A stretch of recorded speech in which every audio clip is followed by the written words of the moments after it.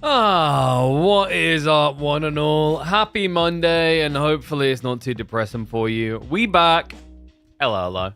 Welcome back to the channel. Welcome back to the Midweek Muster. I'm just checking. I just started something interestingly different. I just want to confirm it's working on the YouTube side.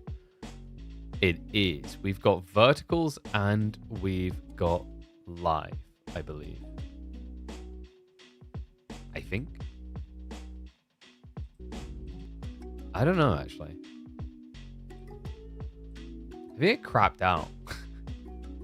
So, like, YouTube changed it so that you can stream to both horizontal and vertical at the same time. But, like, I don't think it's working. So that's kind of KW. Oh, no, we're good. Oh, dude, the vertical is horrible, though. I thought it would override. I don't know, man. I'm going to have to, like, look into that. I think that's kind of sucky. So there is a separate way, and I'll probably have to use it. There's a way so that you, like, on YouTube, you can stream vertically and horizontally separately and send two different feeds, and I think I'll just have to do that. Because it looks bad. Really freaking bad. But yes, we have got bangers coming up. That's right. We have got Louis versus Scarlet, Kiliardi versus Myriad, Voldemort versus Miyamika. Plenty coming in. Someone's streaming one stream the backup URL. Wait, is it backup URL?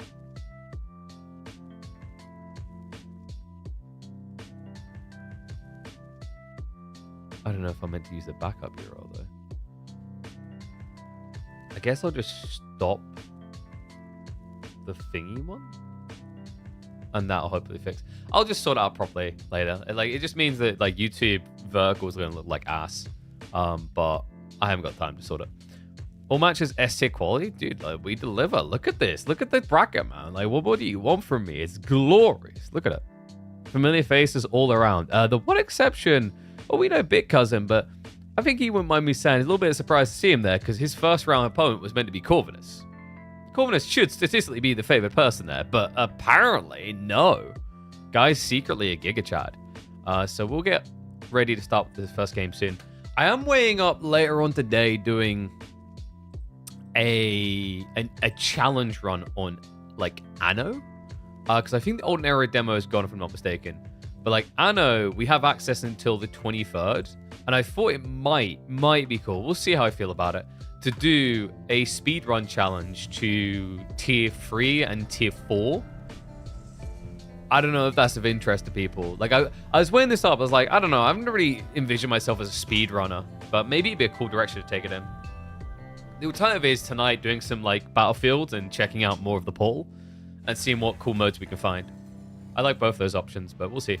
But to start off with, let's get the EL.LouisMT ready.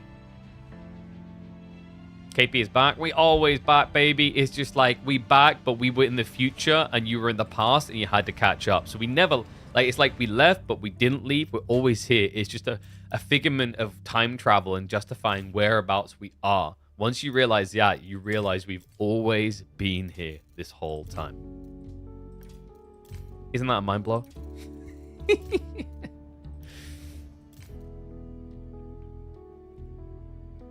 I look a lot like Raphael. I don't think I'm familiar. Should I be familiar with that person? I've never heard of this person. He's big. Oh, but he's not English, right? He's a popular Romanian YouTuber. I've never heard of him before. So he's a Minecrafter. Maybe that's where we need to... Maybe that's where my journey goes next. Should we become a Minecraft speedrunner, chat?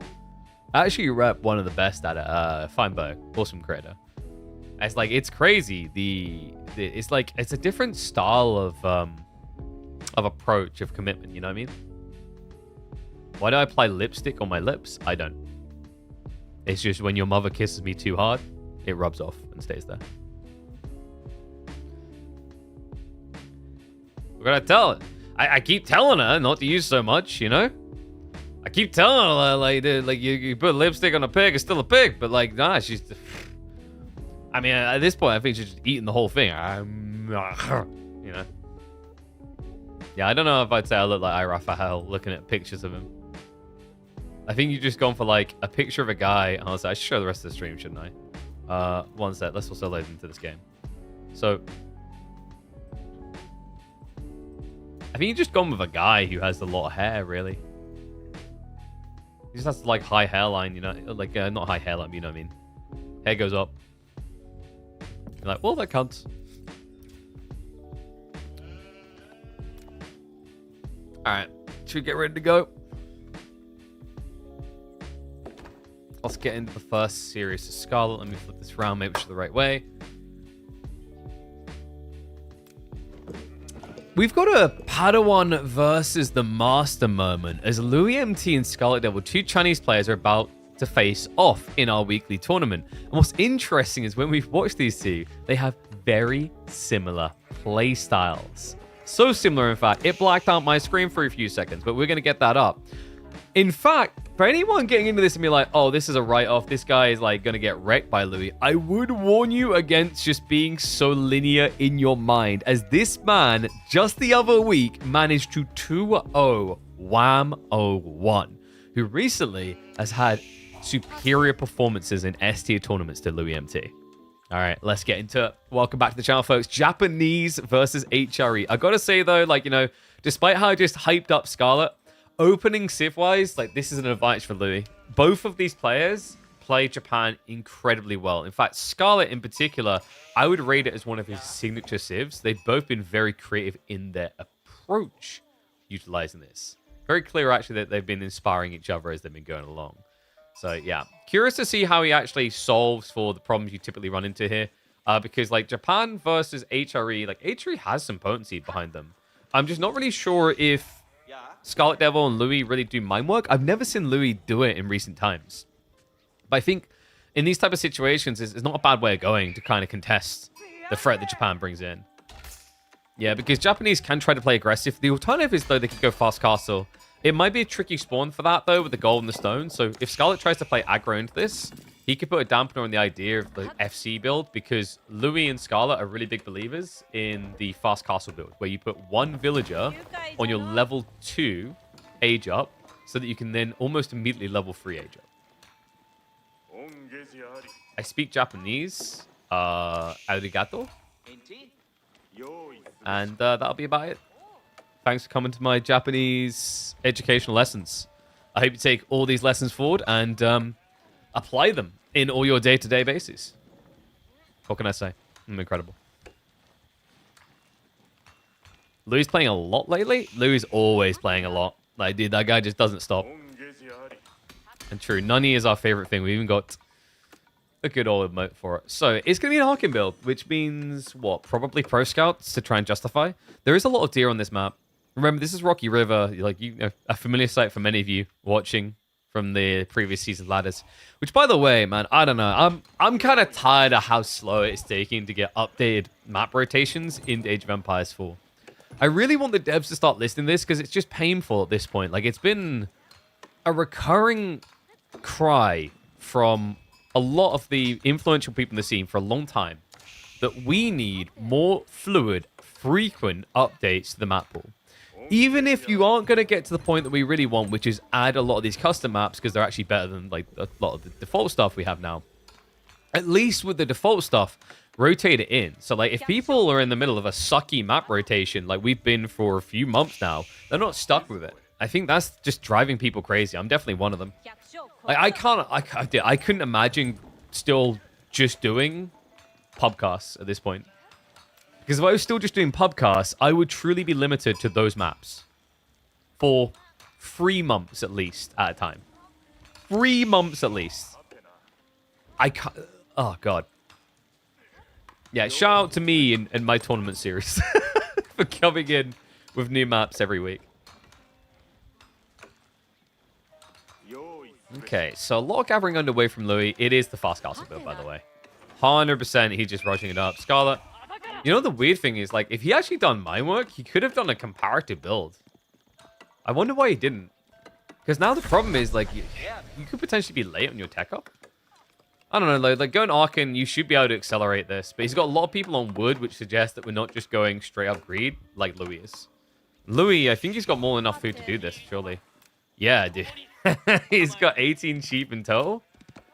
Scarlet's got a little bit more, the 19, which is more impressive with the HRE buff gathering rates. And he has already done the great thing of shuffling the sheep around. Guys, don't forget to do this.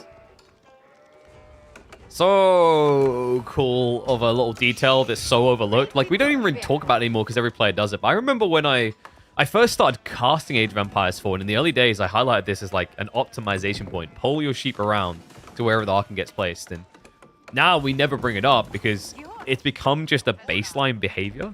It's kind of interesting how often that's the case in Age of Empires 4. Like, if you think about the things on a broadcast or the things that you look at, and you don't even think of it as a highly technical skill or detail, it's because it's become deeply ingrained. You know, this is what I've talked about in the past, the idea of like muscle memory actually matters a lot in RTSs, more than maybe people realize. Because you just instinctively do things. Now, sometimes instinctively doing things can be bad. You want to question occasionally why you're doing it. But overall, it just allows you to pull less of your limited bandwidth of thinking power.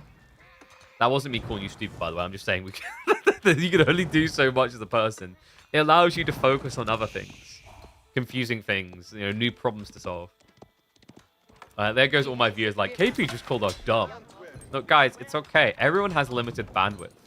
Even Einstein had limited bandwidth. There's only so much that guy could think about. You know, like, for example, while he was so busy solving all these complicated scientific problems, he didn't know how to do a optimal tower rush with HRE with Rax Rush opening. He had no clue. What amateur. What's up, Pucky? Thank you very much for the 10 GGs. Appreciate you, bud. I think that's a new record for diamonds given in a stream. What legend.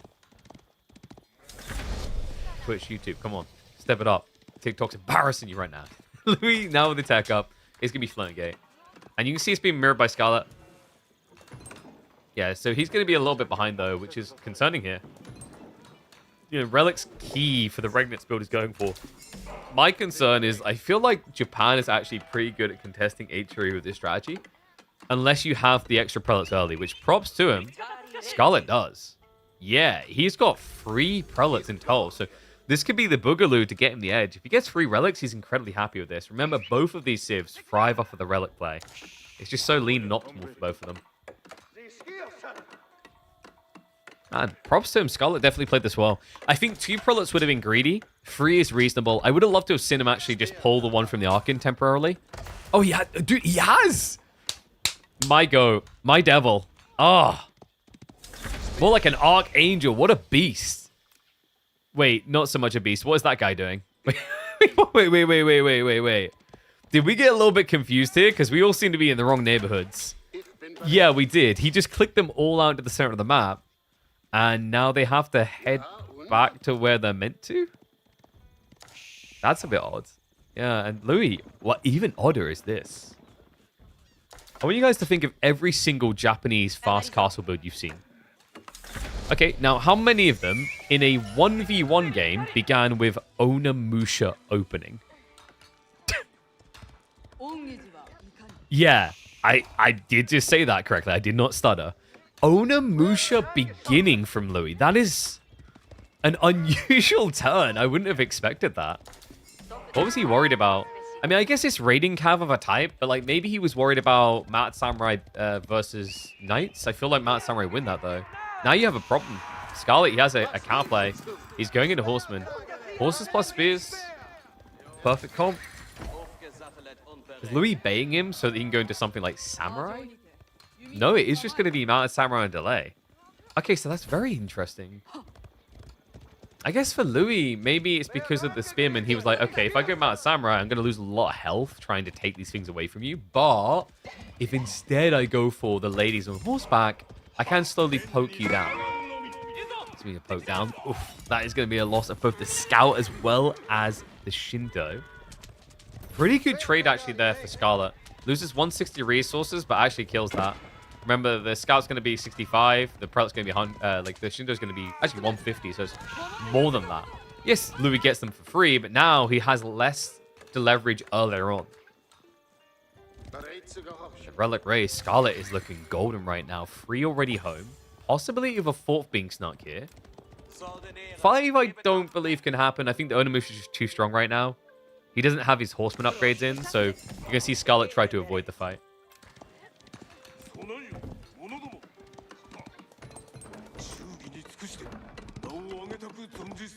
It's arrived. These guys are just so infuriating. You know, I'm trying to think, like, what would the order of... Didn't Magic do a video on this, like, the best knights in the game? I can't remember. Like, I actually still haven't watched it. I meant to, and I didn't get around to it. Did he rank Mounted Samurai? And, like, he must have ranked them in top 3. I would rank them below... probably the obvious ones would be things like the Cataphracts.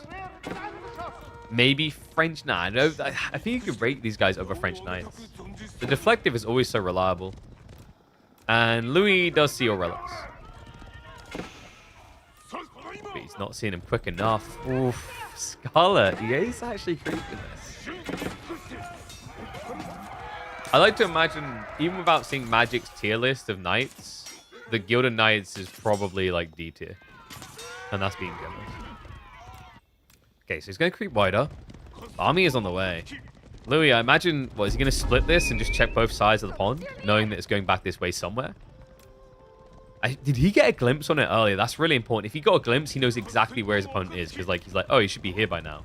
So if he's not, he must be deeper. Oh, and he gets the vision. Now, this is really cool. The Onimusha actually came in clutch there. If it was just the Mounted Samurai, he would have been riding pretty blind into this. Yeah, always remember, guys, with range units, you know, their vision is often their range. That's why Lombos just seem absurd. Like, Lombos can lose a scout and be like, I don't care. I still see. Usually, English players will still build the scout just because Lombos can find themselves out of position quite easily. But the idea is, you know, with Onimusha, having that range, having that mobility, it functions like a scout, but obviously has other benefits as well. But Louis, you know, he has already replaced that good old scouty boy. And this just means that he can, for the cheap, just go check other locations while guarding this relic now. So, 3-2 split in the end. Outpost coming up. Scarlet, no. Is he trying to just rush Imperial Age? He has, like, no food. He's panic spamming farms. I'm a little bit worried about this, actually. It feels like Scarlet... You know, the opening looked really good, but now he's shying away from the map entirely. And Louis taking full advantage. You know, he's moved out towards the deer. He's walling off. He's securing bat berries. He has got level 2 wheelbarrow, which makes these berries as effective as the deer.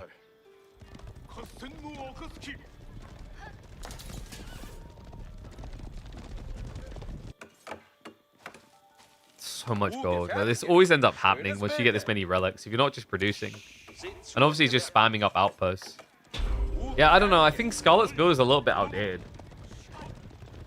Which is really wacky, because like some of the more outdated builds as well, like the Fast Castle Japan one's been done before, but this one villager on Kura into Fast Castle that used to be done and stopped being done about... Was it a year ago now? I feel like it might have been a year ago now. Has returned and actually looked pretty effective. But the old school HRE way of just Relic into Hunker Down and Max Imp, I'm still not on board with, man. There's a lot of value that's being exploited. You know, this strategy used to work really well because the meta used to be build your own farms too. Now people don't really do that. Instead, they play the map. Like, it's crazy how much the game develops like that. There will be Imp before Scarlet. I mean, with that income kind of being mirrored, I wouldn't be surprised. So it looks like Scarlet is reinvesting now. Did he go too ambitious on setting up the defenses? Maybe. It's just such a rushed farm transition. Scarlet now up to, what, 20? 20 farms. Of course, Louis organically just getting them over time via the Kura, plus the deer. Plenty of deer around anyway. Could even think about moving to the center berries if he keeps pushing across the center of the map. And, you know, I wouldn't be surprised if we see the Yorishiro drop in the next few moments. It's really good for gradually scaling your economy. And it doesn't really feel like it hurts your economy, whereas adding, like, the second town center... Adding a second town center sometimes feels like, you know, you're in debt on your mortgage and let's just go and get a loan from a loan shark to pay my monthly mortgage. It's like, well, I mean, you technically are solving a problem, but it's going to hurt you in a few minutes. A lot.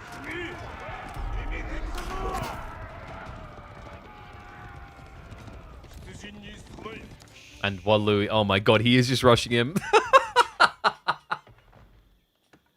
He hasn't added a new unit for, like, what? 3 minutes, I feel like. Maybe the Yumi? And now Tanegashima Gunsmith. Oh. Are the Chinese the best at these fast tech builds on Japan right now? I mean, yeah, technically the best. But it does kind of come down to... You know when I set the world record for Agincourt? And I'm like, well, no one else is playing Agincourt right now, so I guess I am. Yeah, it's that type of thing. It's like, well, technically, if there's no one placing, then yes, I am.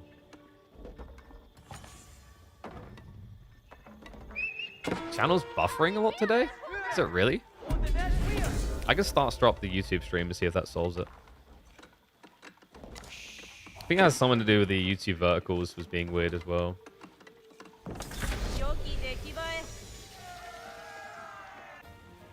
Ah, there we go.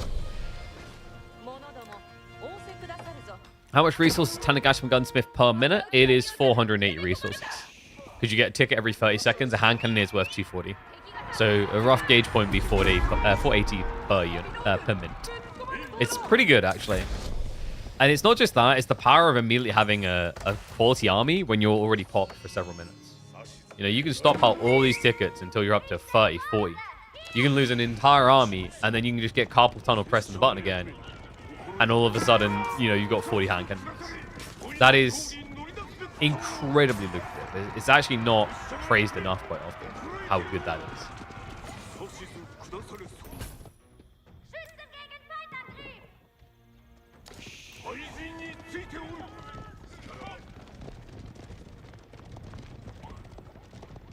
Are they putting Yuri-Shears in the farmhouse? He is. This is exactly how they do it. Like, Scarlet has done this build just as much. They both love this build. And if there's anything I remember about Louis with Japan, man, once he gets to Imperial, the guy goes crazy. Usually it's Mounted Samurai, but this time around it's Mass Yumi to deal with Mass Spearman. Scarlet himself, of course, has imped up. He will start to inflate on the pass of Schwabia. He's kind of out of space, though. This is very claustrophobic. Yeah, he's going to have to start expanding beyond it.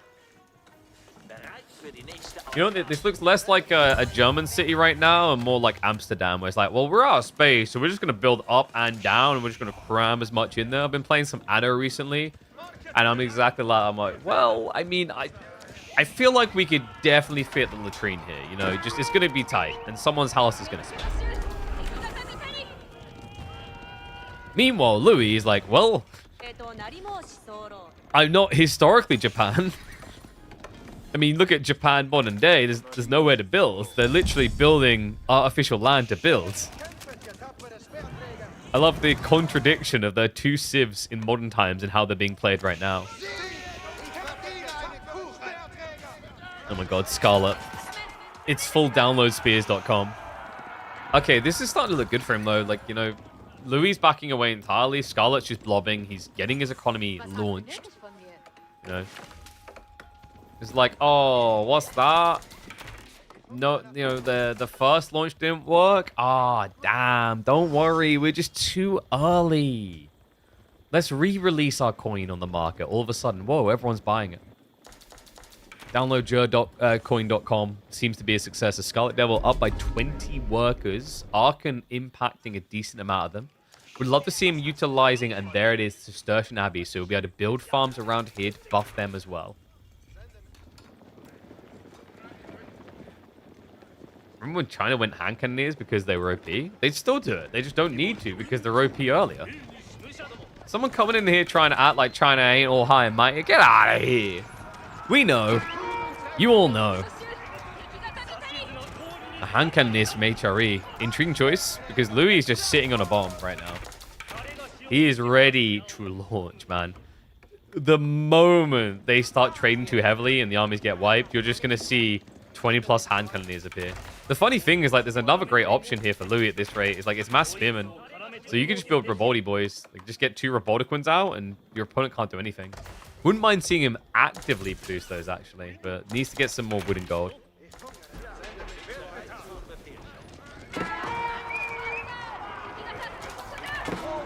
Yeah, Rocky River's always been a decent vibe. I shied away from it when we just had the full wall meta, but ever since the wall changes, I don't know, it hasn't been too bad again. it's hard to get to that stage where you wall the entirety of the length of the map.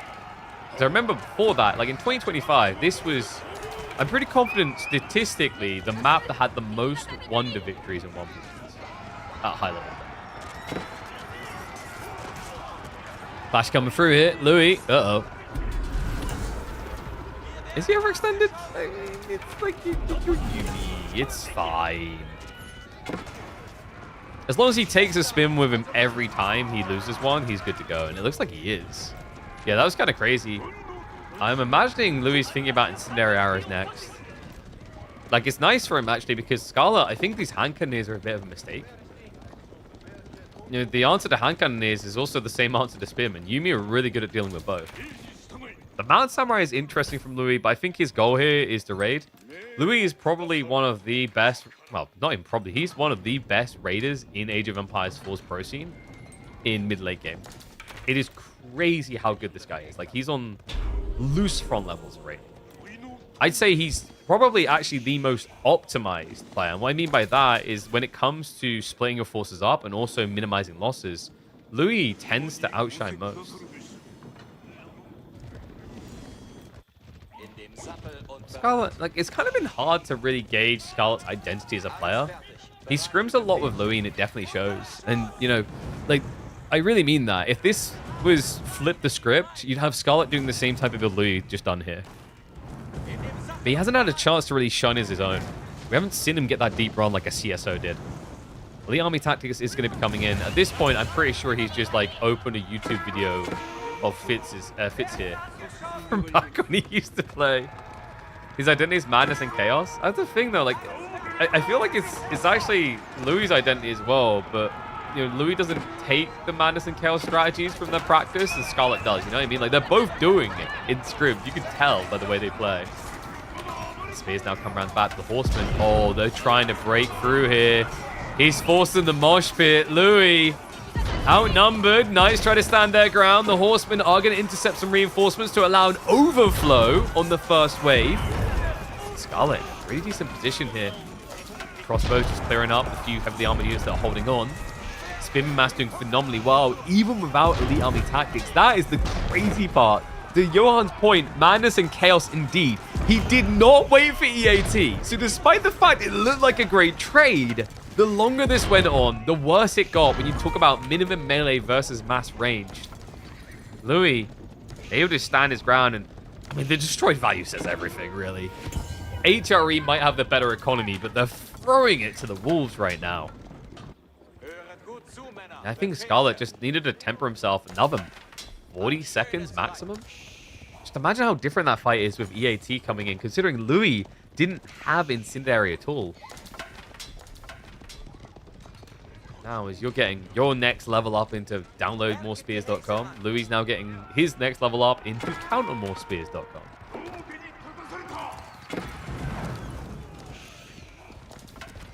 A raid from Louis. Yeah, it looks like they both decided to lean the same way for resources, actually.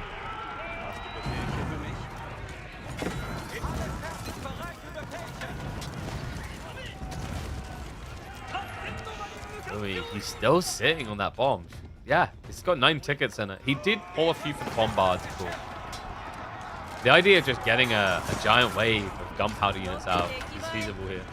If he ever feels too threatened. Like, the way that people change with Tanagash and Gunsmith is now they see it as a get out of jail free card. And I don't know if this is going to be a get out of the headlock moment. Scarlet Devil looks like he's starting to break through the Yumi mass.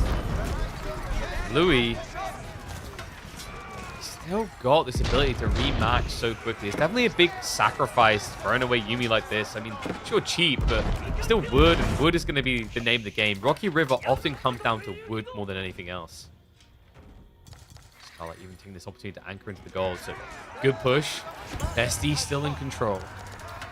I would like to see him get maybe some range units, just so when he pushes like this, he's able to keep momentum. I think he's just leaning on the idea that like melee moves you fast enough. And also, in fairness, he's justifying his investments. Like, I went EAT, I'm going to build Spearman. I'm now going biology, I'm going to keep building for him. It's the answer, really, to everything Louis is doing. Very shaky position now. Remember, Yuumi, lower quality, lower value unit. The Mounted Samurai can't really hold on in such small quantities. He has at least found this, though. That's big. Louis sneaks out to the west side gold to lock in an 8k vein. Critical for Japan's success. Could it be the game changer? Could it be what he needed when he needed it most? Scarlet now adding in hand cannoneers. Louis pushed back behind the wall. He's still holding on to that ace up his sleeve. 13 hand cannoneers that could just be spawned out of thin air. Oh, my need it. After the bombard losses, he doesn't really have much ranged firepower here.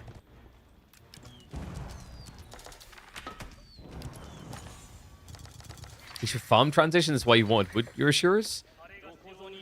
I think it's not as much an issue there as like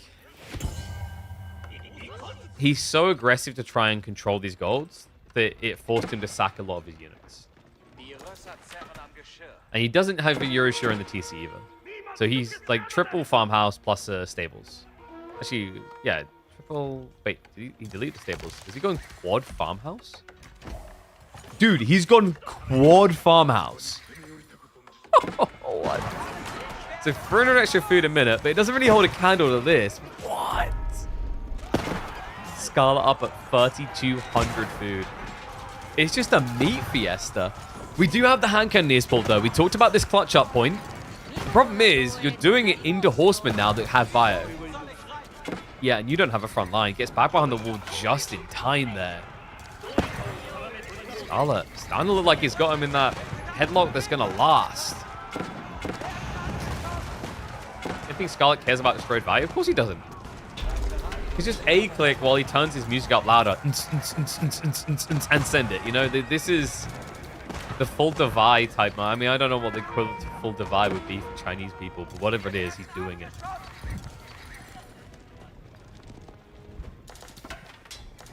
Scarlet.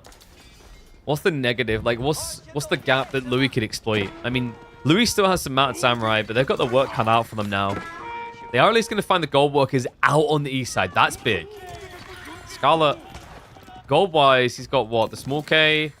Yeah, that's about to run out. That's 1,000 between these two. So he could try and square up over here. He's also got culverins on the front line. So yeah, an opportunity to take down the castle. Horsemen going to dive in there as Louis is starting to unravel. That's the full garrison. The repairers are going to be dropped. That means the siege can clear this up. So Louis needs to get into action soon. Springs are in the base. Yuumi are marching out alongside the hand cannoneers. Reminder that the Yuumi bannerman does buff hand cannoneer damage. They're pretty ridiculous. Like there's some chatter about like China and the old gunpowder tech and have to change it. Well, guess what? These guys basically get that kind of old school effect, where you get a percentage increase on your very high base damage.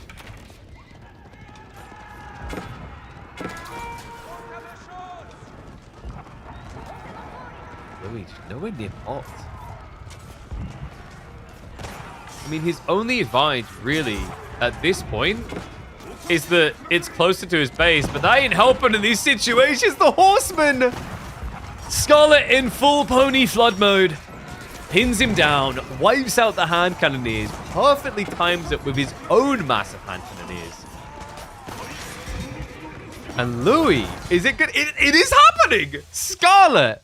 The other week it was Wham, and now he has the potential to knock Louis MT out in the early phases. Bro, Scarlet is something else.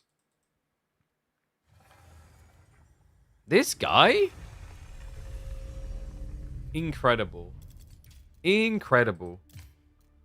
And we head into Gorge next. French versus Rus. Wow.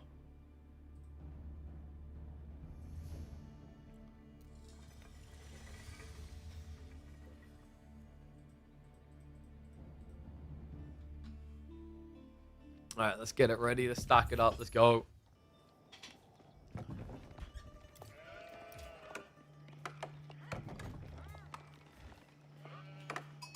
Top ranking players, are you watching this? Are you sweating? You might want to be, because one of you is at risk right now. Scarlet Devil may be about to eliminate Louis MT from this tournament.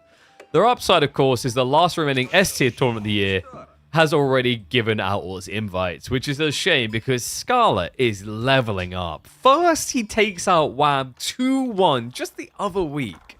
And now, he may be able to better that against Louis MT. Louis, who usually in the scrim circle that Scarlet is a part of, is by far seen to be the superior force. Not today.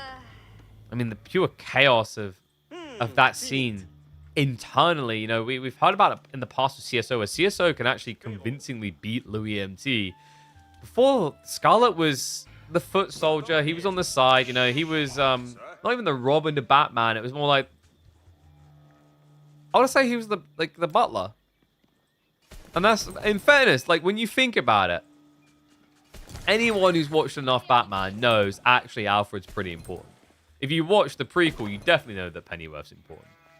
But underappreciated, and I think that's what Scarlet is proving here. He's got a lot to offer, and not enough people have been paying attention. Roos versus French, game number 2, and we are on Gorge.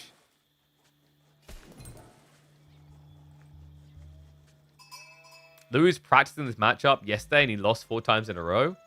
Yeah, and the funny thing is, like, he was practicing it against Scarlet, his scrim buddy again. So, like, Scarlet may have Louis' number, man. Oh, we'll have to see. What an incredible start to the day this would be. A shocker as well. I mean, it's so early in the bracket as well. Round of 16. You know, this is where your favorites like Louis MT, Lucifron, Anatand, Vortex, it's like, no brainer, they're through. But, you know, even like the fact that we look at these brackets, when we're at the stage where you've got like B and Anatand as potentials in the quarterfinals together, you know we're cooking well. That's all I'm going to say. Like, for a weekly format that isn't ranked as an S-tier tournament, we're really not that far off of an S-tier appearance.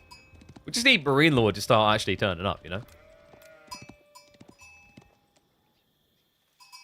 Alright, so Tech Up should be coming through soon. I'm assuming this is going to be Pro Scouts on both sides. Louis obviously isn't going to really open spears. Here's French. It's not really their prerogative, which means that Scarlet gets the greedy opening with a double hunter cabin. He should have also won the scout game quite heavily. So we've got 19 cheap to 9! 9! I'm not German, but it may seem like that with the way that I just said 9. This is pretty rough, but this is kind of to be expected. If you look at the scan pattern, you can see what actually happened here. Is Louis MT, he ran into Scarlet Scout here, and then Scarlet just mirrors him, chasing across here to cut off a potential wraparound. Meanwhile, the second scout that Scarlet produces then, if you look on the mini-map, just goes to the east side. This is a very popular build for Roos. You know, they're gambling 50-50 on whether they find you on the right side, but if they do, they get usually 70-75% of the sheep reliably. If they don't find you on that side, they still net usually about 60-65% of the sheep. It's a win or a win, especially when you know that with Roos, you want to go for Pro Scouts afterwards. Let's hope we get to see GUA today. We will not. And GUA has, in fact, been penalized. So he will be... We're deciding exactly how many weeks. It's probably... I think we're looking at least 4 weeks penalty. As it's been happening too often. I think it would be the 3rd time in a row, if I'm not mistaken, where he has failed to schedule and had to DQ. Or FF, rather. So, yeah. He'll be taking a long break. We like to think that KPMM is very inviting and very inclusive, and we do our best to do that and also be understanding of people. But like, if you are signing up every week and then not attending to your series, you are hurting the entire ecosystem. At that point, it just makes sense for you to take a break and come back when you have time in your schedule. All right, so Pro Scout's coming in from Louis MT. Scarlet, we'll be going towards it as well. You can see the gold is accruing quite nicely, as it always does with the Civ. And a Rack's beginning, also to be expected. This spawn is pretty nice, actually, for Louis to just quickly lean left. Yeah, it might be difficult for Scarlet to sneak something back. I feel like, you know, when you're up against French like this, you'd probably rather they have the split deer so you can gamble each side of their wings to get deer back. This way, it's very obvious where you're going to come from, so Louis should be able to guard that with his limited count. And remember, he is going to have a limited count because you produce knights often, and knights there'll be less of. But that's interesting. So Louis doesn't build a knight at all. He goes archers. I think this is a specific choice being made against Roos because Roos don't have exposed workers, really. Even on the tree line, they'll build a wooden fortress quite quick. Yeah, kind of like that. Prepping the wave that matters. So first knight now queued up, but archers coinciding with it.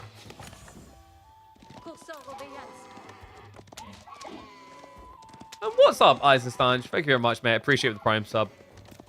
Remember, guys, get those prime subs in. I've heard rumors that Twitch is trying to take them away, actually. Can't remember, they're changing something. But while you got them, it's a free way to subscribe to channels, so you should keep using them.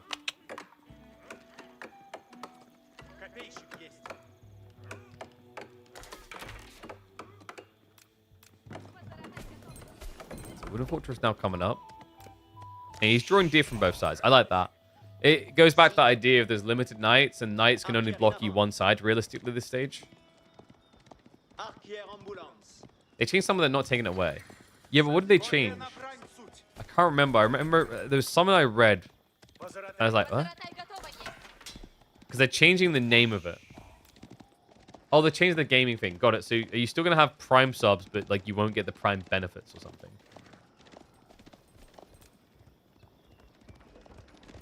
Spears in position, Louis. Has got the archers to follow up, but they're going to be slow to arrive. I mean, you don't really want to jump in with one archer against 5 spearmen.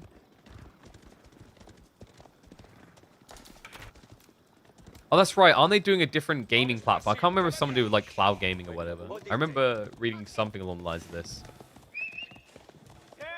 Twitch has been like, I don't know. Twitch is like getting an interesting combo of W and Ls at the moment. So like, one big weird one is, do you guys know that there's now a way to stream vertically and horizontally? And you can do it simultaneously. I haven't started doing it yet. Because the big problem is Twitch has not explained in any way how it will give you discoverability. And if it doesn't give you discoverability, there's no point. Like a big selling point for YouTube is that the vertical streams can show up in people's short feeds. So that's like an advertisement point. That's why I want to probably set up them separately, because like I know right now is like when we're in game, I guess it doesn't look too bad. But quite often for like vertical stream view, it's gonna look weird. Unless we have the TikTok setup, which we do. Knight now arriving. Or okay, that's unusual. That is extremely weird. Seeing a French player being the one losing a villager first to a knight is not your usual. Yeah, I mean, French bully, right? With the heavy cavalry, they're meant to be the favored party. The chosen one, but not this time. Scarlet gets a great denial there.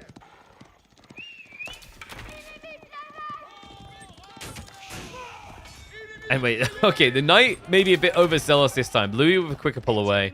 Scarlet taking a lot of unnecessary damage there, but that's what happens when you pro scouts. He has nobody to help this guy see. You know, this is like that old person who tries to cross the road. You know, in the olden days of Age of Empires 4, this person would have had a carer there to take them across, a scout to get them across the road safely. Ever since this pro scout meta, nope, chivalry's dead. The old lady, she's going to be dead too, because none of you stopped to help her cross that road. You just let her struggle through it. And then she was like trying to rush, but she couldn't rush well, and then her ankle went, and a monster truck came out of nowhere, and yeah, that's the pro scouts meta. Wolf world for those knights these days. Oof. That is not eating up much of the tree line. That's a pretty depressing high trade house. Oh no. Get your numbers in. Try not to cry. Well, that's an inspirational point for Louis. Makes the likelihood of a game number 3 much higher. Better safe than sorry? Yeah, I mean, but still, it hurts. You know, maybe just if he nudges it a bit over, like 2 tiles. Oh, the trees. But I'm the same type of guy that would like be like, hey, I'm HRE, time to build my Arkin right out of my base. I ain't scared. And then I'd click my fingers like full Foxy Cleopatra. I just done that. It actually hurt because of the climbing I done yesterday. Ow. Oh, my forearms feel bruised. Right, Scarlet ride or die completely blind. He has got horse archers queued up. Love the sprint replacement. That's really smart. The #1 goal for Louis, the focus, is going to be looking for a dive into this tree line. He knows that's where the workers are. So getting a Springald in here comes in clutch against these knights. Considering that it can kill them in 5 shots. Yeah, it's just a big crossbow, really.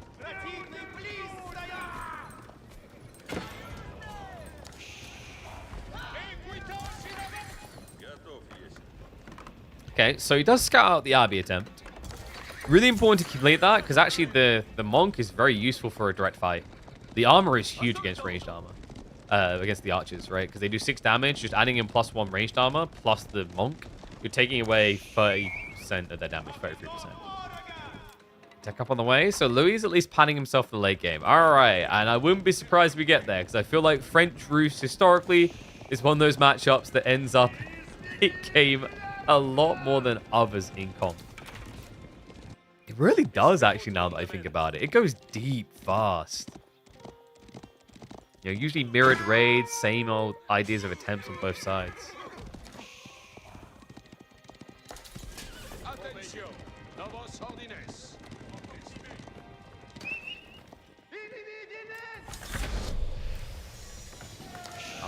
Calm before the storm type moment really benefits him here. He's already got the first Relic on the way home, second Monk to come out soon. This is always the tricky part, like backing off to tech up to be safe, but he backed so far off. High Trade House in the end was 109 gold. Fat Blop. That NA math system slightly failing you, but damn, that was close. You didn't account for the stump. Everyone always forgets to count for the stump.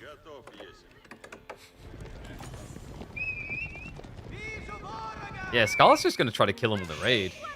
Louis, this is the tricky part about playing French on Gorge. Is, you know, it's great when you have map control, but you need to keep that map control. You eat through the gold fast. Look at what's about to happen. He's going to have to either go for the 8K or the 4K. Either option is wide, very wide. And I'm not fat shaming there.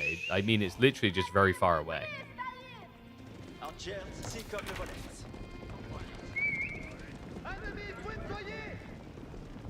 I don't feel like Louis is really doing much with these archers either. I get the idea, like, trying to guard the relics. But, you know, if Scarlet realizes what's happening on that west side, he could just edge towards the base instead. It feels like these archers have got a lot to do and not a lot of capability to do it all. Like, even with the upgrade coming in, I'm like, these guys have been overburdened with tasks and underpaid. You know, they're like me. Please subscribe. Warrior Monk's now coming through with the boys' fortitude. It's going to make him quite tanky for the main engagement. Should be able to get a buff off quite easily.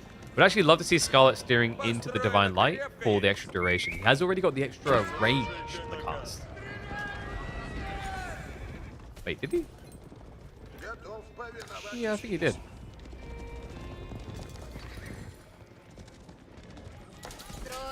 Yeah. That's really important as you scale horse archers. It just allows you to buff the entire blob. I do not like the look of these numbers for Louis. Archers can at least take out the spears fast. Warrior Monk gets sniped before he can pick up the goodies. Knights also now added in the equation for Scarlet, though, and that's going to catch Louis by surprise. Yet the knight count here is not very high. Only 6 in total. Horse archers spraying away. If Scarlet just keeps leaning more knights, this gets really difficult for Louis to win engagements on. That's a great time for it as well. He already just got Boy's Fortitude. Oh yeah, good point. Scarlet's still without Wheelbarrow. I think he's just forgotten about it at this stage. You know what I think the problem is? Like, all the top level players have at least had one moment in high pro play in a tournament where they forget to go Wheelbarrow and it costs them the series. But I don't think Scarlet's really had that. I don't know, it's like, not even teachable moment, it's like painful moment. You know, you need to experience it.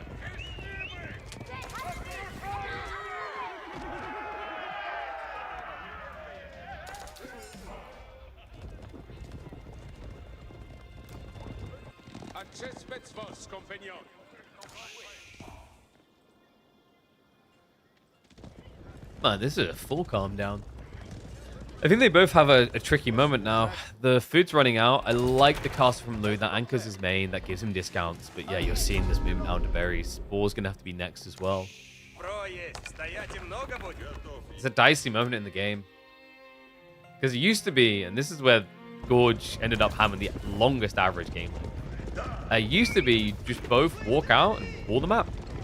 But like, have you noticed how rarely that happens these days? Definitely not in a rush. It's so difficult to do. It takes a long time. Scarlet just trying to yoke away extra relics. It's like final split is going to end up being 3-2 at this rate. Scarlet might lose the Monk, but he has got reinforcements coming, and Louis realizes it. He realizes he needs everyone. He pulls the 2 knights away. Does dodge out and losing a big bulk of workers, but just basically flagged to Scarlet. Hey, I got food problems. Because, you know, what self-respecting Frenchman do you know that would forage for berries when he could eat some premium venison? Or pig. Oh. Frogs. Snails. Okay, this list is getting a bit weird. The point is, they got options. Why would they eat a teensy tiny piece of vegetable? Well, fruit. Piece of greenery is the word I'm looking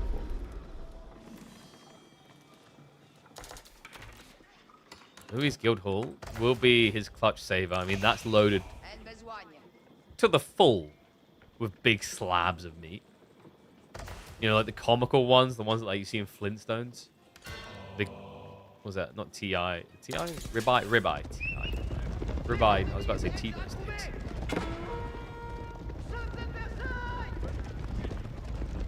You want to see arbs from Louis? The problem is you can't arb the trio on this map in a rush. Look at the way he's playing right now. Like, he's stretched as finishing get. Like, at this point, if he was able to hold being this stretched, we'd have to rename him Mr. Fantastic. There's way too much spread required there. Arb the trio wouldn't fit the bill. Like, he's forced into knights, and then archers, you could just kind of bulk them up faster. They also at least trade okay with horse archers. It's tricky. In an ideal world, the map is already segmented and walled while Louis has activated, and then he can go arbs. But we're not there. He may be forced to consider it soon, however, simply because of the knight count.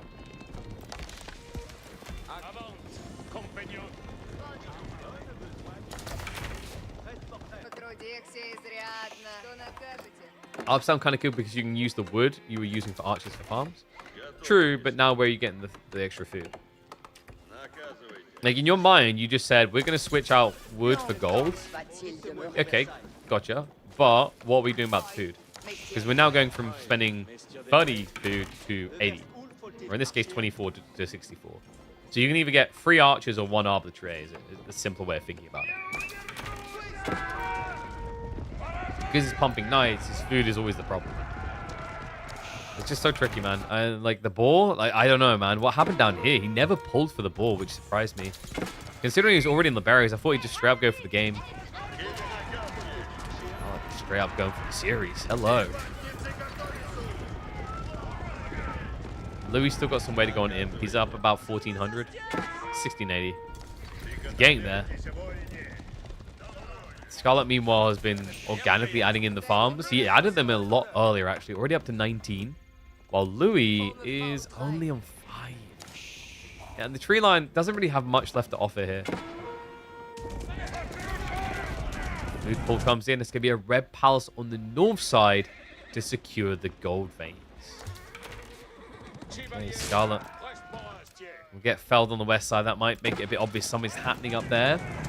He might suspect this type of timing, but you know, even with the red pass coming in, Scarlet's in a decent position because Louis still hasn't solved the food issue. In some ways, he's just amplified it.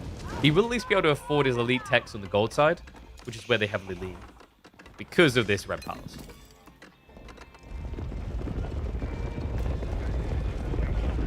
Man, Scarlet is just so fast stacked. It's kind of wild.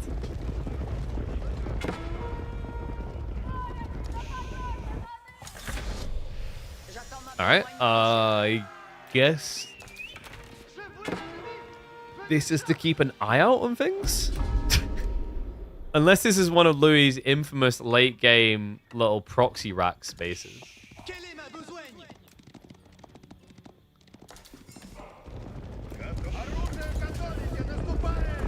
Are you guys going deaf yet? Can you hear me still? That right there is the devil's drum of war. It's loud.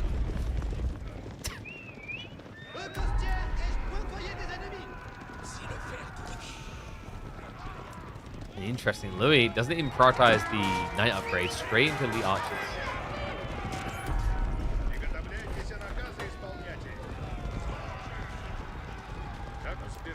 A lot of legs.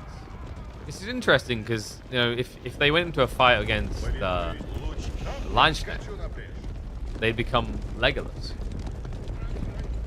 Get it? Because the Lancaster would like slice across and they'd lose all their legs. And they're an archer. I know. It's pretty smart. Sky now coming in. Okay, this has been growing in popularity, actually. Why here, though? Of all the places.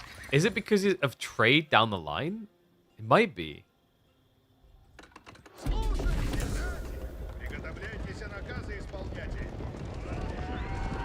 think what's kind of wacky is like the idea that, you know, you're up against mass archers. You didn't even think for a second about armory for siege.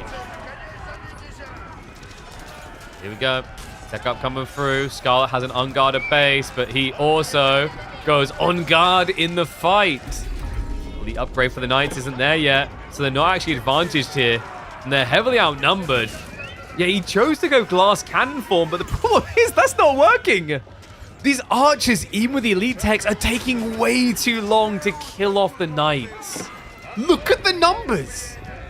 This is insane, man. Pew pew ponies go hard. 14 damage per shot or 11 damage per shot. Who am I siding with? Definitely the horse archers. If this fight was static, the archers' quicker attack speed matters, but it's not, which means the horse archers get to pound on in to the main. Louis MT probably can't believe this right now. I mean, maybe he can. It's the classic horse archer experience, but the fact that your opponent just aged up while sending it into your base is crazy.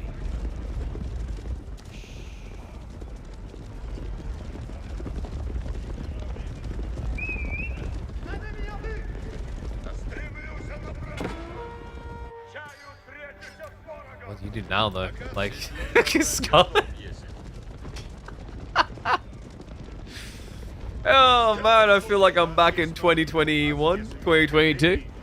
Let's just upgrade the horse archers. We've got 60 of them. I mean, why not? Louis started this, had 60 archers, like, I'm going to upgrade these.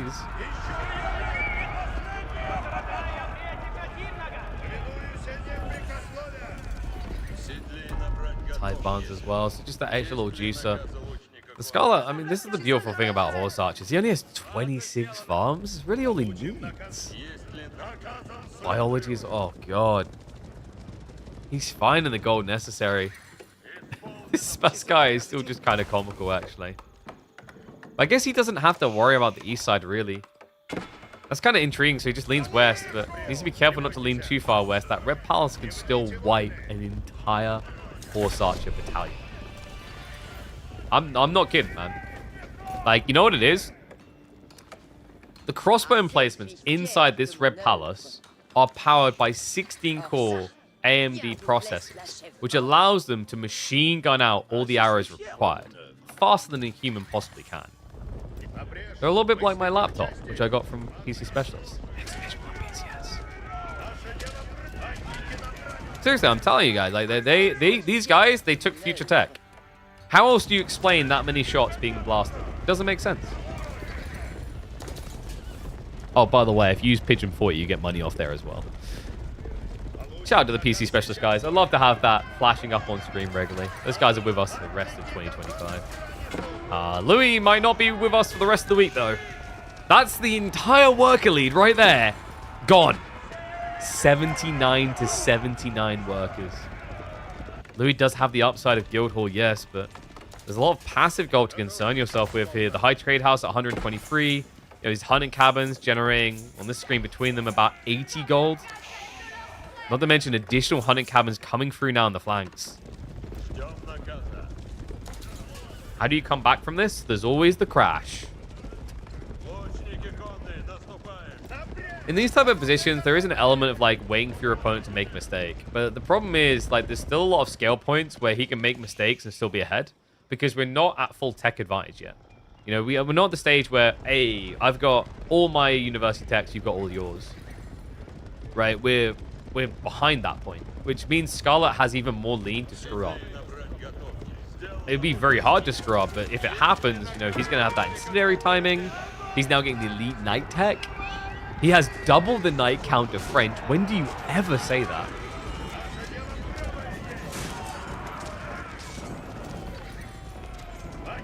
Louis needs 4 mangoes or 100 horse. Mangoes is going to feel rough here. Against elite horse archers with Gallop is just not a great solution. Horsemen maybe, but you know, you just said he needs 100 horsemen. That's, oh yeah, that's only like 10,000 food. That's just 10,000. That's not a lot, right? I mean, it needs to be a lot when you consider that this army here is about the same in cost. 120 per horse archer, 80 in total. Flash coming in. And he uses the Gallop. Yep.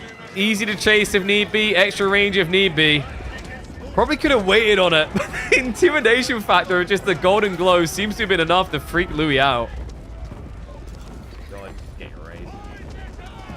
Alright, here's how Louis survives. We just need to move everyone to the Red Palace. The corner will keep us safe because the base doesn't seem like it's going to. I mean, you could have crap loads of bolts or 1 bolt every few seconds.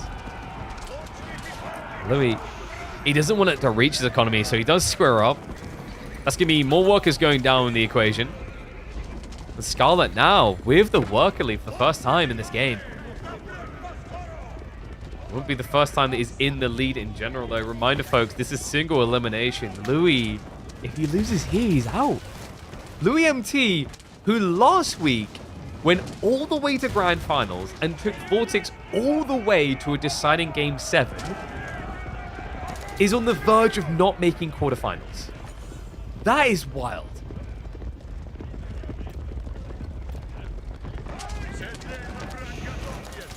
Scarlet may now start to be a question mark for presence in the next S-tier tournament. Of course, the next EGC one is invite only based on previous winners and high performers. But I mean, if this is how Scarlet's going to start ending 2025, then 2026 is a bright year for China.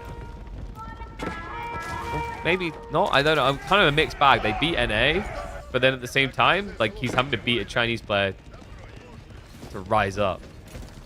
It's a mixed bag of emotions, but this is an emotion of pain that all of us have felt at some point.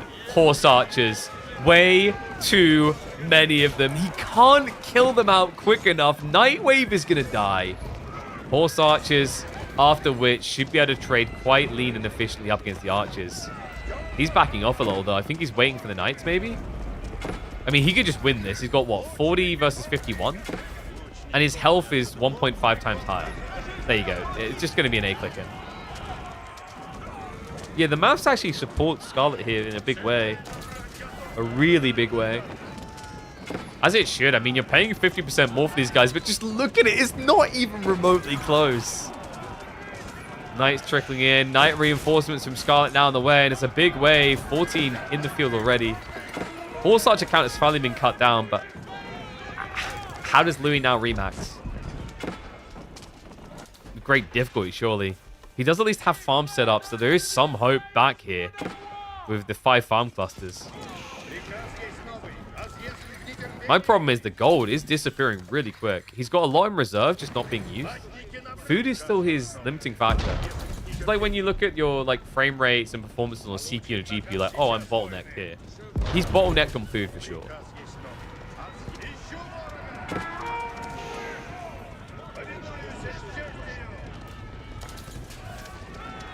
Guildhall, he already pulled it. That's where the gold came from. Which actually, now that I say that out loud, is pretty crazy. He already ate the 8k. He's only got 1.4 left up here, and he already pulled the Guildhall. I thought that was just from the vein. That's ridiculous. Oh my god. Bombard's now into the base. Who says you need a discount? You just need a win. Scarlet, talk about a flawless victory here. A 2-0. One that looked like it was his from the start. I mean, if this bombard line doesn't kill him, the sacred sites are going to. He's already walled it all in. He could even add in stone walls now if he chooses. Big flash coming through. Knights, remember these elite knights, they have got the pole axes. They can test French knights remarkably well at this stage. Boy's Fortitude also guaranteeing that they have additional health. 364 versus 369. Nice. Yeah, actually, like, it's crazy to say, but if you can afford it, Rouge Knights will beat the crap out of French Knights. You just have to avoid that charge. And this fight has been going on way too long. If we're talking about charges, my battery's gone from 100 to 0. As Louis will remain at 0, Scarlet comes out, the hero of China in this clash.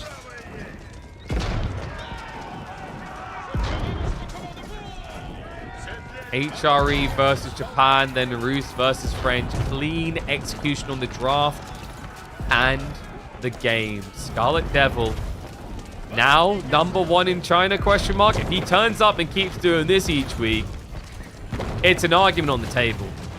But the real test is ahead of him, folks. Last time he beat a top-tier player in the BO3, he then went to lose against another 3-0.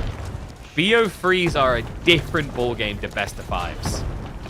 But can't fault him here. It is going to be Louis dead.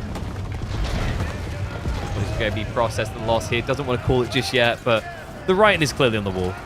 You know, he's probably thinking, I can hold on because I got Red Palace. And okay, no, he's just going in for the meaningful end. This is all I have left. Go, Scarlet. Carry for China. Be #1. Oh, what? How dare you ruin his KDA, Louis? Let me know what you thought about this, guys. Should Louis be worried? Is Scarlet Devil now the top dog in China? First beating Wham 2-1, now beating Louis 2-0. There's a pattern emerging to argue for it. G to the G.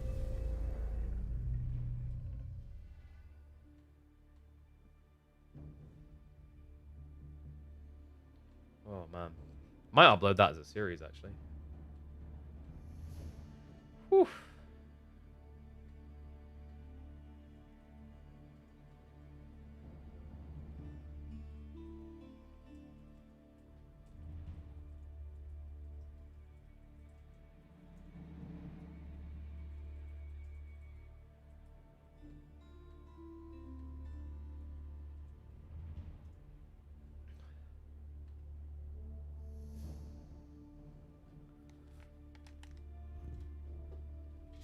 Looks like Louis will have a hard time at King of the Rockies, quite possibly. Is AoE2 better than 4? Oh boy, this question. Muddler, you have opened the nuclear bomb there. You know the people that play Fallout free and they go to Megaton and they like, hey, I'm just gonna play with this bomb, and they blow up the city. You just done that. So they both have their own individual quirks. Age of Empires 2 has a much better pedigreed history of campaigns. When it comes to multiplayer, I think that AoE 2 maybe leans a bit more on the micro side. AoE 4 is better for people that enjoy macro. And also, AoE 4 has a lot more asymmetrical design. So the civs are inherently much, much different. I'd also say if you are a new person who's never played both, I would probably never recommend AoE 2. Because AoE 2 has been out so many years, and it's an incredible game, but it's been out so many years that you're going to be playing catch-up in a big way that could potentially make it harder to enjoy unless you've got friends to play it with. So AoE 4 in that situation probably going to be your best friend. But like neither game is perfect, you know. Obviously AoE 2 is going on a classic RTS feeling. AoE 4 is trying to evolve into something a bit more modern. You know, the AoE 4 modding section is probably its weakest point. AoE 2's modding section, one of its strongest points. There's a lot of cool scenarios, custom campaigns, mods that change the game a lot. So yeah, really comes down to on your shopping list exactly what you're after. AoE 2 has 50 civs and they all kind of look the same. AoE 4 has 18 civs. Well, no, I think that's unfair to say they look the same. Like, actually, in fairness to AoE 2, I want to say a lot of the architectural design is more... It pops better than AoE 4's, actually. Like, AoE 4, one of the big problems is, of course, like, everything gets blurred in a bit too much, in my opinion. We have really cool architectures, but it doesn't necessarily show. And also, unfortunately, like, the argument that AoE 2 has all the same looking civs, we kind of fall victim to that with the variants sharing the same architectural models. So while we have unique models in AoE 4, you also have the same, like, issue of, like, oh, look, they're sharing that tile set. All right, guys. But that's only the first series of the day. Let's get ready for the next one. Next one we're looking at is Kiliardi versus Myriad.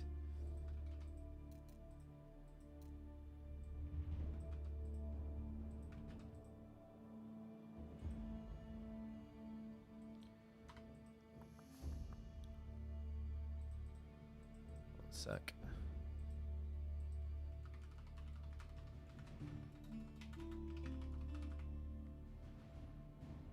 It's not that they look the same, it's how you play them. Yeah, exactly. Like the AoE 2 is less designed around asymmetrical design and more around subtle differences between civs than compared to AoE 4. Are these live matches? We do a mixture of live and recorded. Why does it matter? Is there a B game today? So I believe B played his early round yesterday. So we're waiting on scheduling. I wouldn't be surprised if him versus MSN is either a little bit later today or happening tomorrow. If it's happening tomorrow, they need to be ready to play against either Anatan or Bit Cousin tomorrow as well. But I know we've got Anatan Bit Cousin live in like 3 hours? No. I think it's 5 hours. 5 hours, yeah. Alright, so opening map, of course, is going to be Rocky River as always. Let's see where the boys are going to be taking us. Like, looking at the picks, Rocky River, I wouldn't be surprised to see Myriad go Shushi and Kiliardi go... I think you just Lancaster. You could actually Japan as well. But you wouldn't be... I don't know if you'd really be interfering that much with Pro Scouts. It could just as easily be a Chinese game. But I feel like there's other maps where China's probably higher value. But let's have a look. Rocky River. It is going to be China. And, oh, Kiliardi. He goes Somali. That's probably better because of the China threat. I know, I was thinking about, like, they had Gorge, and I can't remember what the other map is they drafted here.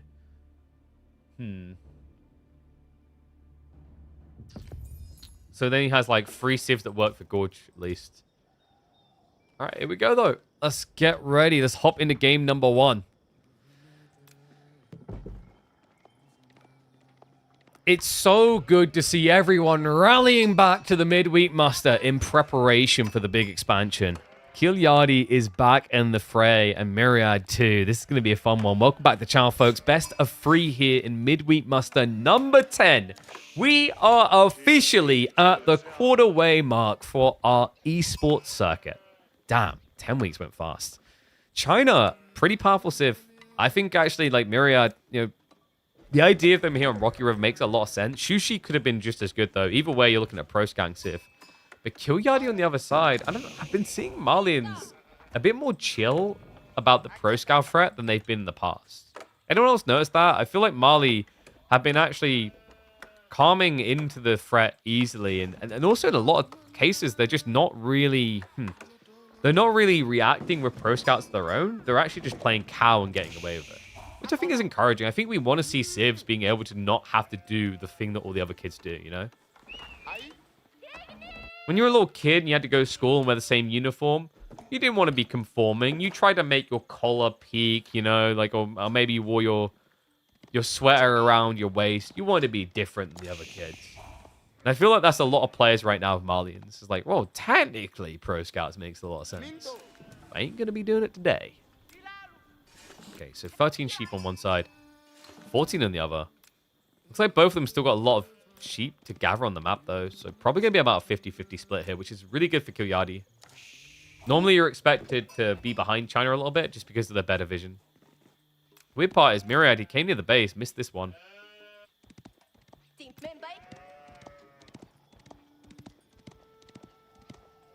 Be a banger of a series? I'm hoping so. I think Myriad is, no, hit and miss isn't the word I'm looking for.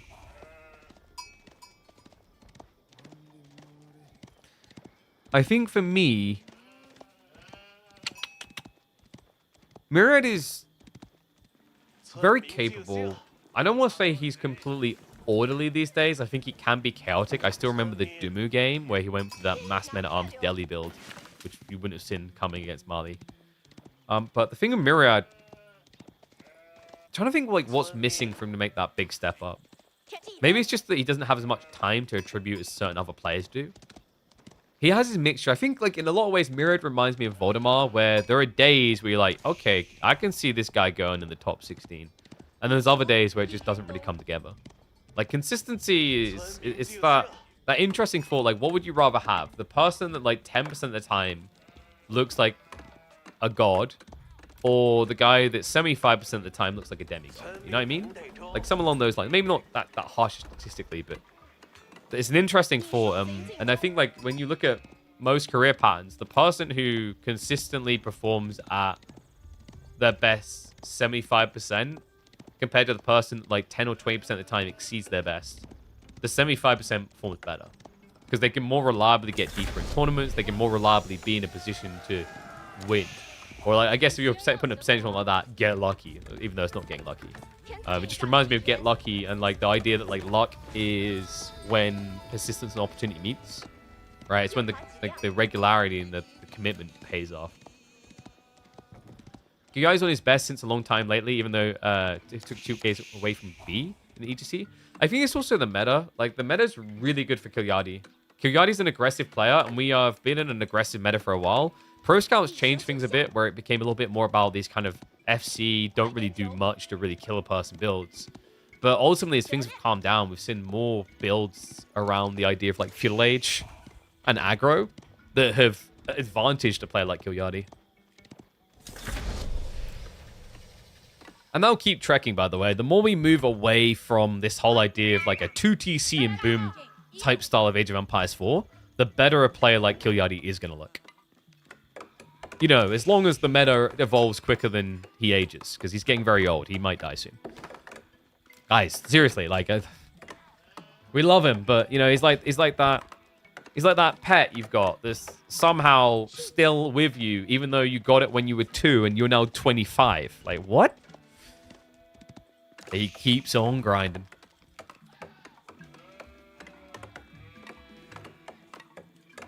How do villagers completely remodel their houses when it goes to dark, from dark to Feudal Age? Aha, see, that's the trick. Like, everyone's like, yo, I want to re-renovate my house. I need to, like, paint the sides. I need to do new brickwork. You don't. You just need to get one of those, like, those full printouts, you know? Like the, what they're made from? The polyfibers or whatever. Like, just basically just like a big banner type thing you slap on the side of your house and it looks different. That's how they do it. So they just stack those and then they pull them off. Like, haha, it was always this good. No, not even pre-built houses. I'm talking about, like, you just put a skin up on them, you know? You know, like when you just get a white mug and you do, like, the sticker printouts, that type of thing. The person who peaks inconsistently is more fun to watch in tourneys. I don't think it's even that. That's the deceptive part. It's like, what's better than that is when you get to the stage where you have 7, 8, 9, 10 people that are 75%. Because then what you get is, like, not necessarily underdog stories, but sporadic natures. Yes, it's nice to have the 10% is in there occasionally because they'll turn up. But, like, on average, really, the thing that you're looking for, especially in RTS scenes, 1v1 scenes, you need to get a good size of player pool to the point where, like, any of these guys could win. Any of these guys could be number 1.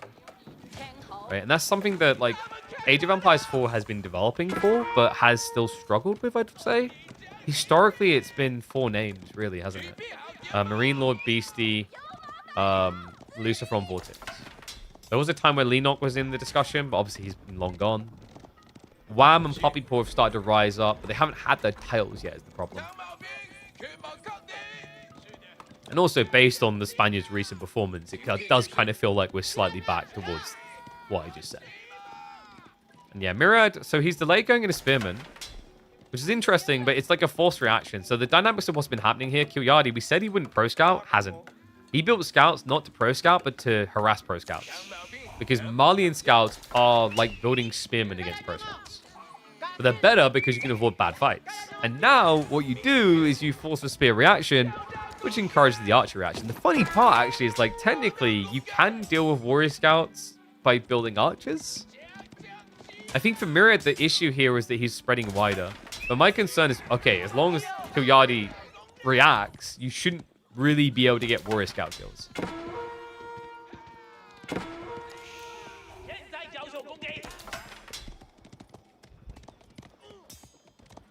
And the follow-up so far on the way.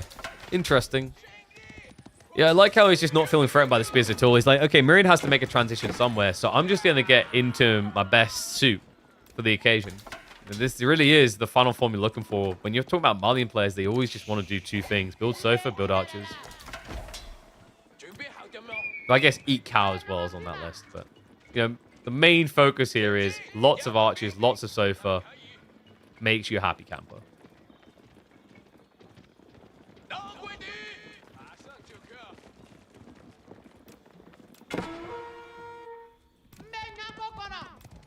What does Myriad look to do now? Because I think the longer you play this age, the more it looks rough for you now. Usually I like China being aggressive in Age 2, but there's some matchups where it just feels negligent. Like you're slowly just killing yourself. And I think Malians is one of them. Like he's building more and more cow. It's not like he's all-inning you with no economical advantage. So he's scaling, which means Myriad is technically on the clock here. Yeah, despite all the good intentions of pro scouts, especially with this type of comp, the way he's pushing in, doesn't look pretty. There's free spearman. The horseman discovers that, uh-oh, these guys actually might beat the crap out of me. What do you mean they can heal and I can't heal? Yep. Welcome to the Malian life. Sometimes when you play against Mali and you try and get into like a cavalry raid off against them, and you watch them heal, it's almost like they invite you there, not so they could share the moment with you, but just so they could brag. We've all got people that have done that with different things in life. You know, like when someone takes you to do a sport for the first time. Like, I went on paddle the other day. The people there are nice, but like, imagine if you just went with one of those people, they just want to kick your ass. Like, yeah, wasn't that fun? Squash is like that for a lot of people, actually. I wouldn't know, because I'm not rich enough to know. But yeah, like they just take you along, whip your ass. Like, wasn't that fun? Like, no, it wasn't. Getting into a cavalry war against Mali for a lot of civs at the moment feels that way. Like, even French players have been losing in cavalry wars against Mali.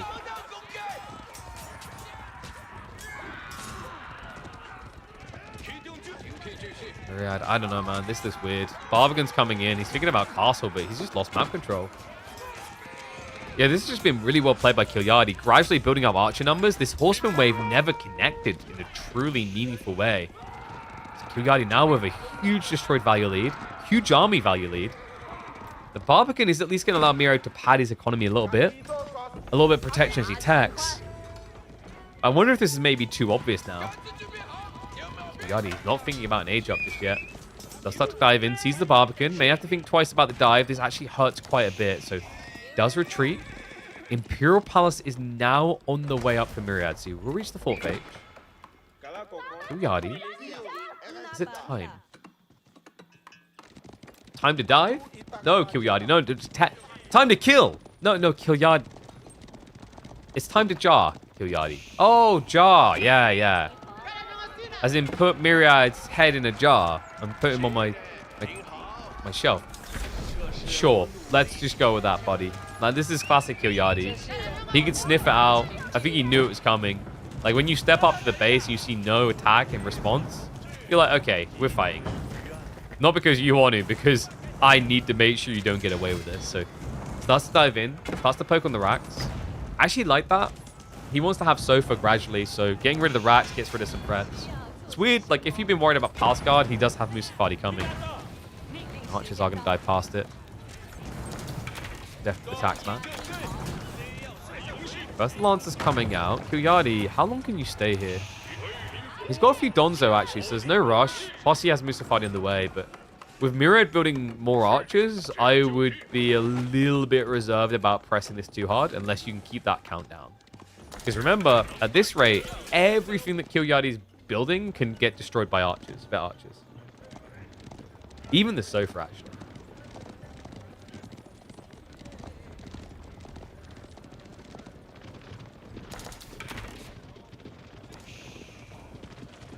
love the spontaneity of like TikTok. I just noticed we've got a lot of new followers coming this today. I still need to get someone set up there to do like clips and edits.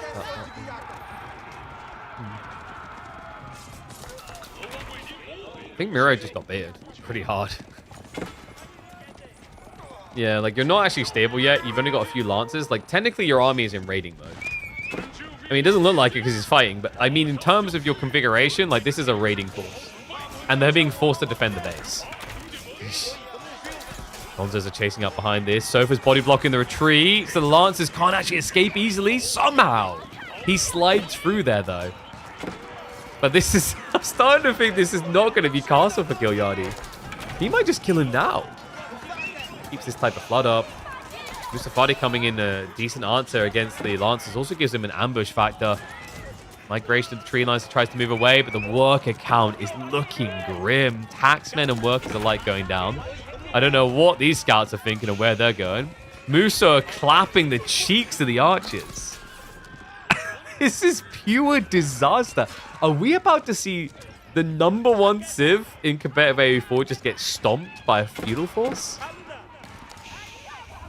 It's starting to look like it. I mean, you could argue maybe #2 now. It's starting to feel like Lancaster might have taken their place, but China has remained a stalwart pick for many people's drafts. Quite often, they're ace up their sleeve. Murad, he may need to cheat a bit hard. May need to have a few extra aces hidden up there at this rate. Because Kilyadi, I don't want to say the words. I don't want to jinx it, but like this is actually looking like a Farimba game. He actually could, guys. He's got 18 of these Mustafadi.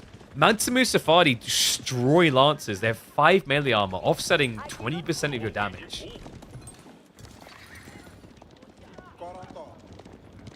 Count has got to make it tempting. It's dangerous because like it's just a lot safer to simply get Fulani, because then you just flood Sofa. But moment of truth, yeah, okay, he resists the temptation. It is going to be Fulani.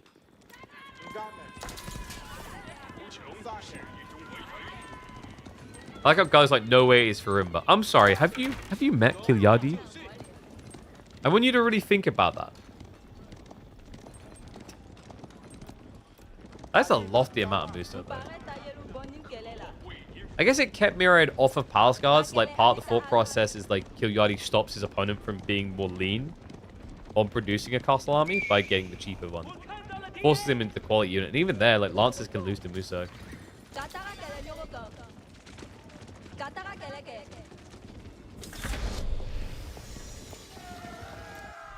Alright, tech up complete. Myriad. I think he was just sitting there waiting at this point. It's like, he's got to tech at some point. I'm not being dove. It's been a minute. It's Kilyadi. But still, you have to stay on guard just in case. Alright, Lance is marching forward. And good choice, Zoe. Remember, guys, we are working with Heroes of Might and Magic this week on their card game. By the way, that card game is about to crack €1 million in backing. So if you want to get yourself a lot of extras on the cheap, go back it now.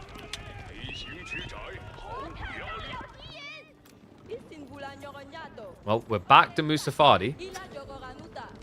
I guess it's kind of interesting here, even into archers, because of the stealth factor plus the move speed.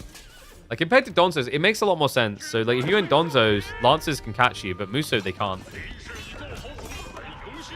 Lancers, speaking of, have gone into the base. Kilyadi's going to be hemorrhaging a few, but Fulani complete, he can afford to. Not just that, Kilyadi's finding other methods of inflation.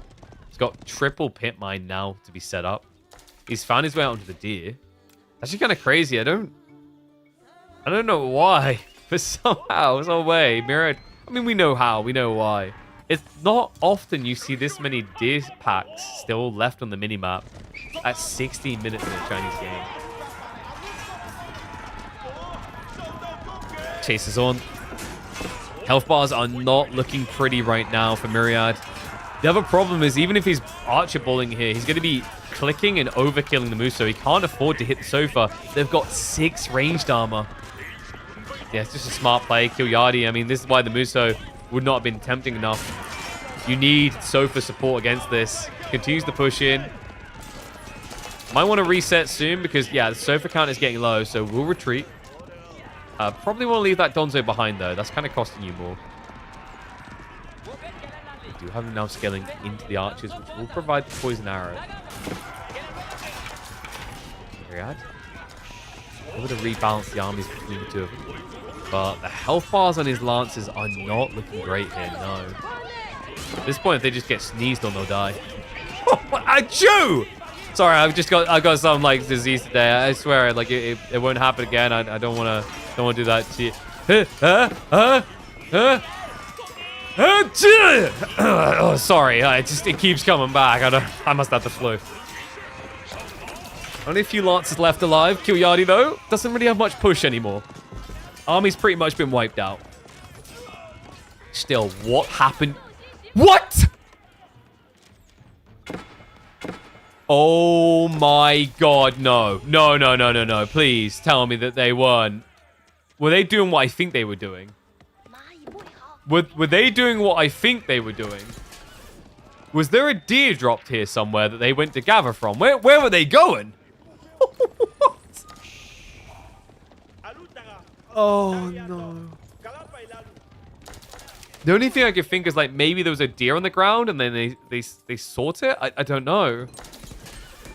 I mean, they've still got deer back here, but maybe that only just arrived. Either way, yeah, I mean, well, just crackety hit it right there. Wheelbarrow reduces taxes because if you have less people, there's less people to tax. So, proof.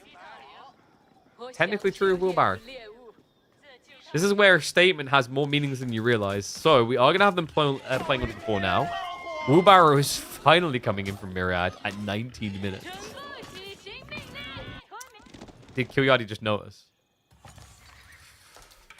I don't know, man. Sometimes it's hard to see past the cataracts in his eyes, but I think he might have actually noticed the board disappear. He's staring out here as if something isn't right. This could be the disaster strike required. Myriad is neck and neck on economy, but not for long. When I say on economy, only on villages. Everywhere else is a thumbs down. This is going to be a full dead. Sofa charge in. He gets found. Lancers were trying to sneak in. They've been intercepted early, so there should be an easy response there. Should be. Are two different things. There we go. Kilyadi now pulls away, but still a bigger win for him. The second time in a row this has happened, and it's happened too often. GG gets called. Kilyadi will emerge victorious against the Chinese. Alrighty. I see we cooking. So left side win. Mali versus China.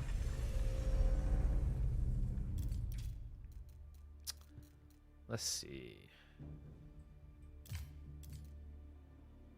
Where are we going next? Oh, we're going to Gorge. This is kind of what I was worried about.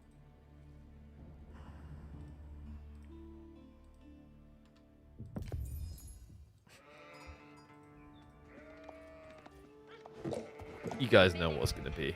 It's pretty obvious, isn't it? Let me flip scores we get in the game. Ah, yes. That's what we love to see. An OP civilization losing a game. What have we got next in this series between Kilyadi and Myriad? Oh, yeah. Jean. That's pretty... It's Lancaster.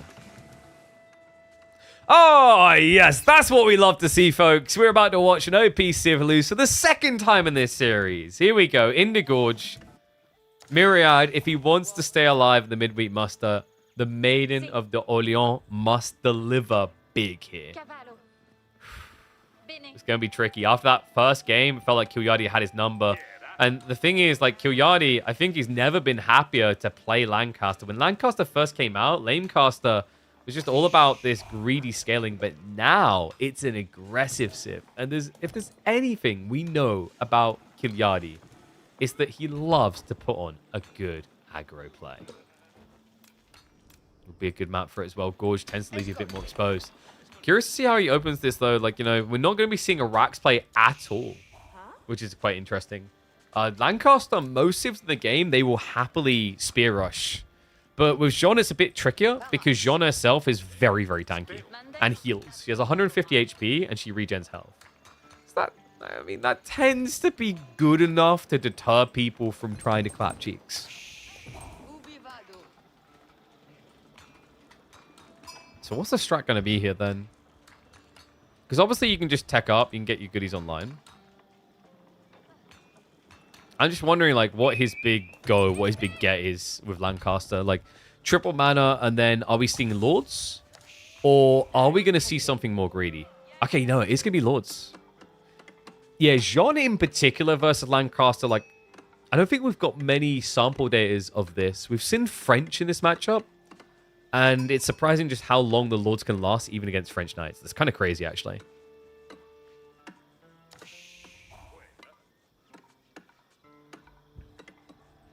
On the other side of this, I do wonder if maybe there's a world in which Mira doesn't pro scout. There might be, but it's not this world. Like, I'm sorry, but like, let's be totally real. We're probably like 95% getting pro scout. Is that exaggerative? Probably not.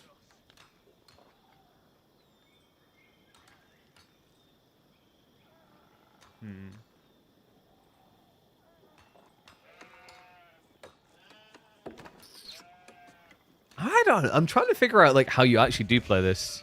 Like, is it just simply Hobbler to poke away while you're building Spearman behind? Because like Spear Hobbler is actually surprisingly effective against Jean here, no? Because the hobbies, they can just whack away at her and then run away. And then the spears, of course, just beat down the knights. And then you always have Hobbler numbers in your favor to flood archers. Like, I think one of the problems here for Jean, and it's kind of similar for French often, is there's too many cavalry for your cavalry to block. If you think about the maths involved in building them, your opponent's going to have about 2.5 horsemen. Like 2.7, I think. 2.7 horsemen for every knight you have. That doesn't leave much physical space that you are enveloping and aren't going to be outnumbered on. Now, I'm not saying Hobbler are going to beat the knights. I mean, technically with the right micro, you can pull them back and heal them. But the point is that means that if you go for 2 units here as Jean, which you're probably going to do, you can't protect that second unit. Hey guys, will you look at that? It's an innovative build out of House of Lancaster. They aged up and built a mat now. I just want you guys to process the likelihood that this probably will not be changed in the expansion at all.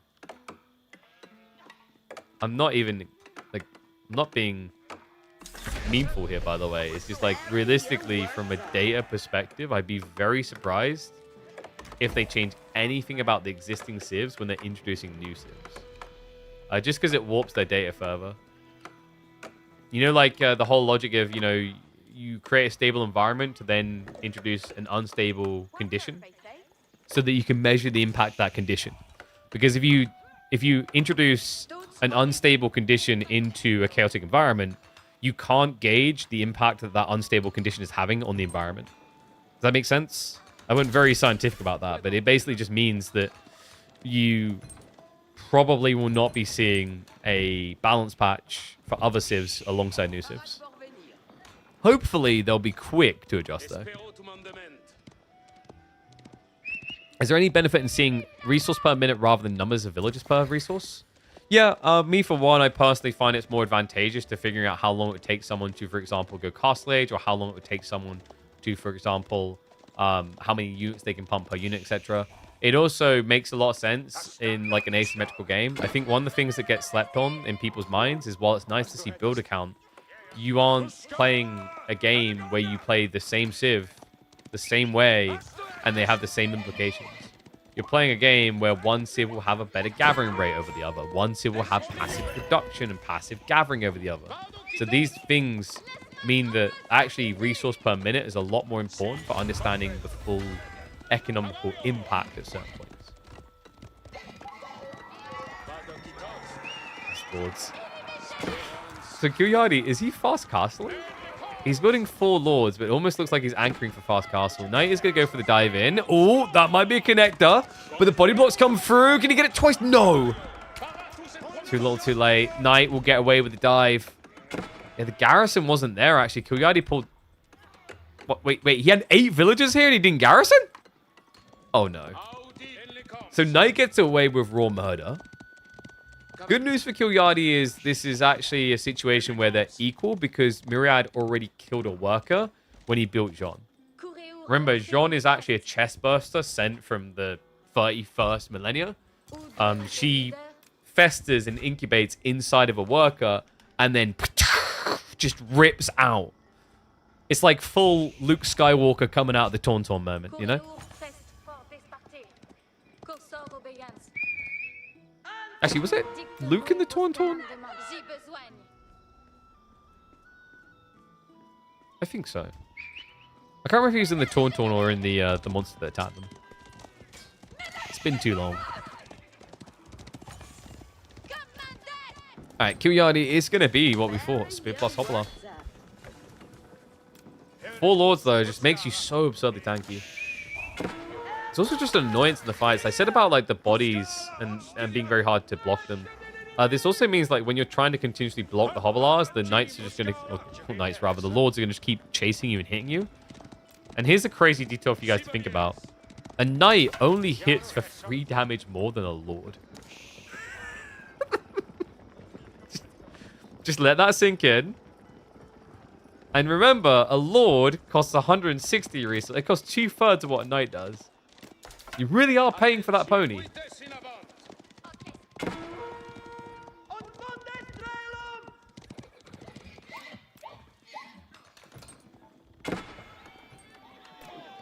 Oh, Knight charge in. Kilyadi. Okay, this is starting to look really good for Myriad. Does he micro it right? A little bit greedy, but oh my god, that greed might end up getting 4 worker kills. Goes in for the X-ray. Needs to split the difference, though. Clubs another down. Oh, that is sick. And the heal's not going to be good enough. Wait, no, he doesn't touch it one more time. That's still impressive, man. Almost 4 worker kills from the 2 Knights. Diving on the other side, though. The Lords are angry. The response is slow out of Myriad. And the chase is on. But the army is going to be found a little bit too wanting here. He's going to get chased away. Yeah, it does get 1 worker kill out of it. Nowhere near as impressive as Myriad's haul. However, Myriad is now being blocked out of the gold for the moment. And also, the other important thing to remember is that this is meant to be pro scouts. We're in another deer cut. Okay, they're coming in from down here. He went south first. Actually, yeah, he already hoovered the west. That was quick. So a lot of food underneath the TC.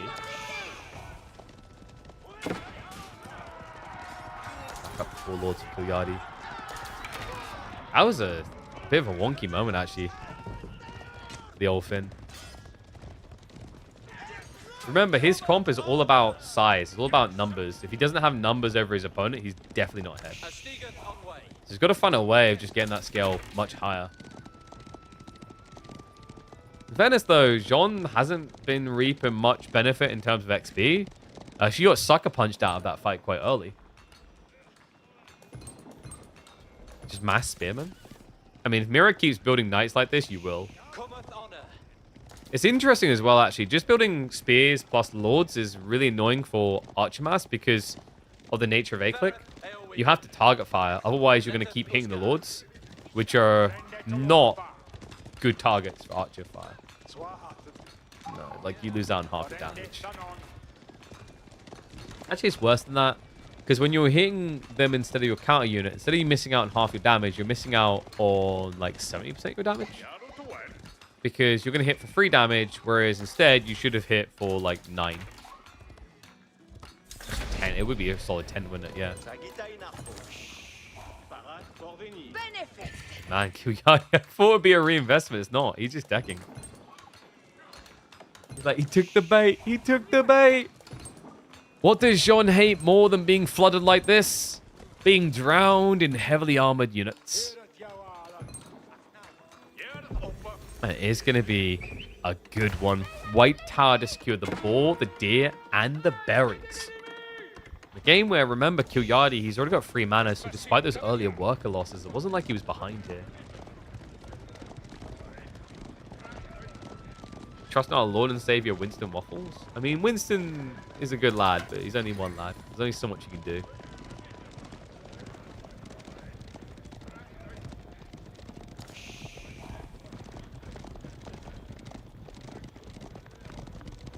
Epic tower soon coming up. It looks like Myriad is going to be too late to stop it. I kind of had the right idea, just the wrong timing.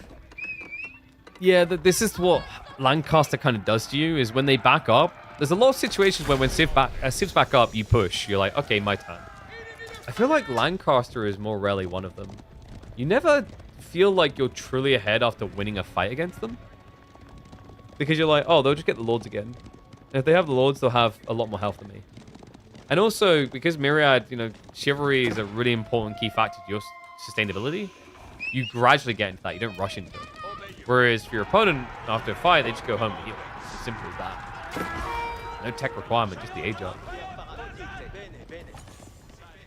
Crossbow switch over now coming in. I think Myriad has the right idea. He just needs to get into castle quickly. Slow rolling this is now really bad because it means that Lancaster can just start picking relics soon.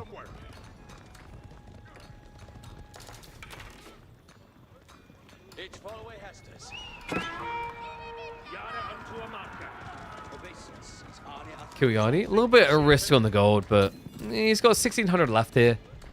And I think once you have like 5 or 6 crossbowmen, it's pretty threatening for the Feudal Knights. Obviously, archers is the counter threat play, but that's why you have your heavily armored units as well. I don't know, this timing can sometimes be tricky for Lancaster, because it's like, hey, I need to have crossbows to deal with these knights. Okay, and then I'll just build Hobbler to deal with your archers. That's a great comp, right? Like, most civs happily do that. They'll do crossbowmen plus horsemen and block out. The problem, however, is if you do that, you're using gold still. So this becomes your threat point. Unfortunately, Myriad did not feel confident going in. He had to back away. Guildhall now on the way. I think that might have been his best opportunity, sadly. He can still block relics, though. Like, actually, relics is a good idea here. Both civs are pretty gold heavy.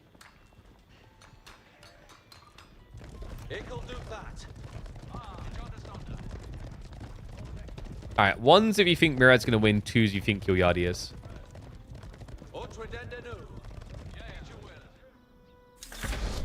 Why is Kilyadi so passive after age up? Because in a direct fight, he'd be outnumbered pretty heavily on the units that matter most. Like, your opponent's scaling into knights. You know he's going to keep scaling knights. Waiting for your crossbows isn't bad.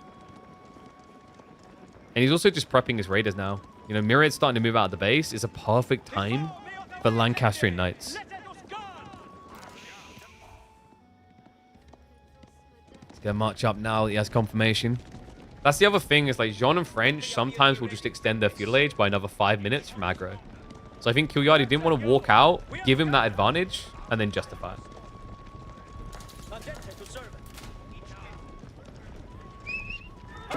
We'll walk out now that he has confirmation. Flash to come in. Jean is at risk of just getting into sniped. And yep, there it is. Divine Restoration not going to save her. She gets cooked. It's so hard to play melee Jean in age 3. Unless you have got level 3. Push continues. Remember, these knights are insanely tanky, by the way. This is like having Royal Bloodlines. 280 HP on a Castle Age Knight. That's so hard to kill. You can't kill the Lords easily either. They've got 298 HP. Yeah, you heard that correctly. The Lords are more tanky than the Knights. And the bullying continues. Horsemen wrapping around the back. Crossbows stand their ground. Archers trading favorably there for now. But the TC idled up. Makes me concerned for what comes next. Myriad's income does not look pretty. He has 0 on food, 0 on wood. So currently the income's lying by almost 1,000. That's going to change though.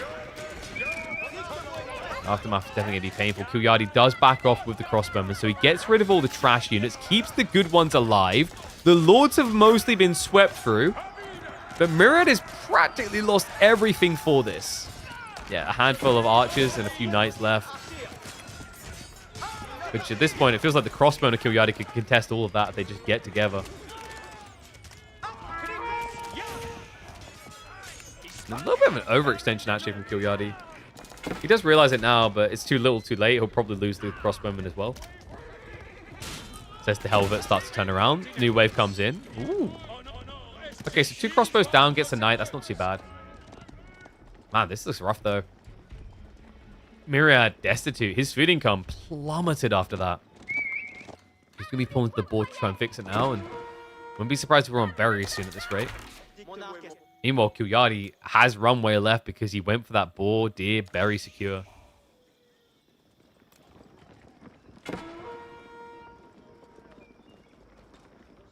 Yeah, it's not just the -10 villages. Remember, Kilyadi has gone level 2 mana. This is the thing. If it was level 1 mana still, you're like, okay, Myriad could probably like buy himself into a second army. Maybe there's a comeback clutch up. Now with it being level 2 mana, it's very difficult to believe in Myriad.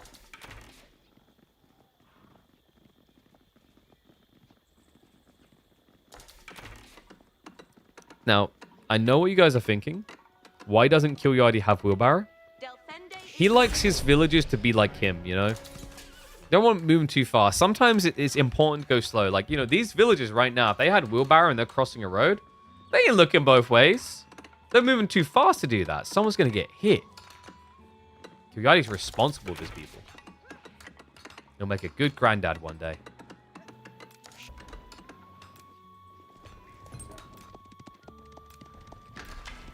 He also might make a good butcher.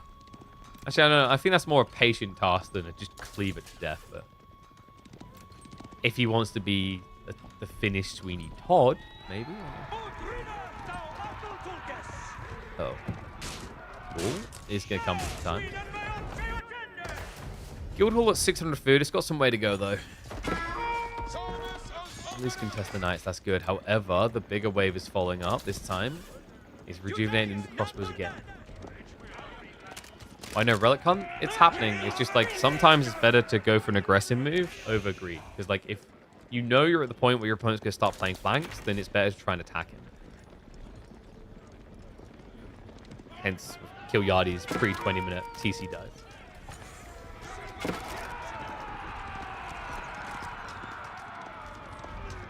Yeah, I guess that's another way to put it. Myriad is pouring Kilyadi's ult. As we know, old people are stubborn. They don't like learning new things or doing different things. Kilyadi's like, I've been spending the last 15 minutes this game trying to kill this man. Oh, sorry, maiden. And I'm going to keep killing the maiden.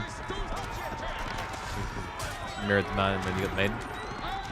That just sounds like you're saying man damn. Like playing Sean Dark into crossbows. We already said it once. That needs to be said twice. It's that bad. It's just horrible. Dive past by the arch to try and clear the wave. Knight's not going to contest. Kilyadi doesn't really have much firepower right now, but he's got more troopers on the way. Lords. How are the Lords just still alive at the end of this every time? I swear. These units is like, and we're not dead. Ta-da! Da-da-da-da-da-da-da-da.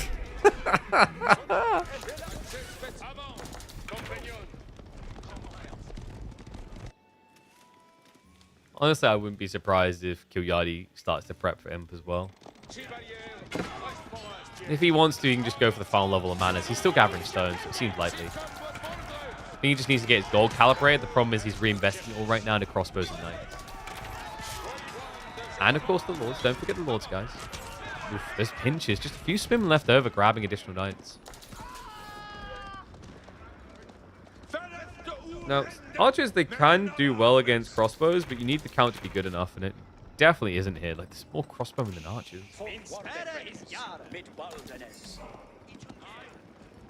So what do you do now if you're Myriad? Raiding wouldn't be a bad idea. I don't feel like we've seen Myriad really raid that much at all. He had that opening raid onto the deer, which was fantastic, and since then, kind of nothing. It's been pretty Game name, this is Age of Empires 4, baby. The most successful new-gen RTS released. Mainly because all the other ones keep dying, but it still counts. Brutal splash here. It's 20 crossbowmen. I mean, Jean definitely can't survive that. The Knights can't survive that. Everything's just going to die to crossbows. Crossbows for the angry man. Get it? Because the cross. More relics coming home as well. I think Kilyadi may have found his kill point. You know, most Lancaster players would just back up and age up off the back of this. I don't think Kilyadi will. No, Kilyadi. No! What are you doing? I forgot. He may be the most aggressive player we see in tournaments, but the thing you have to remember about Kiryadi is also he gets tired really quickly. So this is nap time. It's a nap time retreat. They're going to go home, they're going to sleep a little, and then they're going to come again. It totally makes sense.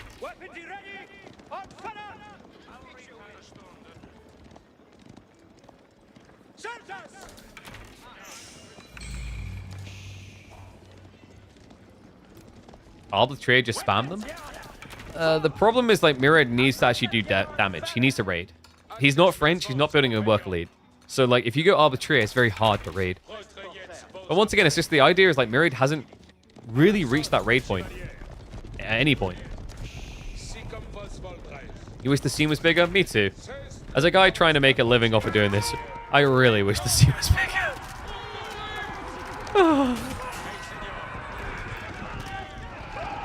Alright, I think that's the best attempt we've seen Mirad make it a raid in the last few minutes. So we got to take the positives of this. The negatives is, it's still done nothing. Dude, how did he start the game so well with that 4-kill? The 4-3, I think it's 3 in the end. On the deer. And then it's just been so downhill since.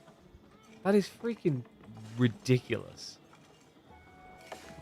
Kiryadi, even just setting up the farms now. 13 deep, has an outpost on the fat stack of gold. 40 crossbowmen now.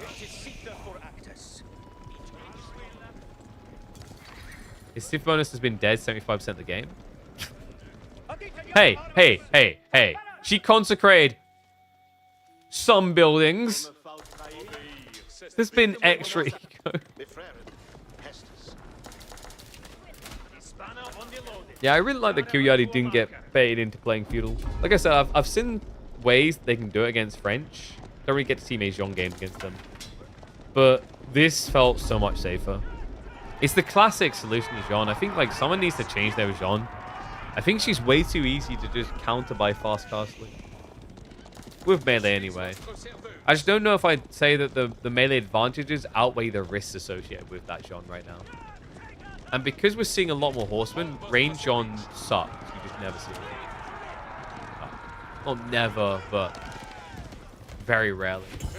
Needs very clear conditions. Red pulse up.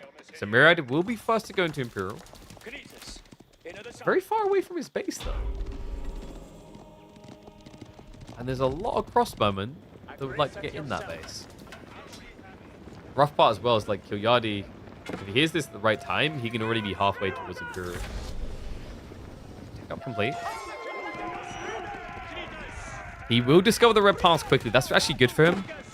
Sure, he's going to lose a few knights. Actually, only one. But the nice thing about this, he already identified exactly where that landmark is. Now it lets him know where it isn't and where he can attack. Madman goes swinging.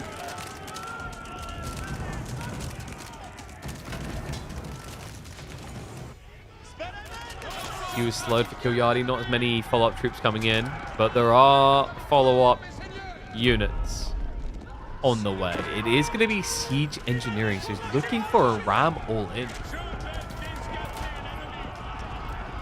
And Jean with a 225 HP does not compare well to the Lords. The Lords can get more than that in Feudal, the Buffalo and each other. Well, there is a comeback opportunity here for Mirad. After all, he's about to be level 3. I'm pretty sure if he gets level 3 Jean, it's not going to change anything when there's 55 crossbows. Man, Kiryadi's really a JD hater, huh? I guess more of a vodka man.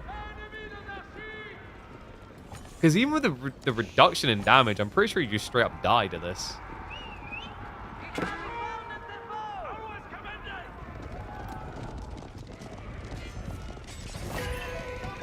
Bubbling the center. Berkshire.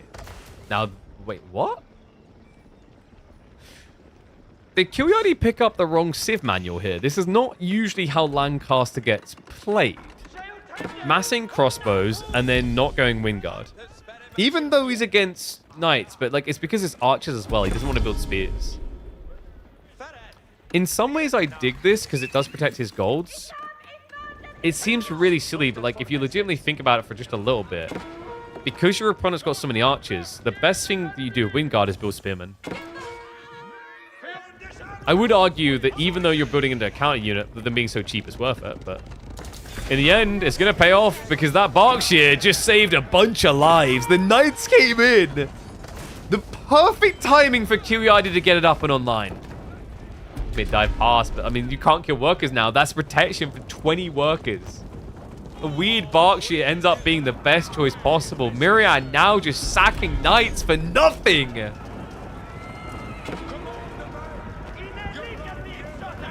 Not just that, raids into his base. Hasn't found the workers, at least. But now, Scooteach is on the way. So we're about to see a big buff to Kiwiadi's gold income. Army shows up in time to chase away. I think that was the moment where someone could change for Myriad and it didn't. And now I'm looking at this food income and asking, how do we do this? He's down to 200 food a minute. His guild hall. Okay, it's still on food, but only 760. I mean, he might just straight up die. Archer versus crossbows here. It's same count. What's Myriad doing? Nothing, because he can't. The Berkshire stops you doing anything there. When the crossbows are sitting in the main base, you can't go there either. Like, Myriad wasn't wrong in the retreat. There was nothing left to do. Unfortunately, he didn't ever prep a farm transition. So this looks like the kill and blow.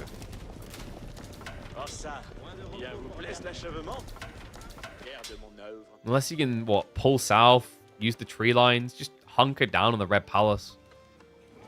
So much easier said than done. And there's John. Told you guys, she's not going to survive.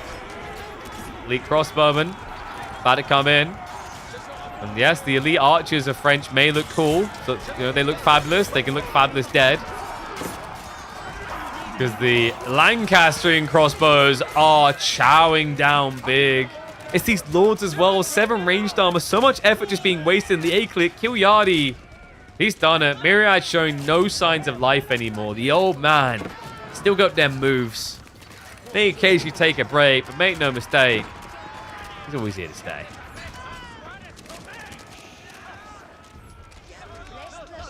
John.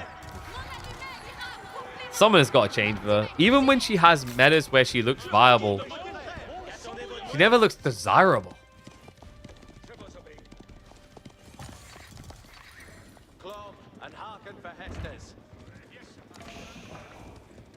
The commander is clear. And there's the Rams.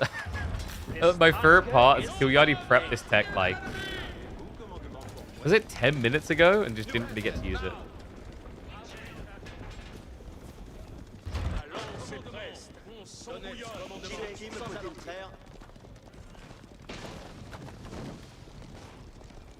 Okay, I don't even know where we're still in this now. Rams are knocking at the door. Farms are idled out. Looks like Kiwiadi is going to be booking himself a day up against either Lucifron, Jif, or... Oh, and sorry, we got confirmation in. GUA has been DQ'd. So Lucifron or Jif for Kiwiadi in those quarterfinals.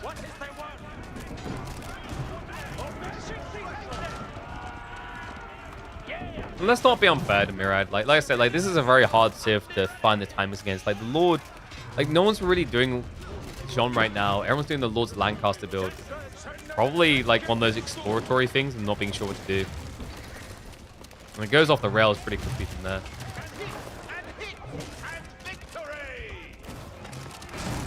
Hoblar wave as well, just in case. We have bodies. I feel like Kiwiadi could just only be building crossbows and win this quite convincingly. In fairness, most of this game has kind of just been that. Hindsight 2020, but mass arbs probably would have fared better. Yeah, but the problem, like, once again, it comes down to, like, you're not able to raid with them. But the problem actually mirrored in this game is, like, you need to just look for more fishing expeditions for the Knights. But it's always so hard to read where Lancaster's going to be when they can be safely in their base with manners. GG comes out. That's a 2-0 for Kiwiadi. All right. Let's have a look. Let's see what we got next on Le Docket. 2-0 here, 2-0 there. Are the 2-0s going to continue? with our next set. We've got Voldemar versus Mio-Mika. That should be a fun one, actually.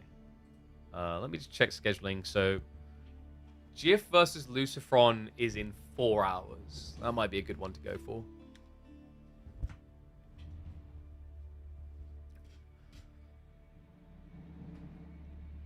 Why the DQ? Because GOA was given a lot of opportunities to schedule his match, and he kept postponing, delaying, and whatever else.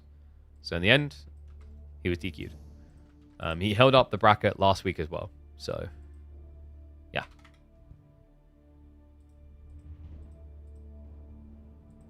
Like, we're quite flexible.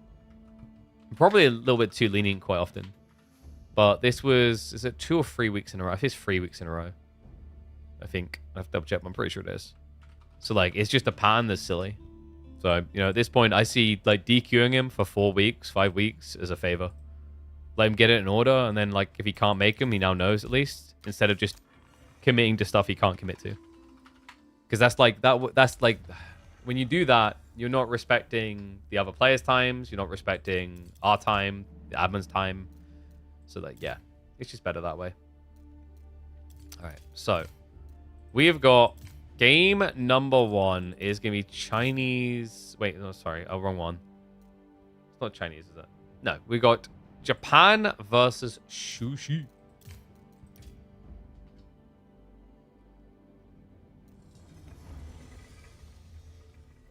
What's that?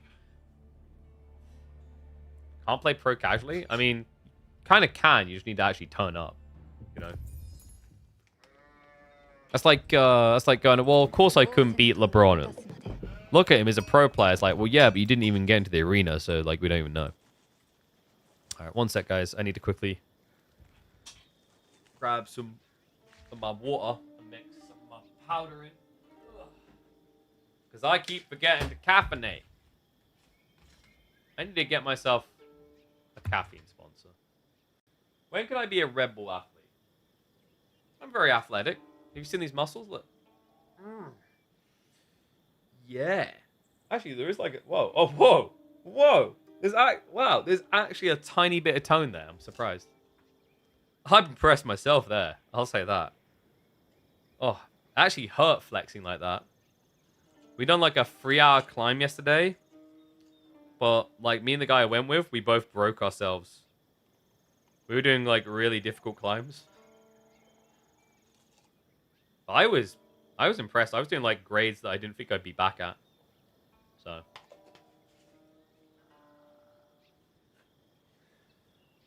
What am I drinking to give me that dumpling? I'll tell you, but only if you then go drink it as well. I'm going to say something so vulgar now, if you agree.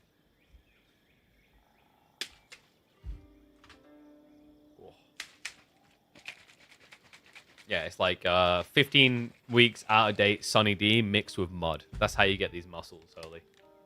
Get pumping. There, I made it disgusting without making it vulgar. I'm impressed. All right, you guys ready? Let's go. He may be on the improve, but this guy is always a cursed experience for everyone. Mio-Mika is back. One and all, welcome back to the Midweek Muster, our weekly tournament formatting. The kid has to experience this pain. Meow meow on his sushi. Is it time for the Chugus? Or are the Japanese here to put that to bed? Let's find out. Game number 1 on Rocky River. Voldemar with the Japanese pick. Straightforward onto the berries after dropping the racks. Mio on the other side. Yep. He is going to be going out on the gold. Okay, so this could be really good for Voldemar.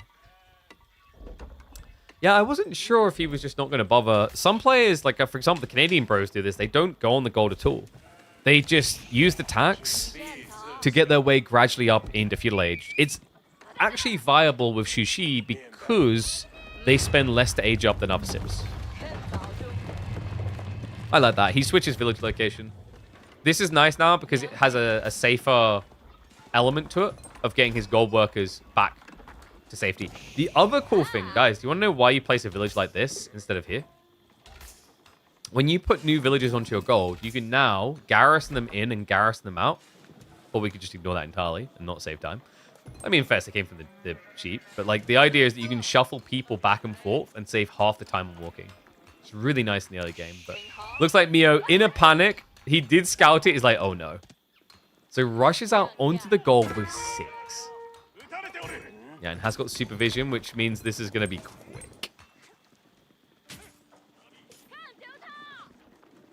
Mio just basically needs one more drop-off and he's good to go.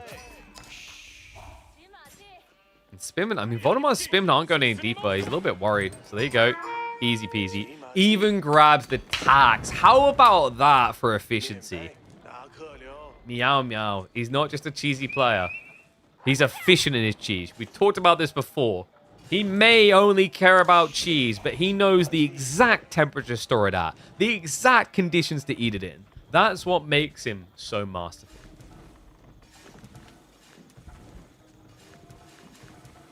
And what's up, Credenza? Thank you very much, mate. Appreciate you. What a legend. Appreciate the bits. Appreciate all the support coming through. I do feel like... I mean, like, I don't know, without getting too emotional. You guys, you come in with the support, like, you know, donos, subs, sharing it around, help the stream grow. Like, it means a lot to me. Like, honestly, I feel like 2025, like, every year it's getting harder to be a full-time content creator, and yet we're trying. I know. Definition of stupidity. But that's why all you guys and what you do means a lot. So thank you. Especially when Twitch keeps accusing a lot of you of being bots, even though you're real people. I know you're real, though. All right? Medi was 7. Wait. Hold on. Is that in range? Oh, what? Oh, this is such a classic Mio Micah. 12 villages, 13 for a meditation garden. When do you ever see this? Well, here we see it a lot because we watch a lot of Mia Micah games. 12 for a medi garden. And what's up, White Walker? Thank you very much, mate. Appreciate it. I just always loved Mia Micah's attitude of like, nah, I can't be asked to wait for it.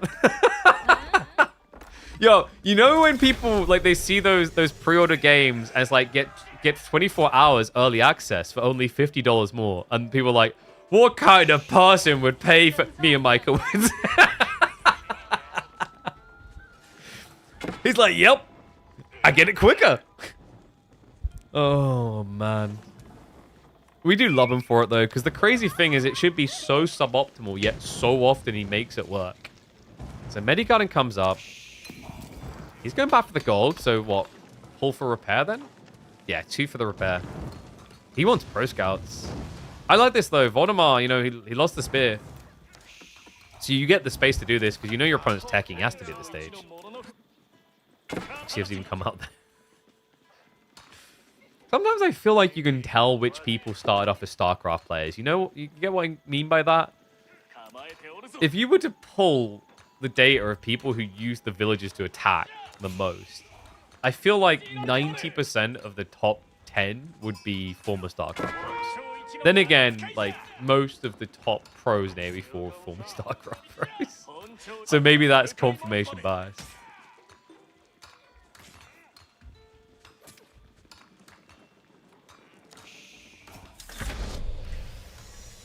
That spear's being really annoying at the end, actually.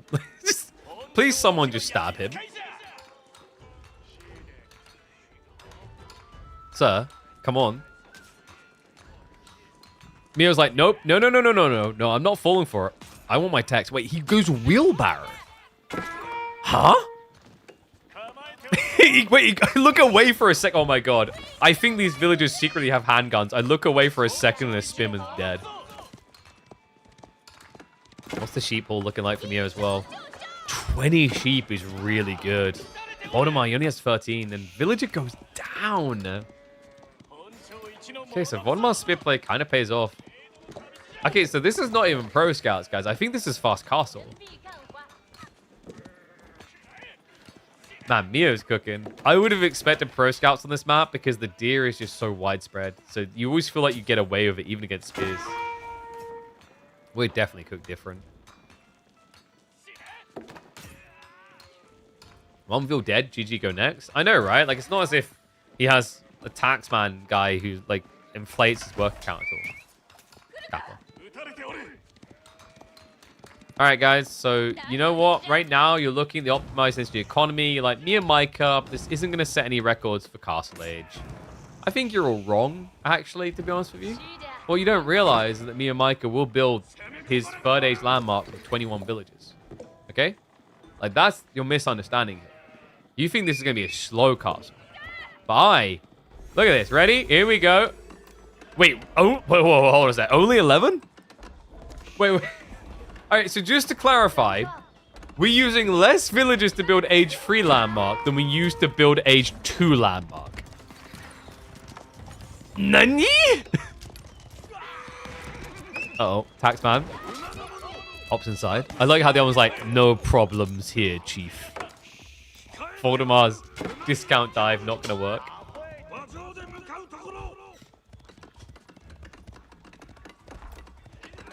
I don't know, Voldemar. This is a very tiny army.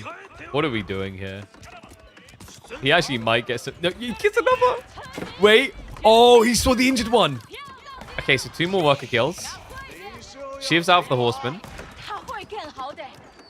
He keeps getting disrupted on the attack there. So tech up completes. Neomyca's got like reasonable mathematical scaling here. Lose 1 worker as you're going feudal, lose 2 as you're going castle. Like the numbers just make sense, really.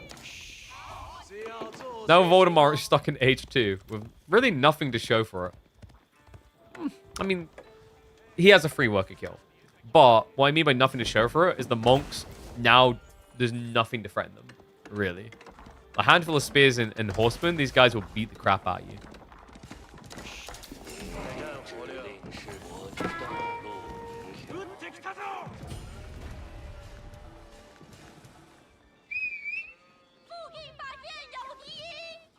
Like sometimes I feel like we should just rename these guys Mr. Miyagi. They would kick your ass. Come on, there we go. Yeah, Jackie Chan it up. Oh, your spear is sharpened. Meet the blunt. Okay, so that's minus 80. That's minus 120. These guys only cost 200. He already paid for himself. You've only been here 30 seconds. This looks fun. You want to play? Age of Empires 4, my friend. Explore it. Enjoy it. Bathe in it. The glory that this game is. Wait, where did he go? So it actually got rid of one. The problem is, there's just so many of them. Wait, he actually did vanish, didn't he? I don't know why he vanished there. He went in the woods and became a weirdo. He's sticking the dump now. Right, Miyagi the crap out of it. For our fallen brother, we have sticks! Da-da-da-da-da-da-da-da-da-da. Which is ironic to say as he's beating the crap out of the Japanese. But wait, no, the villagers... What? Voldemar. Oh my god. Maybe he's stuck an age behind, but gets the taxman and another worker. But if the stick touches him...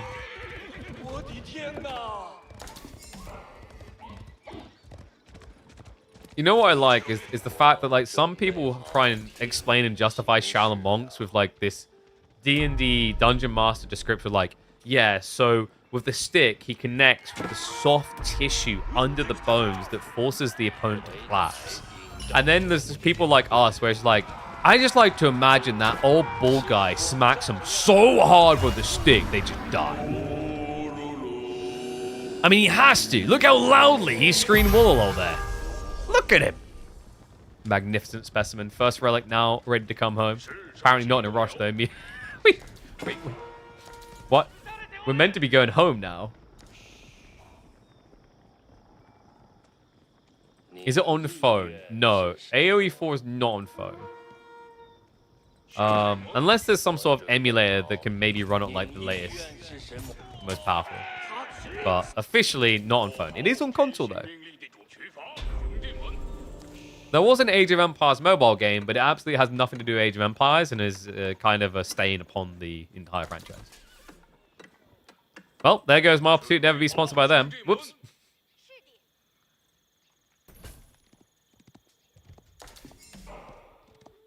Shallow monks are the worst nightmare for select all army enjoyers? What do you mean? If we just A-click them hard enough, they'll die. You play it on phone via Xbox Cloud Streaming. There you go. So, like, there's a weird loop-de-loop workaround. And Voldemort, after one of the weirdest feudals he's experienced, is now on his way up with the floating gate. Dive in the base. Oh, feel like we've been here before. -2. Oh, my dear. Got -2. Yep, that's another 2 going down. Oh, man, I am Oracle. Perfectly predicted.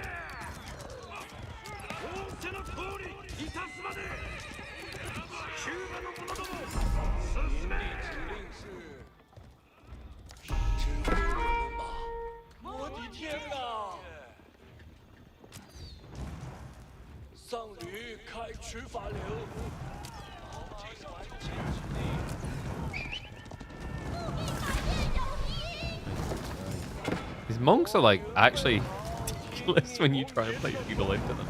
I was just thinking about this a little bit deeper. Like for Japan, you can't even try to archer kite them. What are you gonna do with your pitiful Yumi damage? Oh, it's a strike back, a worker kill. Mio now up to 11 ball monks. Voldemort was like, not like this, not like this. Of all the ways to die, not like this. Not the me monks. Oh, they're coming. Me monks plus lancers dive into the base. Gold workers pull away. Voldemort. It's going to be a lot of idle time for him, actually. He needs that gold to get him out of samurai. It's really his only reliable solution here. And they are going to leak over. Lancers now diving under the farms. Voldemort, good micro to get the injured in, but it's still leading the losses. 2 workers down so far, more likely to fall here. The formation shuffle does pull him away as he runs the workers. Yeah, and he grabbed them together and sent them all over. So vacates the base throughout the other side. Voldemort still with a 6 eco lead, but remember, Mio has been getting relics. 2 of those bad boys have already been banked. 3rd one is on the way home. A 4th one soon as well. And no. Please. Not like this. I think he's about to get snitched on. The monk also... wait. We've gone to work too soon. We've gone to work too soon. They never respect the 2 melee armor. Okay, he's taking Sacred Sight. Oh my god, I thought he was heading straight for the berries. That would have been a death sentence. I know, right? Like when this guy that moves and one of the slowest movement speeds in the game stands up to you, comes up to you, what do? What can you possibly do? You could just walk away. I mean, that's crazy talk, Jim. We don't have the technology to walk away. I'm not wearing shoes.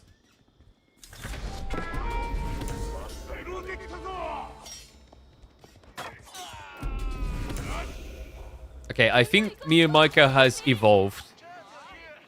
The Metapod has become a Butterfree. We are finally going to have more Lancers than Shamblocks.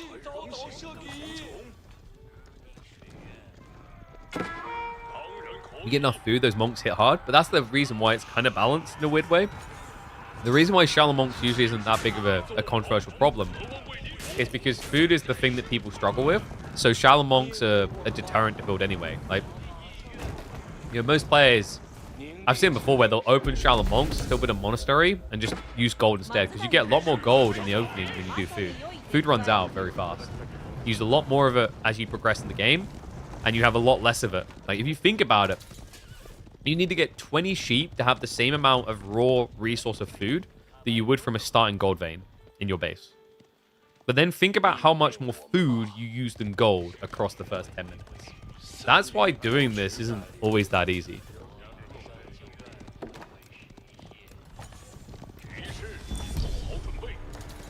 Alright, now that we're 15 minutes in this game, raise your hand if you know what's happening. I see the class has no one raising their hands. Welcome to Mio Micah Games. He does this. And here's the thing. You know, I'm not even insulting him with that statement because we're off the reservoir here. Or off the reserve. I always say reservoir for some reason. Very fancy. We're off the reserve here.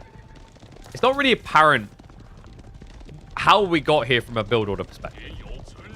But the thing is, the way we're off the reserve... Mate, they've literally left the reserve. They're like, there's a casino next door. Let's go.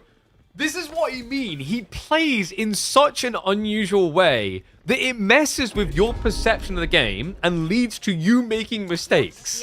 You being forced into errors because he's not doing the meta the way you expect. Like, when does anyone walk 37 villages across map to one food source when they have 47 villages in total?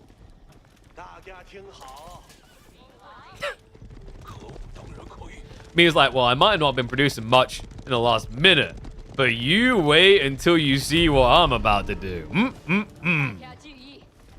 It's just so inefficient because you're going to have a giant gap again. You're going to eat this all up too quickly. Then there's going to be nothing again. At least, though, he is in an area where he got double food cluster and the deer aren't too far off. Oh my god, Voldemar's about to dive the base. Like, all right, he's an idiot. He left his base unguarded. I've got... Wait, where are the workers? Voldemar's like, well, I know I killed a few, but I don't think I killed this many. Where are the workers right now?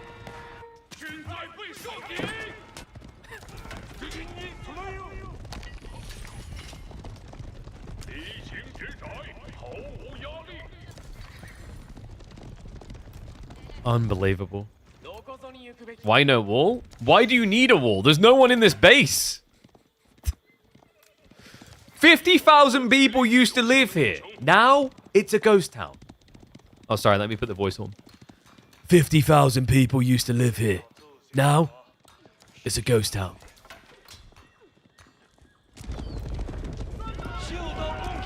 No ghost in this. Lancers enter the base. Oh my, Voldemar spamming out the spearmen. Onasm feudal though. Onamu's count is low. Villagers are going to be in trouble. 1-2 already going down. The spearmen just being swarmed over. Warlord's going to come in. That's going to buy a little bit of time. Mia Micah will have to back up. Finds additional worker kills though. They're still in the front line. The Onamusha may have got a state of execution, but only momentarily, I'm afraid. And Mio, you're right. He's doing this without ranged armor. Not even level 1. Oh my god. Is he the most unhinged player in competitive Age of Empires 4? I mean, without a doubt. Maybe if Don still played, but even then, Don in tournaments was more orderly than this.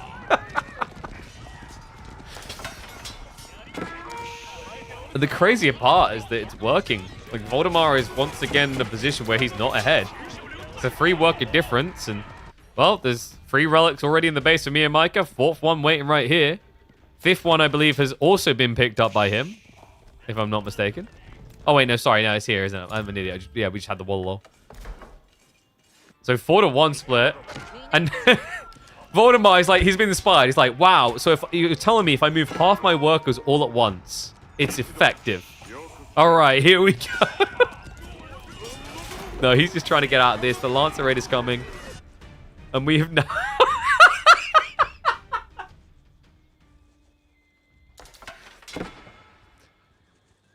So welcome, apprentices. You today will be studying underneath the deer workers. So if you watch what they do, you one day will also be capable of scalping a deer this efficiently.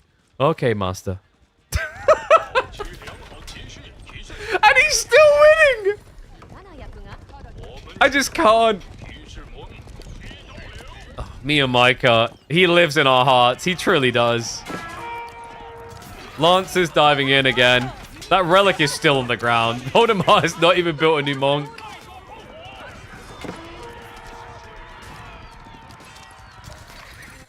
Lancers are starting to show up on the flanks, but double outpost should be able to protect. With sprung placements, Mio's going to have to reset. Wait, is he going Imperial? No, I think he's just not spending quick enough. All right, here we go, guys. Across to the next free tier. In fairness to him, he split the workers now. However, this means that his taxmen aren't there anymore. So you're not really, like, you know, tax efficient. And wait, Voldemar's coming for the deer. Oh my god. Wait, is it the deer or the gold? I don't know. Is he? Wait. No, he hasn't scouted the berry location, so it wasn't that.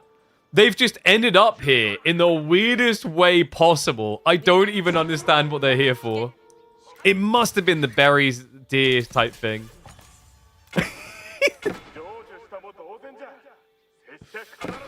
Over here, though, Lancers. Oh, no. The outposts are going down. Villagers try to repair. Going to be too late. That's going to be -5. Voldemar's still not moving them! They're like, oh. So this is what the rest of the map looks like. It's so much more peaceful out here. Anyway, back to the base to die. Oh, no!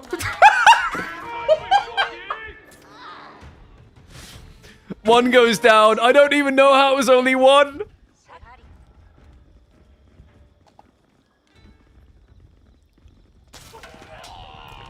Oh, guys, this has convinced me. We're bringing low elo legends back. I can't. He's going again. Wait, we skipped one. Mio, what's going on? Oh my god. Guys, you want to know how you get more people in Age of Empires 4? Take these moments, clip them, and freaking ship them. This game has had at least 3 moments that could be put on live stream fails. Unbelievable.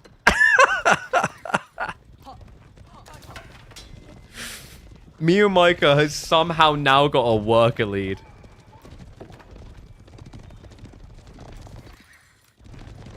How? Chug switch also coming in, which is perfect because Voldemar's been scaling Spearman plus Onimusha.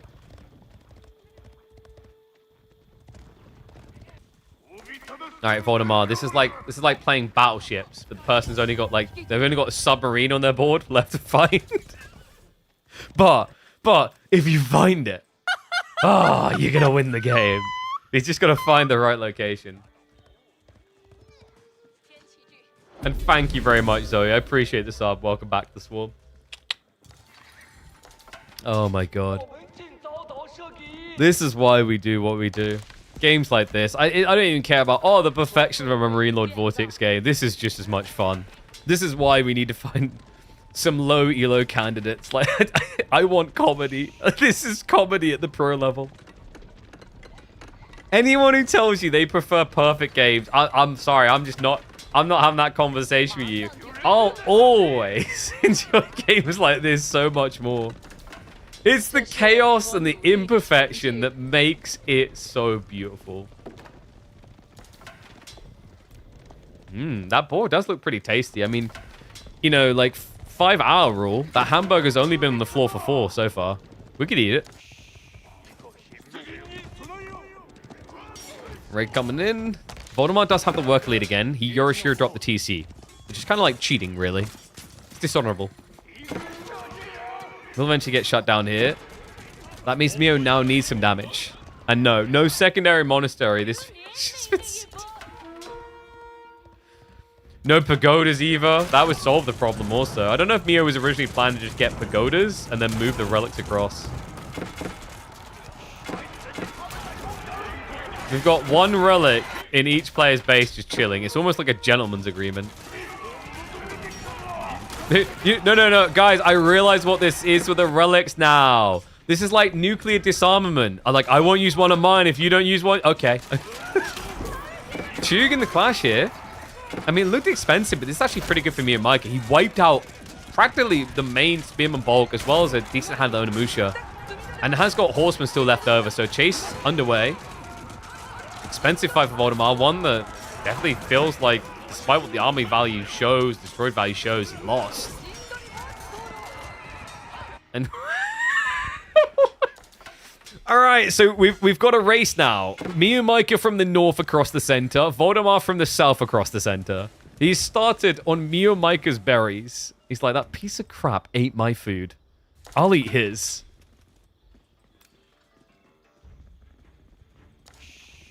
All right, next one, boys. Looks like the ham is going to go out of date. We're going to move across the deer. In fairness, mathematically, this makes sense. 6 deer gives him 2,100 food, I think it is. Yeah, 2,100 food. Actually, yeah. And there's only 1,200 left there. Ugh, much better here. 0 scouts? Who needs scouts? Everyone knows that game sense is what matters at the pro level. You hear it all the time. You just got to trust your instincts, man. Follow them the ends of the earth. Believe. Believe in myself.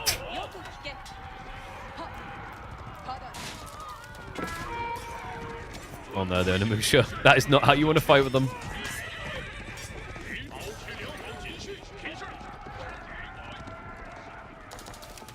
All right, we've got Boar back here as well. There is no taxman for that either. Where are the taxmen? Okay, one supervising, one taxing. Two are taxing right now. He has 4 relics. Why does he need 2? Well, he's 3 relics. Why do we need 2 taxmen? That's a lot. Like, the food is going to run out sooner, surely. Not for Voldemar, though. Voldemar does at least have himself insulated. 14 farms in total. Remember, guys, no matter what happens in this entire series, in Voldemar's mind, all that matters right now is I cannot lose this game. He may not realize it when he was first playing it, but if he's watching the replay now, that is what is going through his head. He's like, this makes no sense. Welcome to me or Micah land.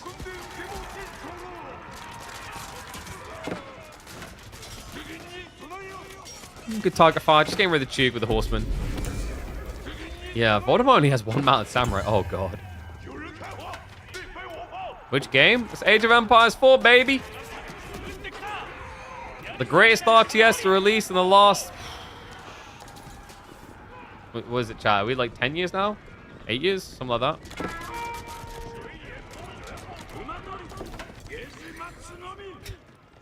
Now, Voldemar does have a 10-worker lead, but...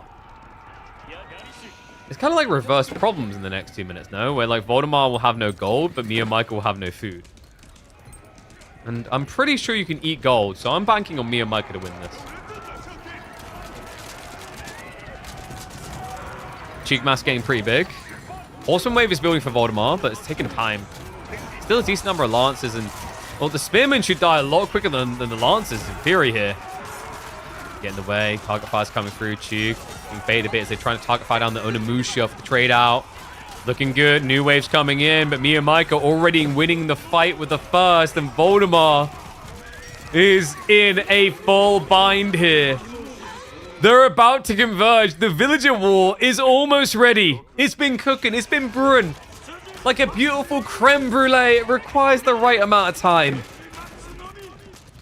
Otherwise, it's going to deflate. And I have a feeling Voldemar's eco might be about to deflate a little here. Main fight, tail end actually looked a bit better than expected for Voldemar. It looks like me and Michael lost the last few lances. But his cheek will win out. And now it's Horseman Flood from him as well. Like, whoa, these ponies seem pretty good. I know I'm running out of food, but I just found your berries. All right, boys, eat up. This is why me and Micah prioritizes berries over deer when playing as Shushi. Because when you go deer, you can only bring so many villages, but when you go berries, whoa, you bring them all. Uh-oh, Voldemar saving Private Ryan time.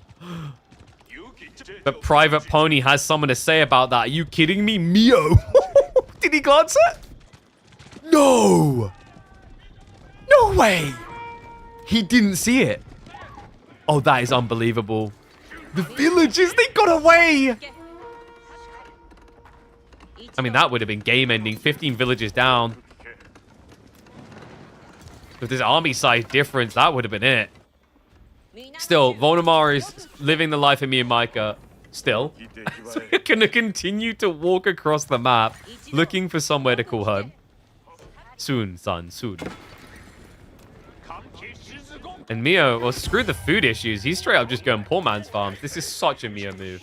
Guys, Mio Micah was the guy with Shushi who was regularly just building farms around the TC when everyone was still just building granaries. He does not play Shushi like everyone else does. He ranks it as highly as everyone did at the peak of Pro Scouts meta, but for very different reasons. I hope these guys have got their Fitbits on. They could probably, like, I don't know, get an award from the manufacturers for it. Like, whoa, we didn't realize someone could actually do that many steps in 30 minutes.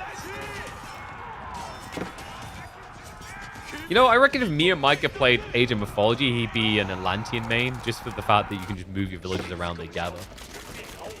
I feel like when me and Micah discovers that Knights Templar is a civ, it's going to be his new favorite. Just think about the efficiency on those tree lines. Just all the moving. Doesn't matter. Mio Movin should be his name. Movin Micah.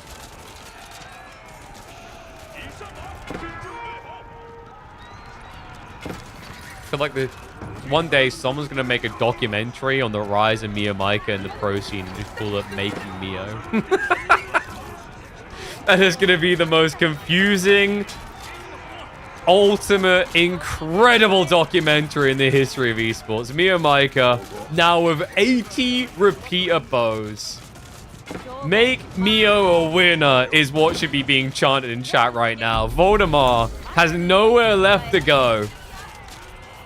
Repeated bows that rarely win in the castle look on form to do it here. Yeah, the horsemen. There's just not enough of them. This is the end. The most absurd game I think I've seen in Season 2. I'm trying to think of maybe on new maps or on like an orderly map like Rocky River, one we know so well. And oh my god, this guy. He's a different form of beast. Meow Meow is about to be out of food on the front lines, but the front line too big for the kid.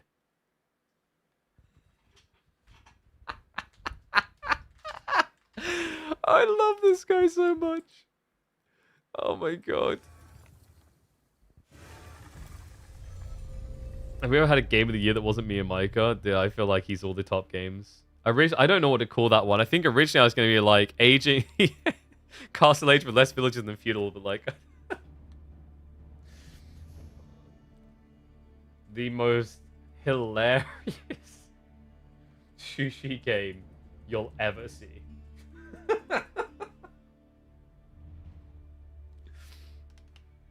He's just so good, man.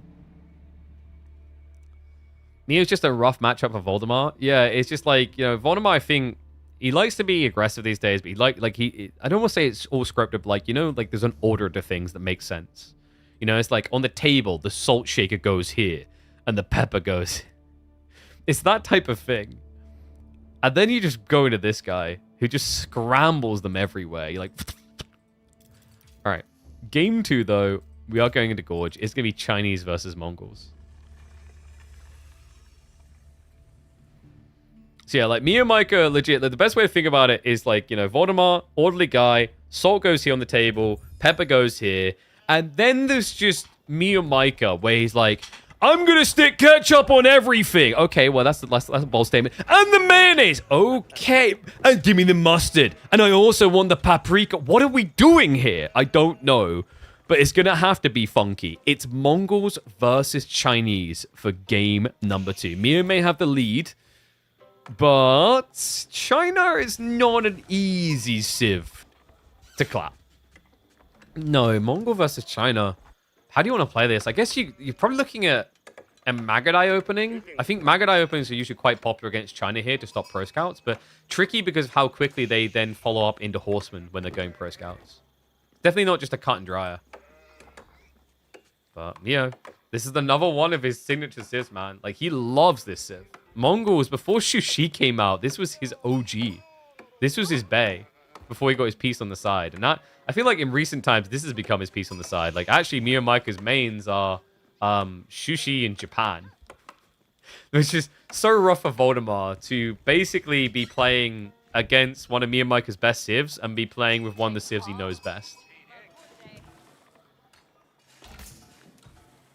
You went against hardest AI today? Means I'm ready for ranked, right? Yeah, you should like just hop in and see how you do against Mio Micah. I wish there was like better designed AI systems to just let people train in environments. I think we need more scenarios like what Agincourt and whatever introduced. I think those are really good for training people. The biggest problem that AoE 4 has is like fundamentally there's not enough single player content or co-op player content to train people into the 1v1 and the team side of things, you know? Yeah, like don't worry about the anxiety, just play. Like I'm gonna let you know a secret. Most people do just suck. It's fine. That's the nature of the world, you know? I was thinking about this the other day. I could probably easily maintain a better like KDA than Jack Frags in Battlefield. I'm pretty confident of that actually. And that's not me flaming as a bad player, it's just like we frag pretty well. But at the end of the day, who's getting well over 500,000 views per video? Who did people tune? Well, they watch it. They're just have fun, man. I don't think Jack Frags is that old.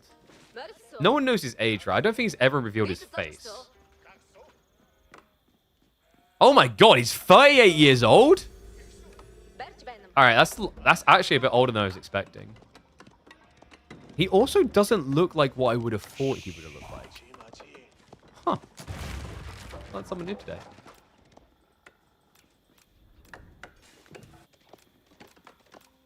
I mean, I'm not that young either, by the way. Remember, I'm like 33. Wait, am I 33 or 32? Ah, damn it. 32. 33 next year. Oh, no. Wait, Mio. Why are we outpost rushing China? This never works. Wait, unless... Oh, my God. Actually, wait. Am I going to eat my words? Oh, wait. Voldemort, there's got to be a villager pull waiting to happen here, surely. I mean, he sees it. And Mio, he's done this in a really frustrating way. He done double villager, so you can't just shift them down. But there we go. Torches out. Look for the burn. And 2 spimmers not good enough. Mio, the rest of the spimmers aren't here. This is why I'm surprised he done this. It's so hard to outpost rush the back of the base on Gorge. Mio. Oh, no, the archery. Oh, my God. Was that 8? 8 Chinese... And he just GG's. He actually just GG's right there. Freaking Mio Micah. What the hell are these polar opposites?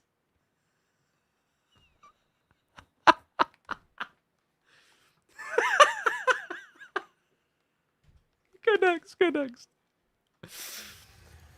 Oh my god, dude. I love this guy.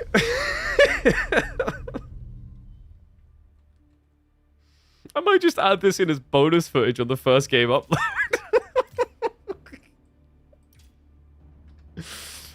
Oh, God.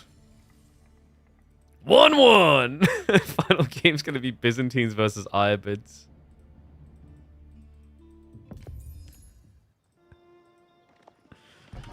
So front range for deciding game.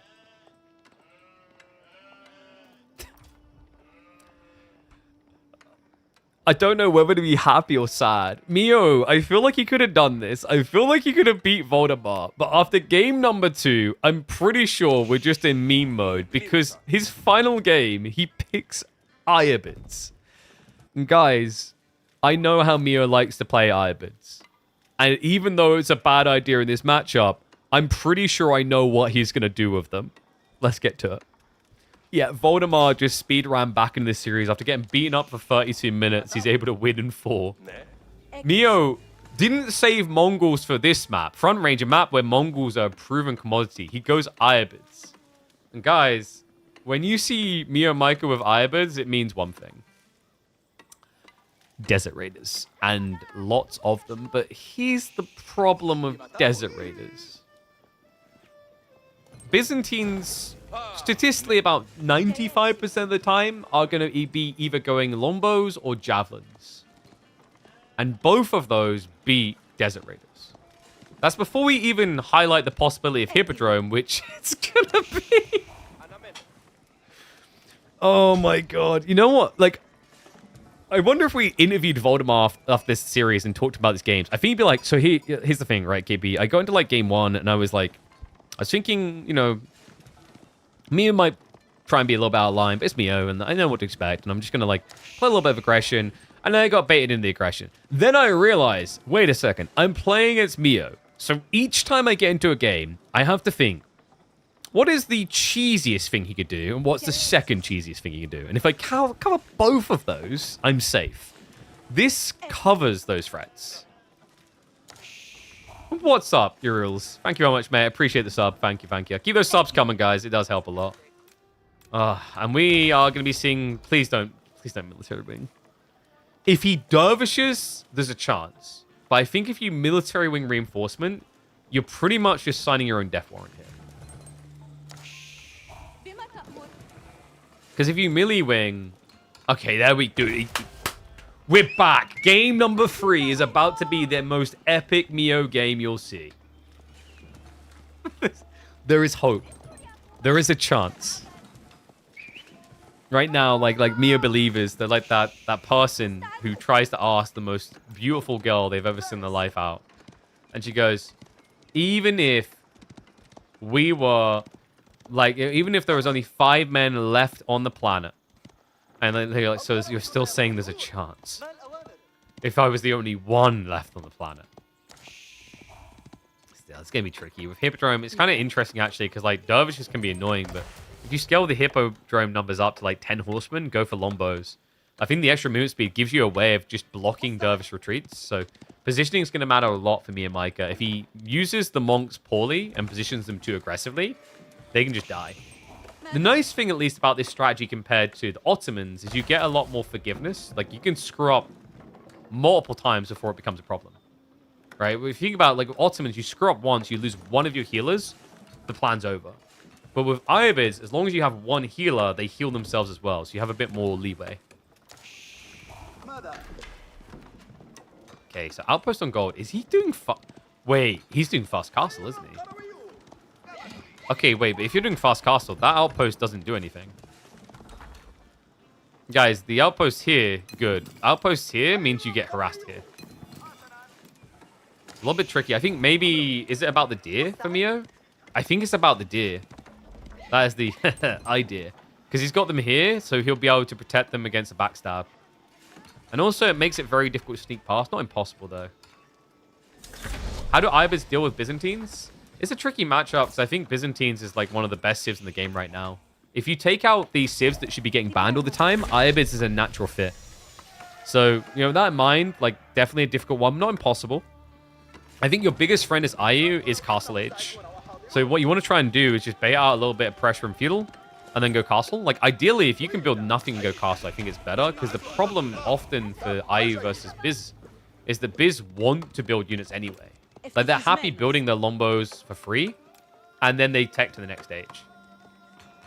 But yeah, if you can get, like, Cam Lancers out in a rush, the challenge there is, like, even if Voldemar had chosen to go Silk Road here and have camels, it's very difficult to justify building camels because the olive oil's all been invested into javelins already at that stage. And then you're relying on Golden Horn Tower RNG to give you camels. Because a little fun fact for you guys, if you're ever playing Ibids versus Abbasids, and you're playing against Ibids Camel Lancer spam, Abbasid Camel Rider spam beats that easily.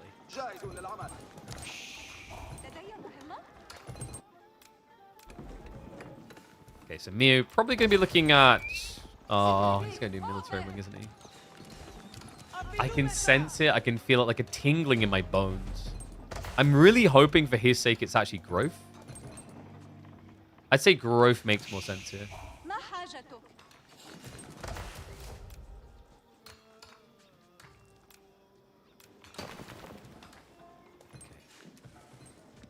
I like that. He puts the Dervish in the scout inside because there's nothing left to scout. Like, I actually would have liked to have seen the scout moving forward, but it's risky against Hippodrome as the horseman can run you down. Industrial into triple T. Don't, wait. No, I just realized the most Mia Micah thing we could do. And it... No, he wouldn't. Guys, there's no way you do it. There's no way. On this map, like, if you do it, you are genuinely drunk when you're playing this series. We're about to find out if Mia Micah is inebriated. I'm pretty sure he's not, though. I can't... Oh, it's going to be the pain one, though. So this is what I was worried about, because military wing reinforcement, Horseman Hippodrome, Triumph can still beat you to pieces. And the Lombos are like the coup de grace. They get the final hit. Another game to throw. Dude, this is Mia Micah in a nutshell, though. This is the way he likes to play.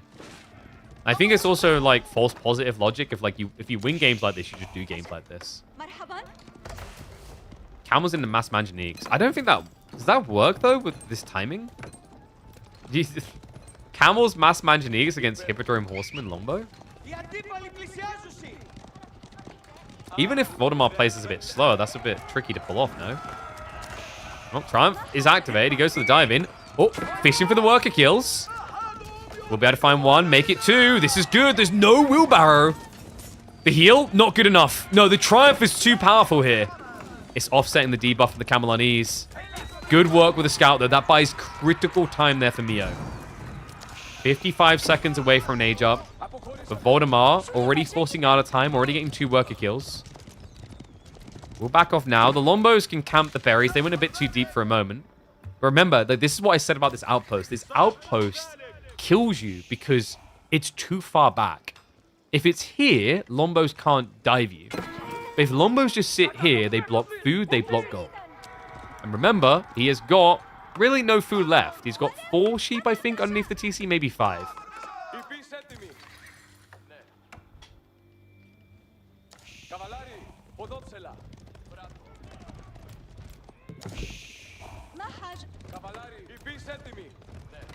Horseman now looking for another dive. There is the dervish nearby, though. Triumph, I don't think it's got long this time. Would be good to see it activate, and there you go. Just a few seconds worth. Gives them the burst to get extra kills, though. That's another 2 workers down. Make it free for a total of 5 worker kills. Voldemar now ahead by 5 eco. Oh, no. Wait a second. I don't think I've seen this system built before. Wait, what? The unconnected systems? I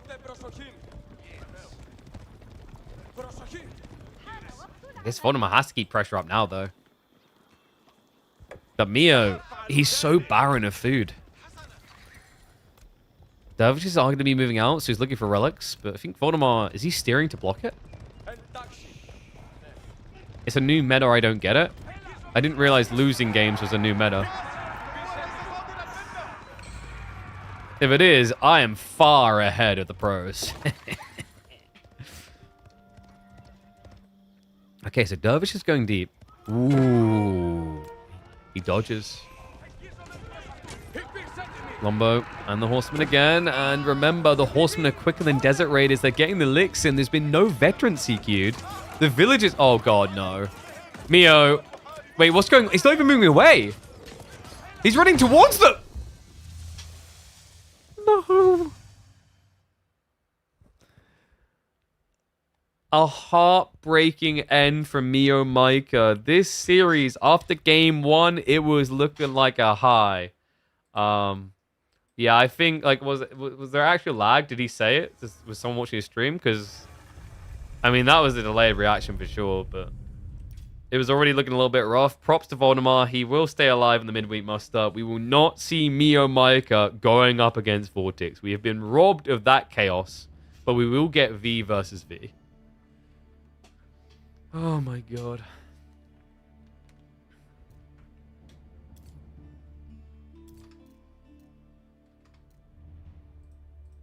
So, a 2-1 for Voldemar. Expected outcome, I think, but oh man, after game 1, you wanted to believe it was Mio's. You're like, it's got to be his. It's all his. For the glory. But no. He's playing from Vietnam? Yes. So, I don't know. They shouldn't be using Indian server because no one wants to use Indian server. It's really bad. So I don't know where they were queuing.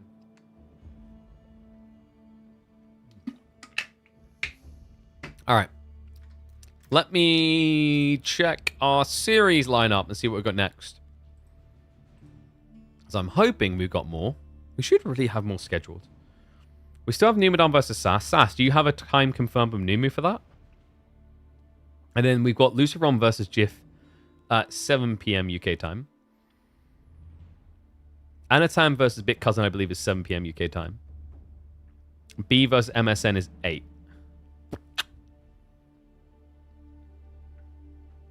Is Sass and Numu about to come in clutch? Because I thought we'd have more series.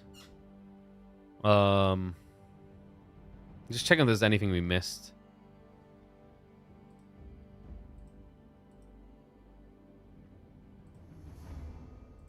I'm trying to think, was there a part of the bracket that was slow activating today, this week?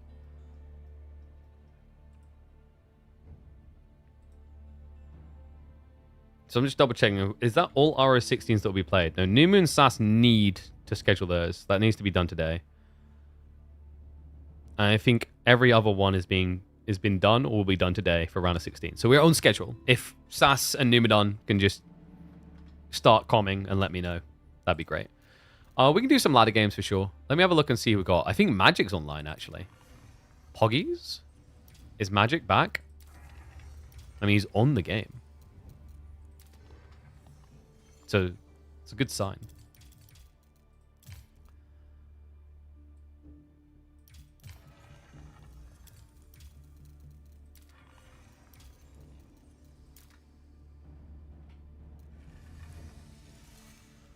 All right. I don't think Vortex has got a good opponent here. Lorena? Nah, dude, that's like... He's stomping on a conch too. That's going to be rough.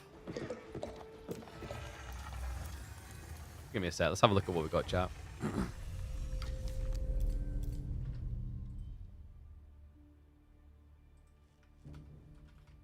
Don't know if Sass is still here, so I'll just at them as well.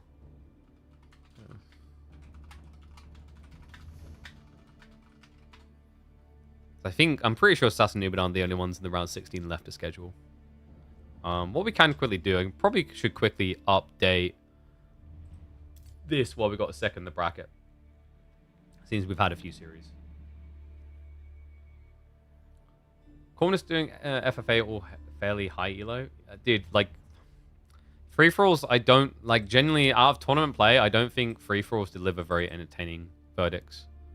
Like, maybe there are ones that can be good, but, like, it feels like you're digging around in the dirt for gold, you know what I mean? Because, like, the nature of free-for-alls and the design of the maps is, like, it's way too campy. Oh, maybe I'm wrong. Maybe the meta's changed and I need to watch some. But historically, like, it's like, yeah, it's very, very, very slow starts. So we done Kilyadi versus Myriad. Let me update that as well. So if you guys didn't see, Kilyadi did 2-0 Myriad. Louis MT got 2-0'd by Scarlet Devil. That was the first series of the day. If you guys have not seen that, I highly recommend you go look. That was a crazy outcome. China is in flux right now, my friends.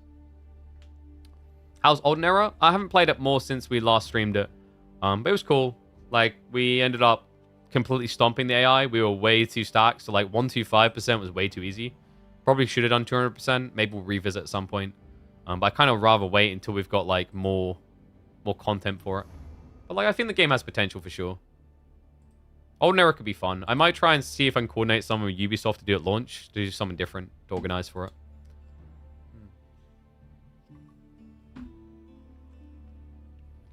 Especially since FFA tends to mean that you're watching a really good player absolutely wreck 7 others. Exactly. It's very hard to get that balance. Hence, once again, why I prefer tournaments with balanced players.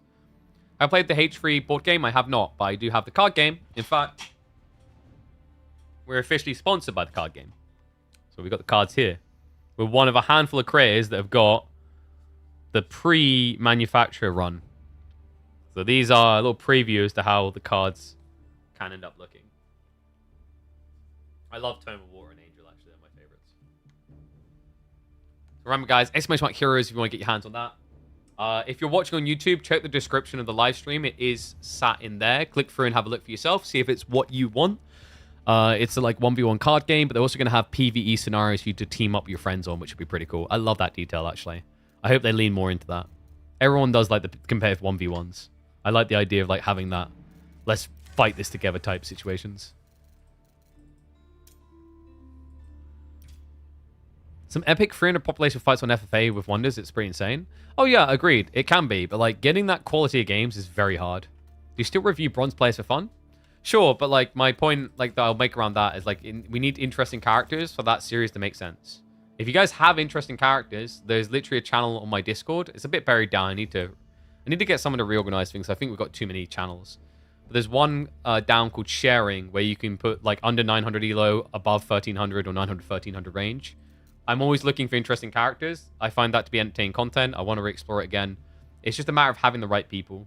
You know, like I've done it before where we're just turfing through random 400 elo game replays and like you're not getting gold. You know what I mean? Well, you're getting gold, but like you're not getting the quality games. You're just pretty much, like I said earlier, you're digging through dirt for diamonds. And sadly, like, the other problem is, like, we built up a cool roster of people in the early days, but then obviously they're not playing anymore. There's one guy who was incredible. He basically turned every map into arena mode from AoE2. He'd wall his entire base with stone walls. It was quite funny to watch. Let me have a look here quickly. I'm seeing if we've got anything live. If not, we can check the replays for top-level players. Because we should have some. Do you guys want an English versus Sushi Altai game? I can deliver you that. I don't know if that is appealing to people. That could be an option. Who's Loafs? Kilyadi's queued into someone called Loafs. 287th. What's the matchup? English versus random Rocky River. H3 board game is fine for that too, cooperative, etc. But it's just so long. Takes 3 people 5 to 6 hours. That's kind of crazy. Yeah, like I play games like Nemesis, and that's like I think 2 hours. But like it's a really cool 2 hours. If you guys haven't seen that, Nemesis is like it's a sci-fi board game where you wake up on a spaceship, and you have to move around to achieve your own objectives that are secret from the other players. But every time you move, you make noise, and noise can attract aliens, for example. Which will, like, you know, try and kill you. So, yeah, it's a really cool mixture of, like, betrayal, intrigue, etc. It's kind of like having, like, a funnel D&D-esque system. Obviously, with more fixed rules. My friend loved that game. He doesn't bring it around anymore. It's really hard to play board games once you have kids, to be honest. I don't have a big house, so I don't have, like, room for, like, a games room sort of thing. Alright, so no one wanted the English... Finn versus the Finn game. I guess I'm not too surprised. Give me 1 second. Louis was playing a bit early today. Let's see who he got. He beat Jue in 1 minute. Jue queued China into Shushi. He's like, I don't want to play this. Oh, I find that brilliant. Let me have a look here.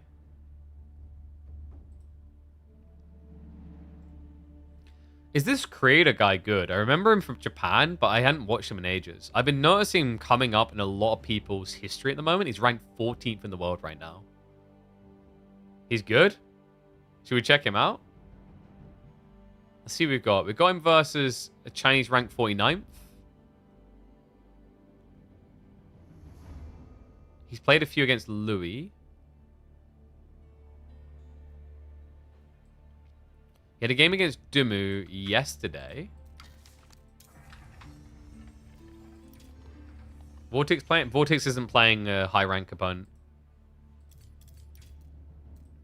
I think this will be a lot more interesting. AWS down. Yeah, they've been having issues all day, apparently. Alright, yeah, this is interesting. Let's have a look at this. Oh, man. Some entertaining games. Said hi. Hello. Do you have access to the new DLC? And when we get some more details, I do not have access to the new DLC at this time.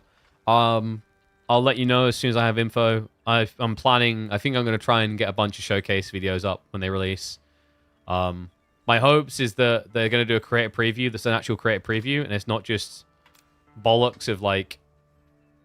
I really mean bollocks of like. Here are these pro players playing this early, and they will have a competitive advantage over other people. I don't like those type of ones.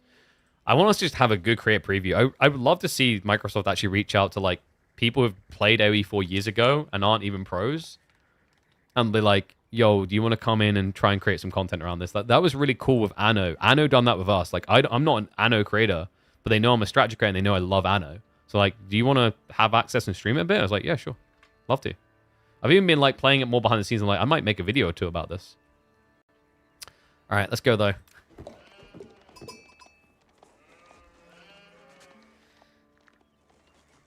Asia is on the rise. We always talk about China, but often forgotten. It's not the Koreans, but the Japanese. We've got a player here called Creator, who has been rising through the rankings. He's currently ranked 14th in the world, and we're about to have a look at him going up against Dumu. Welcome back to the channel, folks. It's always good to check in on this. Legends from the ladder. Creator over here on the Iobids, currently ranked 14th in the world with 602 games played.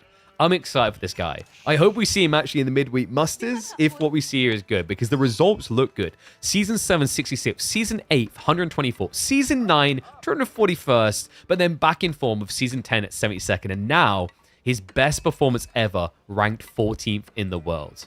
He's up against Dumu. Dumu, who actually, I believe, Bordermus Maximus, it's lower. It's down in 31st right now. People have been telling me, I'm seeing in chat even now, they're like, this guy's pretty good. So we had to check in on him. English versus IU. Let me flip around the UI as well, so it's the right side.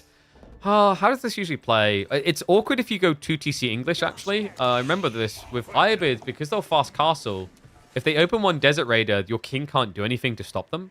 Your king actually loses to a Desert Raider, which is pretty depressing. So, wonder if Dumu's going to try and take in a more aggressive build, or maybe just adds in 1 or 2 horsemen, which has become more popular with the English. Because at the moment, you know, pretty much all the top competitive English builds are focused on 2TC still. Never understand a single one in stream, but he's always high-spirited. That's what we love to hear. But I love that. Like, you know, we had 1 or 2 really skilled players from Japan, if you guys remember. There was one in particular. He was B's scrim partner around Wallalol, the first Wallalol that had Age of Empires 4 in it. But he stopped playing. I keep forgetting his name. He had 2 different names. He switched names. But he kind of just passed beyond, and then no one took his place. And same with Korea. Korea has no representation right now, which is a little bit heartbreaking, considering it's like the OG capital of RTS competitive, right? So, you know, I'd love to see that kind of spike upwards, because there's no doubting it. Like, right now, you look at Asia, when it comes to competitive level players, and also comes to audience and amount of players, China wins. China is incredibly popular for Age of Empires 4. Checked it. He beat Louis MT twice on ladder yesterday. I'm telling you, this guy's up to something. I don't think he's signed up to any tournaments ever. Am I wrong about that? I've never seen his name on an EGC tournament, and he hasn't been on our KPMMs. But we have got Logistics Wing coming in, and it is going to be Abbey of King. So Dumu will be going for a 2TC build here, with the King to provide counter pressure. But like we said, it doesn't work very well here. In fact, with the Loggy Wing, you don't even need a Desert Raider. You can just sit and heal on the gold. Yeah, I think Korea just goes fast castle here. It's a very tricky spawn to harass if you try and all in, because Dimu got the backside gold with the Abbey of Kings. So you just TC drop here in camp. Abbey of Kings is garbage versus Ibids. Always has been. If you remember back in the days where we had the Desert Raider meta, it was really bad there as well, because the free spawn Desert Raider would just beat the King. So then, Ibids would just castle afterwards with Growth Wing at a time that would equalize against your 2TC play. And then you were up against Relic race where you couldn't contest the race. So yeah, Ibids, like, they're surprisingly effective with that. In theory, English playing into longbows is pretty good here, but we don't tend to see English doing that anymore. I was kind of hoping we might up Dimu, actually. Like, if there was any strat that would make sense, if there was any player to do it, good old Benny Boy and his bows. You remember when we just watched him, we cast him in games where he'd have 100 lombos in Feudal Age for no reason?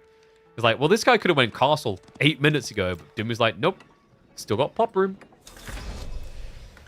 Do they need to add Korean Civ to attract Koreans? League did it with the release of Ari. I'm pretty sure, like, League, it was very popular before Ari's introduction. But, like, there's definitely an argument for that. Like, for example, Diva in Overwatch was a big deal. I don't know, like, Korea, the problem is Korea, around the time span of... Were they really that big on the in history at that time span? That was kind of a tumultuous point for Korea, no? It's weird from a territorial standpoint, you know, Japan had the ups and downs. I think Korea's had, like, the strong points in history, but, like, it's always weird trying to figure out the period in time for AoE4 and what fits into it, you know?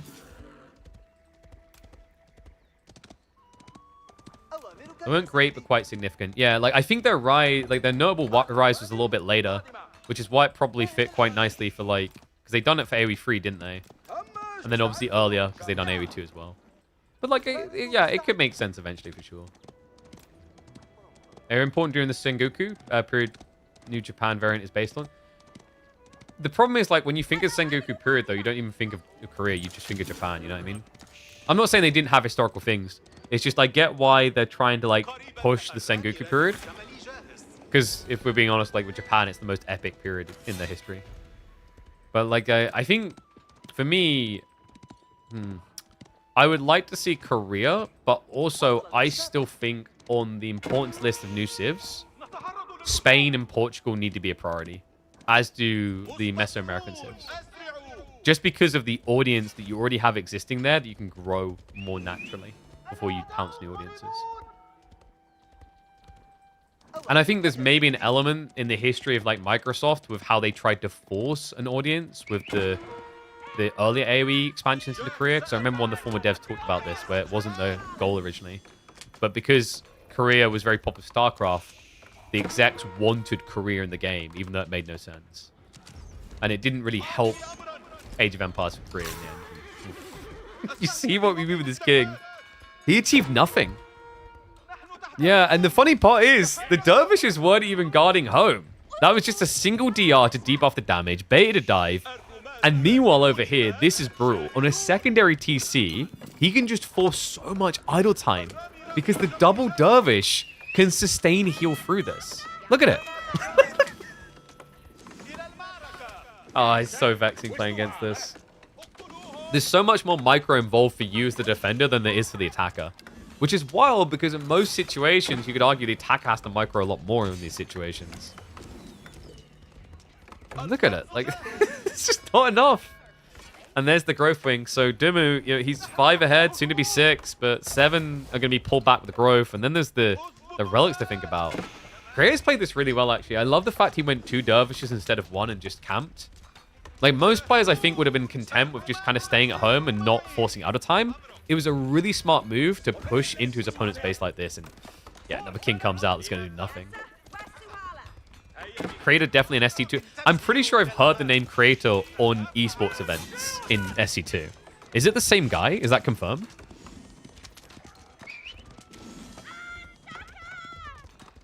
Unification of 3 kingdoms, and then there's 70 years of Mongol invasion. That's true. Yeah. Well, I remember there's some important things. I couldn't remember if they fit into the same span. SC2. Oh, yes. SC2 creator is Korean. Okay, that makes more sense. I was like, there's definitely a creator in StarCraft, but I couldn't remember where he's from. So this is a different guy. If so, that is pretty cool. Because that means we're getting fresh blood. And I love that. That's so much more important. Like, the thing that I always say to people is like, screw this. How do we get the StarCraft 2 pros to play AoE 4? We already done that. We already got a bunch of them. What I'm always interested in is how do we get the new generation of players into Age of Empires 4? That's why I'm always so hyped up to see names like Louis. We see Voldemar. You know, we see these new blood players, MSN, Gully, the list goes on, like trying to break through. Because it means, like, once we start achieving that, that means we've homebrewed our own talent. That's a lot more important, because what that tells you is that instead of you just taking the existing crop and replanting and saying, look, we've got a very healthy field of plants here, you're like, hey, we have good terrain. We've got, like, you know, we've got rich soil. We're able to grow something. We're able to consistently produce the next generation. That's so important for esports scenes. So we'll take out complete. This is really annoying for the king, guys. Like, look, he just does nothing. Watch the health bar. Oh, wow, you hit me. Oh, wow, it'd be a shame if I regened all the damage you just done. Oh. Dervishes versus king. Like, this is truly the most depressing thing. You know, if this was just a standard monk play, you would have sniped a monk by now. Not possible. Desert Raiders chase him away. White Tower is going to be coming in. Dumu, though, only has a 6-worker lead. And now you've got Creator bringing back those relics. On top of that, he has got the Golden Age activated, giving him a 10% eco booster. King will jump in, but that. Okay, so what's next here? So Dimu's, he's got a lot of gold still, 2,500. He's only got 1 farm cluster, though. Not great. Unpopular opinion, but I believe we already have plenty of civs. We need a bit of some variants reworked instead. I wouldn't mind seeing some of the variants made more unique. I think the thing that maybe is missed sometimes is, like, I know people want OG civs, and I did too, but, like, the upcoming expansions, and even the one with Knights Templar and Lancaster, what they proved is that they can actually make the civs very different. They've done a good job with that. Balance is a different matter, but, like, they made them different. And I remember talking on the devs about this, like, when they originally done variants, it was like an experiment. And then when they followed up with Knights Templar and Lancaster, it was like, it was a test to see just how different can we actually make the civs, and they've done a great job there. But I'm always a fan of having different architectures. I would definitely welcome new civs. But as long as the variants feel very different, you can just have the copy and paste elements to a certain extent.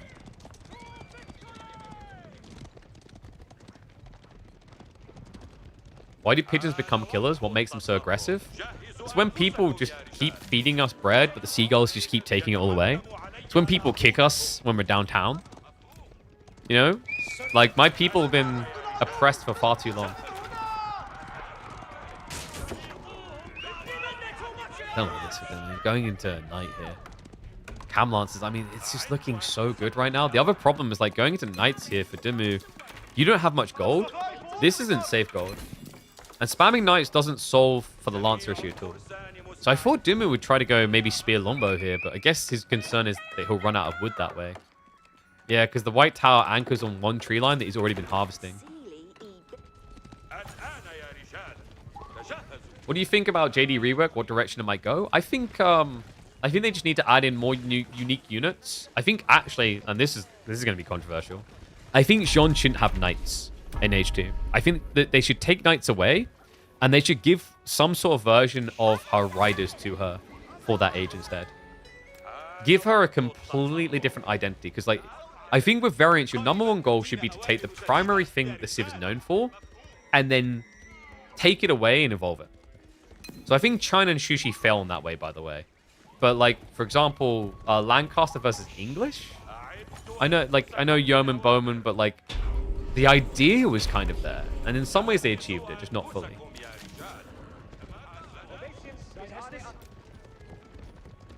Creator. Gotta say, I'm impressed with the way he's played this so far. Army's a lot bigger. Has got some archers here, so maybe just a ram to hit into the secondary town center. I mean, there is the matter of efficiency. Like, what can you do with this many workers in a small area? 3 farm clusters is good. He scales into Lombos. Against Camel Lancers, though, I think at this point, Dimmu's just trusting that you can't dive a white tower with Lancers. Remember, guys, this is a 5 relic game, so, like, the gold is the thing you want to keep an eye on for both players here. If you look, Creator is intentionally steered east. He's blocking all the backup options. So unless Dimmu wants to sneak south, which is a very gambly and long trek, he's going to run out of gold soon. Good intercept the knights. Cam Lancers are at least slowing down the kill point. The villagers, Creator. Good micro away. Does end up losing 1, though. The rest of the army is coming, and this is where you have to be careful. Dimmu, he doesn't have vision. He's being baited in. The Camel Lancer connect. And the panic turnaround. Doesn't at least shuffle again quickly enough. There's only 1 knight going down. But Manjanique now being built okay.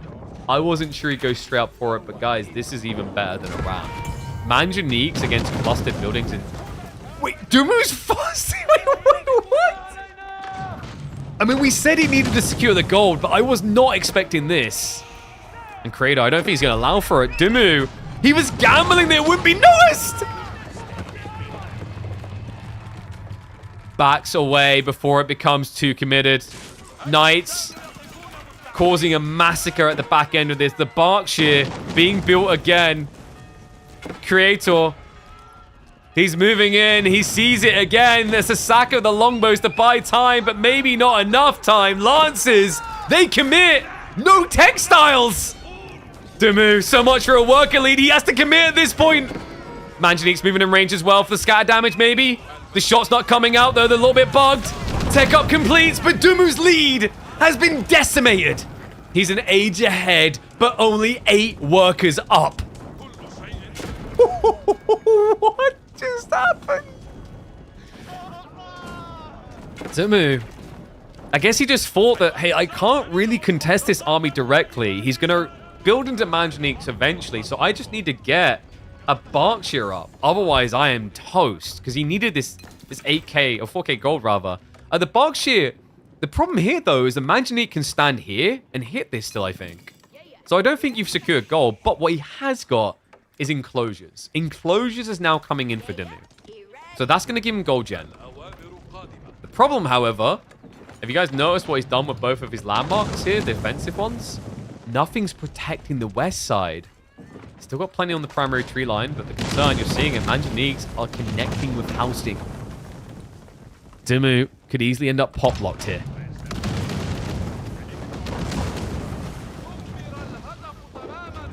And Knights Templar, they share some aesthetics with French, but yes, they're very different. Are you stuck food transitioning? Not at all. Like, Creator, he was taking a risk out on the berries, but the knights haven't been replaced now, so he's just harvesting wide, which I love. Dude, this is what I love to see, man. Creator, you know, he's not just like cheesing his way through with like some old builds where he just, you know, builds farms and plays it safe.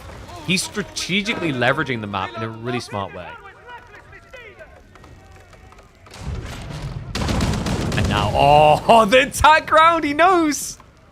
Dumu has to move away.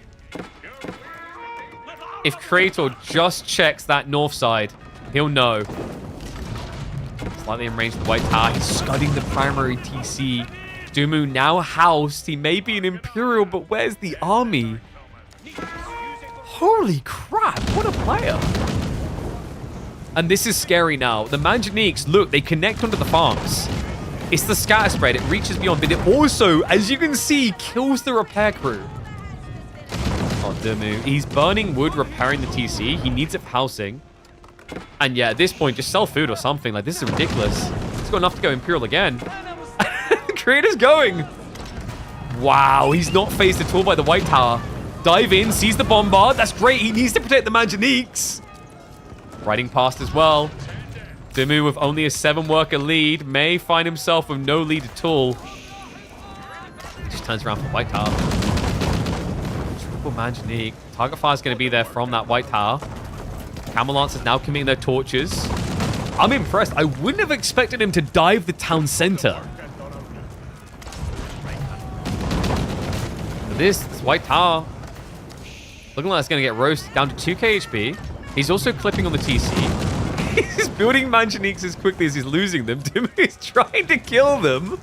This is not working. There's too many builders. And now the pull, the panic pull. Triple Manjanique here. Archers target firing down. Dumu. He no longer has a worker lead. It's on fire. It's going down.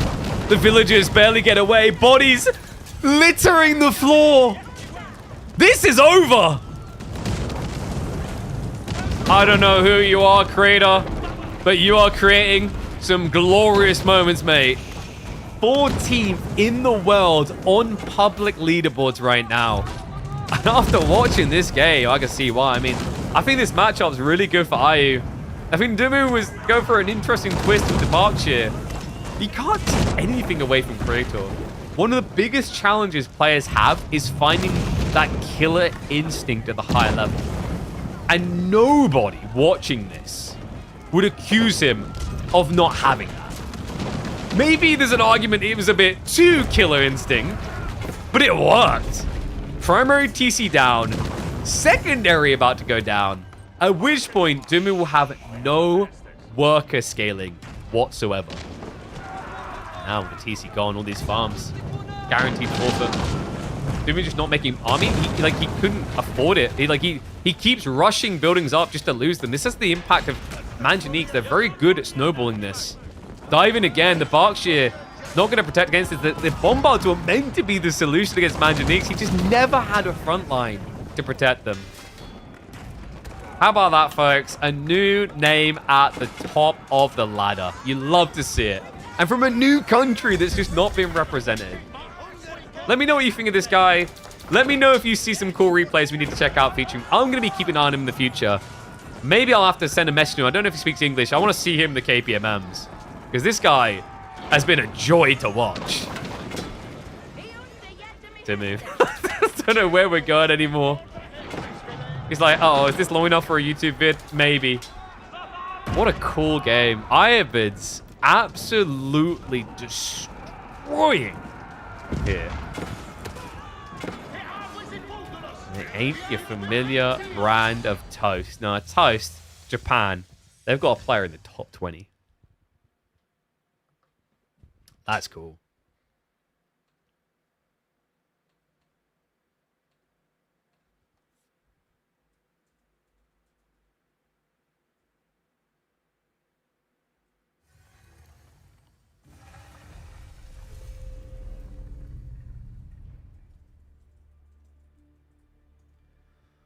Whew.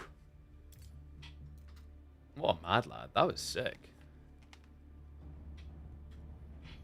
I mean, I know some people are like, oh yeah, but it was against English. And dude, come on, like he's still 14th in the world. And that was very clean execution, actually, is the other thing I'd say. And yeah, like, I don't know if we can, I don't think we can do the games. Like, I just looked back in his history. He went up against Louis 3 times. He beat him 2 out of 3 times. One was IU versus French, which is fair. Mali versus French he lost, and then Mali versus Biz he won. That's pretty impressive.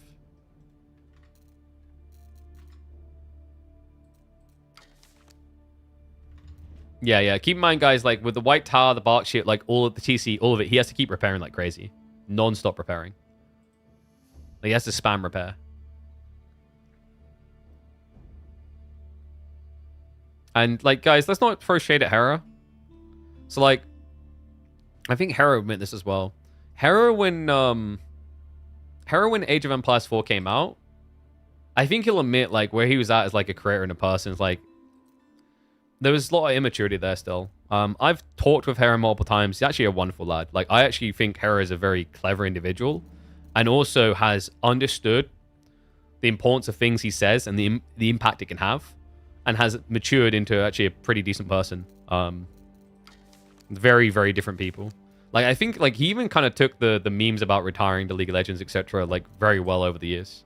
Whereas, like, other people in pro play, like, over the years, I've watched them demature into bigger man-childs. I think Hera went the opposite way, which is why I think he's a wonderful person. So yeah, like this whole oh don't want Hera, like don't be like that, dude. That's so toxic for no reason of toxicity. But like the point is like anyway, developing our own talent. Calling out M Lord? No, dude, that's not that M Lord doesn't like demature. It's just he never ages. That's different. All right, guys. Let me have a look, see what else we got here.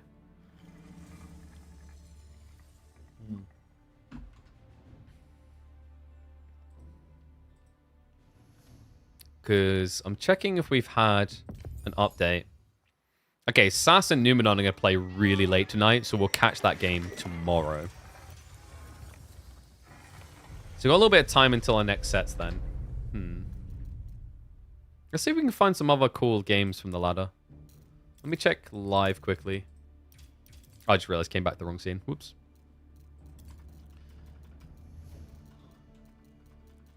But yeah, if you guys do know of like low rank or whatever rank players that have really funny, memeful, whatever it is styles, do drop replay links and profile links to me on my Discord, !Discord to join there. We are looking to reboot the low Elo Legends series, the Bronze League Legends series.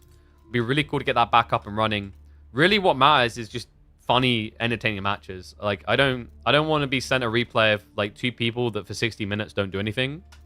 But, like, if you know people, they have, like, weird characters. Like, yeah, this guy always walls everything. Or, like, this guy always builds his landmarks away from his base. Or, like, this guy never builds beyond the first screen, right? Comical things like that.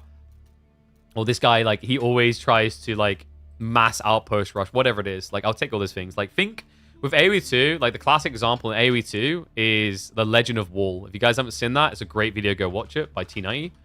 It's this guy that walks over and walls his opponent in every time. And then just builds siege to slowly kill him down. Right? Like, what matters is entertaining. If it's an entertaining type of thing to watch, we want to watch it. And, like, that really requires the help of the community. Because otherwise, like, I'm going to spend copious hours attempting to find those people and maybe failing. So, if anyone's seen those type of people... There's a call to action. Let me know. Help me out. Also, if there's anyone interested in like editing shorts and clips, I really want to do that.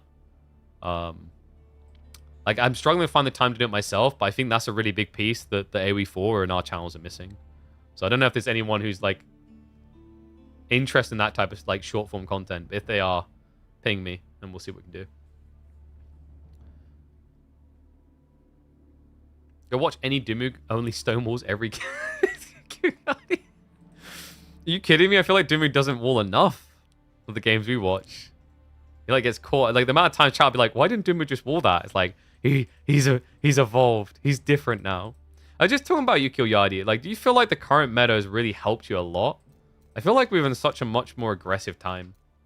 But yeah, guys, if you want to like, if you are available to help out like editing backside, like if you guys have got skills that you think could help, I'm always looking to like expand the team and figure out how we can get there. Like my dream goal is like in 5 years to say that I have like 8 employees or something through multiple avenues. But obviously we need to build towards that. But yeah, contact me. Easiest place is through Discord. Emails works too. My friend always tells me that I need to quit building my base like I'm a CPU from Stronghold Crusader, but they look so good. Dude, that was me as a kid. So like Red Alert 2, I was really bad for this, where like in Command and Conquer type stuff, I was like, yo, I've got to build all my buildings next to the roads. Was anyone else like this with those games? Where it's like, oh, it looks so orderly now. Look at the way the tanks roll off onto the road. I was obsessed with that crap. Oh man. Beautification. It's weird as well. Like, I've been playing Anno 117 off stream a bunch. I'm like, man, my towns look ugly. I'm just being German levels of efficiency here. And I know as a kid, I would have been like, oh, we're going to make a pretty road. Like, I caught a glimpse of another creator making, like, a triple thickness road. And my brain was like, that doesn't do anything for your efficiency. I was just like, oh, no. I've been ruined. I've been so ruined. Meta is good, don't change. Well, I want it to evolve, but like I want it to evolve into even more things that are like actively present throughout the game. So give me a sec, guys. We're just having a look and seeing if there's any live. I think we'll go with 1 second. There was something that caught my eye a second ago. Where was it? Oh, it's this guy. This guy that we don't know the real identity of. Do you guys want another English game? Nah, that sounds lame.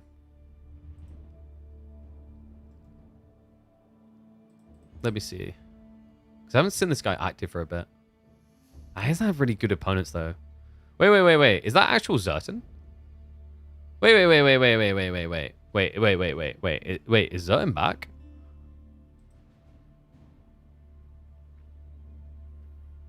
Zertan's returned, I think.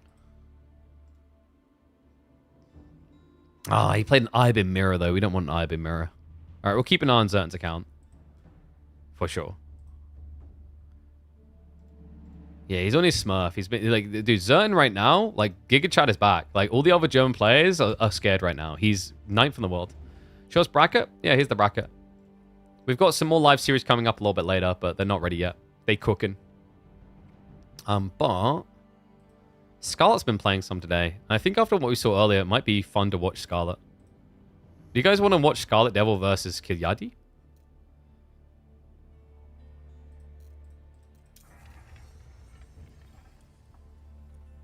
Let's do that. That should be a fun one, actually. Yeah, I'm becoming a big Scarlet Devil fan. I like the way he plays. I like the way that boy cooks.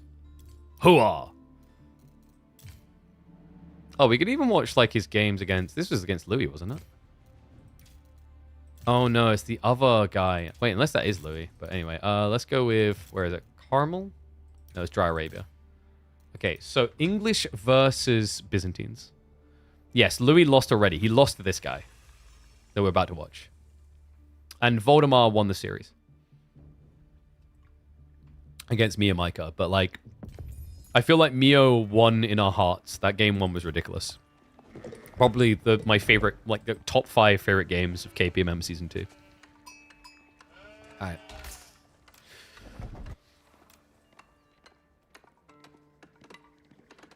I am fast becoming a fan of this guy. He's on his way to becoming #1 in China if he's able to keep consistently slaying Louis MT. Folks, it's Scarlet Devil. How about this for a real test? He's going up against Despair Yardi, aka Kill Yardi, aka Please Dumu, do not take my elo anymore. Let's get to it. It's Legends from the Ladder's time. Welcome back, folks. English versus Byzantines on good old-fashioned Dry Arabia. And is that a... That's a good old-fashioned Dark Age Men-at-Arms rush. Oh, man. I feel like this is just finally... It just feels good to be back. I remember casting little old Kilyadi back when he started, and he was just a Dark Age Men-at-Arms rush boy. Look at how far we've come. We've literally gone full circle. It's been looking good at the moment, though. We've had Gully doing a bunch of these type of strategies, and The Civ makes a lot of sense, folks. It's going to be up against Byzantines, which, of course, with berries like that... Oh, come on. And to make matters worse, Scarlet isn't gathering the berries, so this was meant to be a Grand Winery build. He also set up stone already. Like, why did Scarlet not think that this was going to be aggro play? Yes, sir. I mean, in fairness, he didn't think it was going to be aggro play for very obvious reasons, didn't he? English don't have spearmen in Dark Age. Like, they literally can only build men-at-arms in Dark Age. So you wouldn't really expect this, because this type of build, I don't feel like it's been meta for quite a long time. English players are always just fast fueling into 2TC. Yeah, so that means wasteful efforts for Scarlet. Did at least get enough stone to get level 2 Cistern. And even though he'll have to pull back before he has level 3 Cistern, he'll now get a reasonable timing into it in Feudal when he builds structures. And I like the way he's just optimizing and get the last little piece of stone you can before backing away. Did have enough people out in gold, though. Yeah, because he ran in and scouted it, didn't he? Actually, I don't think he did. Wait a second. Did Kilyadi walk the perfect line to not be seen? It looks like he did. What a freaking genius. This man was born in the Dark Age men-at-arms rushes, molded by it. He knew exactly how this worked. Like, he actually dodged it perfectly. Oh, look at that. Johan, back between games. He's like, oh, it's time to learn from the master of English gameplay how to play. Yo, Johan, do you remember good old Kilyadi's beginnings as a humble Dark Age men-at-arms rusher? You know, back when the strategy was like super RNG, like if they had a back goal, you just GG'd and went next. Oh. I remember back then I thought Kilyadi was like, he must be this youthful little fella learning RTSs for the first time. And then I learned that he was as old as time itself. I was like, whoa. Okay, so this guy is like, he's already played all these strategies out in his head over the years. And, oh, God. All right, go next. It's cursed. So for people like, of course it's cursed, right? This is Kilyadi, #1 Scandinavian player going up against who is Scarlet Devil. Guys, let me tell you who Scarlet Devil is. Today, in our KPMMs, this is a pub game. In KPMMs, he just 2-0'd Louis MT. 2 weeks ago, he 2-1'd Wham. These are in tournament series, by the way.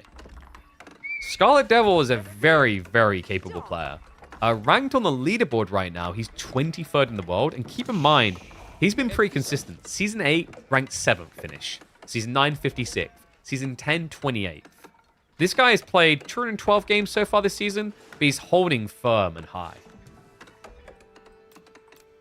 Well, looks like it's going to be Abby King, so probably still 2TC anyway. I think it says everything it needs to about the English economy if we see 2TC here, considering how often Kilyadi is vocal about not liking booming in late game. That he might still just have to do it anyway. Yeah, that raw taste of sadness where you're like, well, I don't want to, but yeah, this is I'm going to have to, aren't I? Alright, so tech up complete. Scarlet. Straight up Staples drop. Yeah, does he suspect 2TC? Will we see Lombo versus Lombos? That is a great question, Chucha. I love you coming out with that. I probably butchered your name because it's Spanish/Mexican origins. But in this matchup, there is a timing where Byzantine can actually do that, funnily enough. Especially now that he's opening Horseman, it seems viable. It's weird because in some matchups, like, for example, Malians versus Byzantines, you don't often want to do the jabs because it's like, oh, they're just going to outnumber me. Maybe it's viable now because if Malians start doing archers. But, like, in this matchup, it works because, A, English, especially if they're going 2TC, won't go mass lombos. But also it's the timing. And yeah, Johan just said it there. It's too slow. Like, that's the weird difference. Is like, with Malian's early game economy, they could afford to mass javelin you. But with English, they just don't have the same sway of eco. Like, there's been an argument for a while that English should probably have their late game economy crippled and their early game economy buffered. Because the early game economy just kind of sucks. It doesn't really do anything. There's a time where people were like, oh my god, they get cheaper farms. They're like the best ever. But then, it took a while for us to get to this point. But then players are like, oh, actually, playing resources on the map is so much better than just adding in farms. And that was a pure game changer. Everything evolved. It was like, the meme of the guy like just seeing numbers in his head and solving the problems of the universe.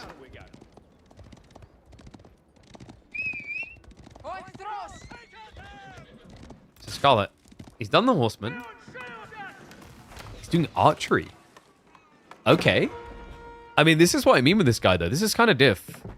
He's still not gathering on the berries because he hasn't cleared the outpost. He knows about the outpost. Rax as well, so he's doing everything. Kiryadi. I think Scarlet has been a bit tempered in his approach because maybe he was like, he should be 2TCing. And then when he doesn't see 2TC, he's like, I guess I definitely can't get my berries back yet. What an unusual game. Love this. We're kind of off the beaten track of the expected builds. I rate unusual. I love unusual because whenever you're in a cast and you're like, this is unusual, it means you are progressing towards the next evolutionary step.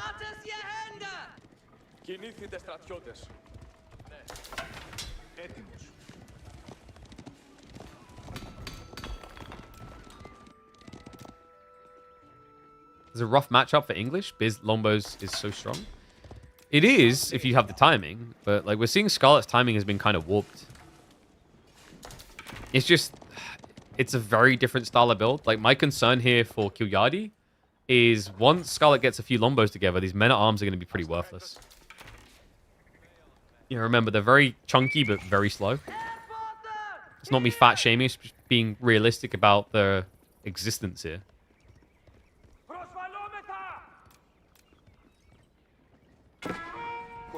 Decent number of groves, but... Oh, okay, so walls go up. So he's got safe wood, which is important if he's going to scale more archers.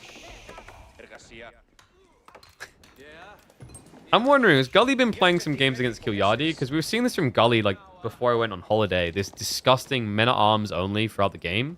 Obviously, this isn't that exactly, but the idea of just being 1 TC. I think people are revisiting English because... A, there's new civs coming to shake things up. B, like the meta hasn't changed, so you've got to look for new things, different things. And C, I think we've had just a few surprise visits from English in tournament play at the moment, where people are like, oh, wait a second. Okay, maybe this isn't as trash as we thought. Like, for example, if you go and have a look at the results from EGC Masters Falls, if you look at the statistics, actually, English, not the best, but definitely not the worst. They got a 42% win rate, so 3 wins, 4 losses. I think they actually took wins on land more than on sea. Flash coming in. Archers are going to get jumped by the horsemen. We'll just try to seek shelter towards the TC. It's going to be a win. Good fight there by Kiryadi. The problem is Scarlet, he just doesn't have range tech, so he's doing no damage due to undermesh. To make matters worse, he doesn't have any Lombos. They've only just been queued up. God, talk about a clutch up on the timing there. Outpost fortification comes in. Scarlet will be safe inside the outpost. That was getting dicey. With the undermesh being there, the outpost would have died. So Scarlet able to go back to work. Wheelbarrow to follow to make sure he can get away more easily. And this is the kind of TikTok goes to clock feeling for Kiryadi. I think he might be looking for castle now, because the problem you have is you're at 35 workers. Your opponent's at level 3 system. That means he's ahead. Nice little margin, actually. Almost 20% increase. You're adding in like an extra 6 workers to his eco. And although Kiryadi gathers quicker from these farms, 20% and quicker in fact, that only equates to 13 out of 36. So about a third of his economy.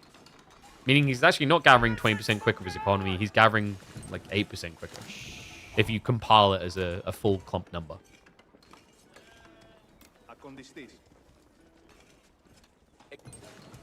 Yeah, so we're going to be getting King's Palace here. There's no real reason to go White Tower. It's not like your opponent's able to threaten you here.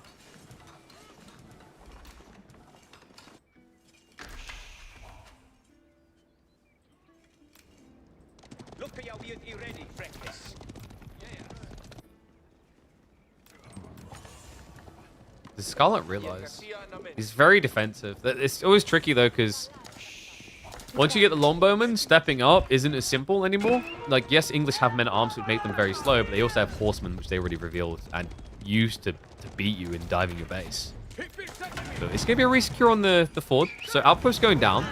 I think this is where Scarlet probably has alarm bells going off, because this is such an important anchor point. It blocks the deer, the second gold, and the starting berries in the Grand Winery. So the fact that he's being allowed it is a big deal. Love this. The Lombos, they already pumped down the palings, so Kuyadi will struggle to trade out here. King's Pass is coming in at home. Scarlet, I think he's ready for level 4 system. Could even get towards level 5 quite quickly here. Yeah, and wow, he goes wide. I mean, talk about confidence right there. I think he knows an age up is coming with a move like that. There's just not enough pressure anymore. Anyone else feel like this is going to turn into a macro game? I think the thing holding me back from believing that is the fact that I'm watching Kilyadi. And Kilyadi isn't exactly known for allowing macro games.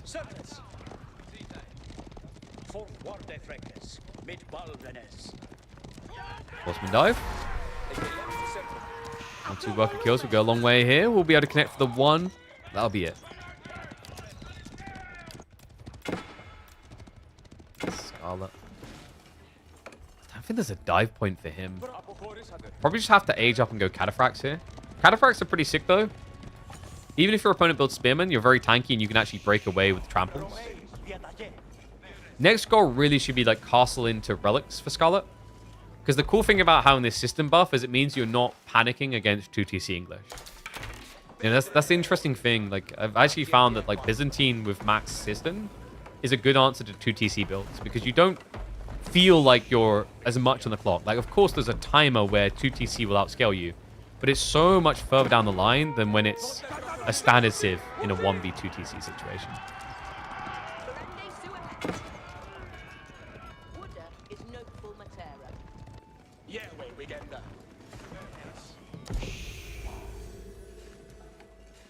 Good old Golden Horn Tower as always. Wait. Oh.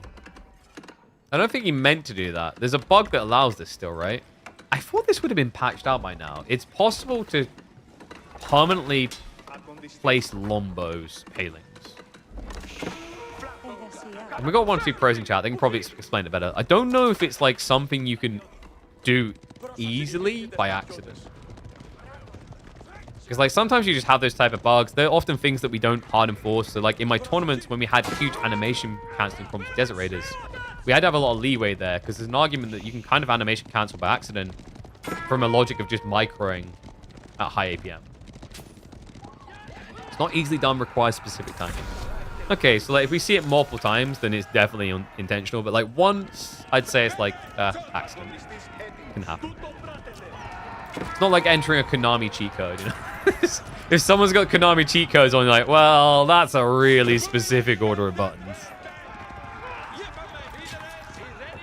Veterancy on Horsemen. So, Kilyadi is going to be men-at-arms ponies. Lombo's just head planting themselves here. Cataphracts get scouted out. So, I mean, this is not going to lead to much in the way of kills for Kilyadi, but what it does is it gives him a lot of info. So, he confirms that it's going to be Cadders. He saw the blacksmith's been dropped. He didn't see any extra techs other than under Mesh Shield Arrow, but he knows they're coming. Second wave now coming through. I don't like the look of this for Kilyadi. It's a bit weird because like Men at Arms should be good, but Armorclads isn't in yet, so it's deceptive. He's losing a lot of health at the start of this fight. Line should stabilize in a few moments. Armorclad in 5 seconds. Counter Men at Arms in the first wave, not looking great though. And the Cataphracts are the big problem. They're the Cleaver boys, 27 damage to club down the chunky boys one by one.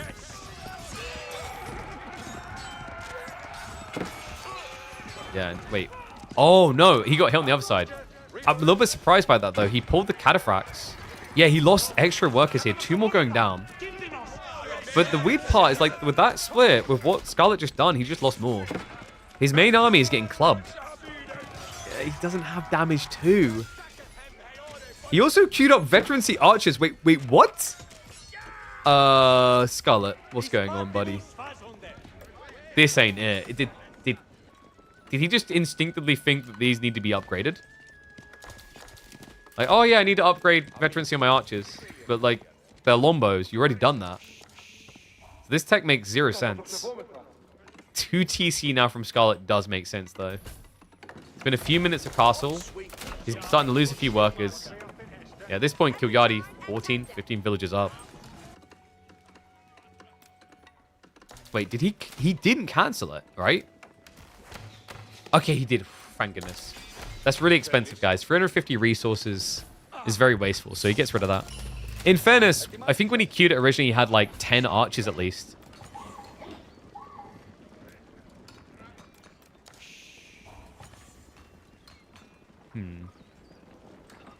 You know, I'm trying to feel out what type of player Scarlet is entirely, you know? Like, does he prefer these aggressive players, or does he prefer macro players? Because it seems like Scarlet is a timing type player more than anything else. I mean, everyone's timing in their own way, but Scarlet strikes me as the type of player that likes to be able to kind of hit castle and then begin aggression, from what I've been seeing. But it's very, as we know, it's chaotic. It's not as orderly with these fast castle builds as other players. And I think that's something that could advantage Kilyadi, because we know Kilyadi starts a lot earlier. Awesome raid in. Love the target fire. Just going after workers. Workers that don't have textiles. It only just got queued. Not just that, folks. Kilyadi saw the second town center, so he knows that Scarlet's trying to recuperate. Yeah, it just means that technically Kilyadi shouldn't be as worried about being raided in his base. As we can see, there's some potential to strike, but it's not the all-in, send all guns barreling down. Relic split in the end. It looks like it is still going to favor Scarlet, but Kilyadi balances it out 3-2. Yeah, you just see this advantage in Lombos we were starting to talk about earlier on. It even shows its face at this stage, because you don't really want to be building Lombos into Katas. But Byzantines, although Lombos may seem subpar against men-at-arms, the idea here is you're just getting them as extra units anyway. And although they're not going to be insanely impactful against men-at-arms, what they are going to do is destroy crossbow. You know, I was just thinking, actually, for, like, his style of play, where he likes to hit these castle timings and attack, English is also an even bigger nuisance for Scarlet. Because if you play on, like, Kilyadi has, you have an existing army for castle fights with attack speed buffer. If you guys remember, for the longest period of time, English were dragging the latest games possible, and the real reason is compared to any other Civ in AoE4, it was harder to kill them. Because it meant diving this attack speed aura. You had to bait them out and fight them away from it, which is not happening here. Kilyadi, he does get the buffed attack speed. Men-at-arms are looping around. They jump straight on top of the Lombos. I love that micro, that small detail. Kilyadi just ignores the Varangian to win the big fight. Forces a retreat. Scarlet. It's just ridiculous. 75% of his army are Lombos. Well, we did say that Byzantines tend to build more Lombos than English. You guys thought we were memeing a line. Proof of the pudding right here. That's a hell of a lot.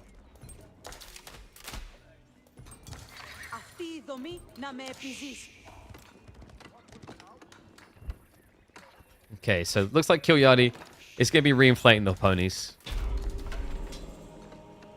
And there's not really much of a front line. Also, Scarlet's now trying to go to crossbowmen to answer the men-at-arms. This is always the weird point, I feel like. Like, sometimes Byzantine players just have enough longbows, they just outright win. And sometimes they're in, like, this really weird position where they're now just going way too much range, no melee. And what's up, Eliyahu? Thank you very much for the Prime sub.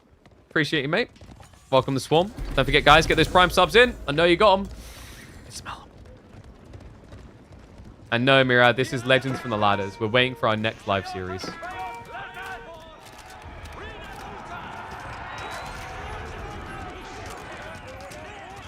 Push in. Will be a push back. Yeah, because everyone and their mum seems to have scheduled deep in the evening. I don't know why, like, actually, I'm like, why did more round of 16s not get played on Saturday, Sunday, now that I think about it? There wasn't even another tournament for them to worry about. I thought I was going to come into Monday and all round of 16s were going to be done. But we have like 3 or 4 happening tonight. God damn. Like, you guys are gamers. You're not meant to have social lives. What is this? You have social lives. You're not playing games. You're also not watching my streams. That's weird. Come on. I need you guys to be more delusional about, like, I can meet the perfect girlfriend playing AoE4. Even though, like, statistically this game is like 98% male. Oops. This outpost crawl. The range sometimes, when you look at the range on attack speed, Aura, it's kind of crazy, actually. The fact that it's reaching that far, making a world difference as well. This crossbowman just munching down, and he sagged the crossbows. Oh, Scarlet, no. The micro, he had lombos on different control group. He pulled them back, but not the X-bows. So he loses the anti-armor unit first. Lombos will still at least be able to clean up the crossbowman. Mangonel, I'm calling it now. Mango in placement is going to let him live. This is a battle of the toxic towers, actually. You've got Mango Towers on one side to stop the game ending, and you've got attack speed aura from the other to stop it ending.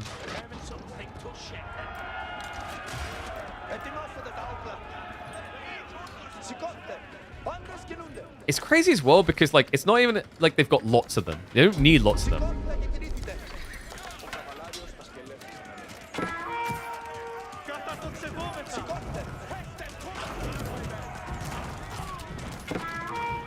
And why are we objectifying the women? Doesn't matter about looks. It matters about people, man.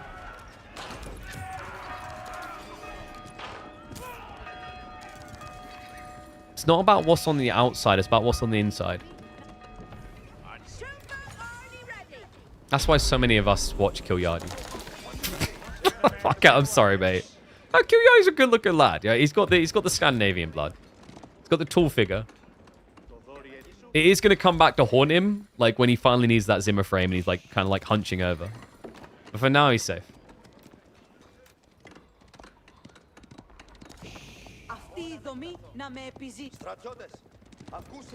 No way, 95% male population? I mean, my demographics would beg to differ. I think it's even higher than that. I'm pretty sure it's 98% male. Which makes sense. RTSs have historically been like that.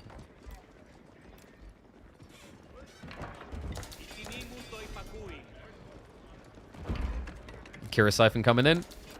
Yeah, a clean way of dealing with the outpost because this is getting a bit toxic, isn't it? I mean, it only takes one. Yeah, he has many. This also only takes one, but imagine if he gets 3 or 4 going. It's kind of crazy, actually, how efficiently you can push down a lane, essentially. Like, yes, I know there's no lanes here, but you create a lane in terms of dynamics with Mangonel placements. Definitely getting the stone for it. I think Scarlet's thinking about a keep drop, but uh-oh! Despair Yardi here to deliver despair to the Byzantines. Catches the stoneworkers when a big fight's going on, meaning that Scarlet is not looking. Worker's going down. He's not shifting away, but the dive comes in. Kira Siphon is not getting the pure damage burn through onto the men-at-arms right now, or the horsemen. But a brute force dive from Scarlet. Looks like it might break this position. However, Kilyadi, sprint and placements are helping a lot. He's still got a lot of men-at-arms. And Scarlet, what the hell is this? Oh my god, I think they were meant to build a castle. They're just gathering gold right now. In the middle of the fight. All right, thanks, guys. That was totally worth it. See you next time next week. Yeah, same time next week. Yep, bye. What was that? Other than disastrous, horsemen that just finished raiding come back to the main engagement. And that's an absolute rout. Scarlet's like, haha, but I did get that one drop of gold. You know what they say? The food on the other person's plate tastes better than the food on yours. It also probably has a higher chance of getting you ill, but we have more of the outpost, guys. This is becoming a smush-smush fight.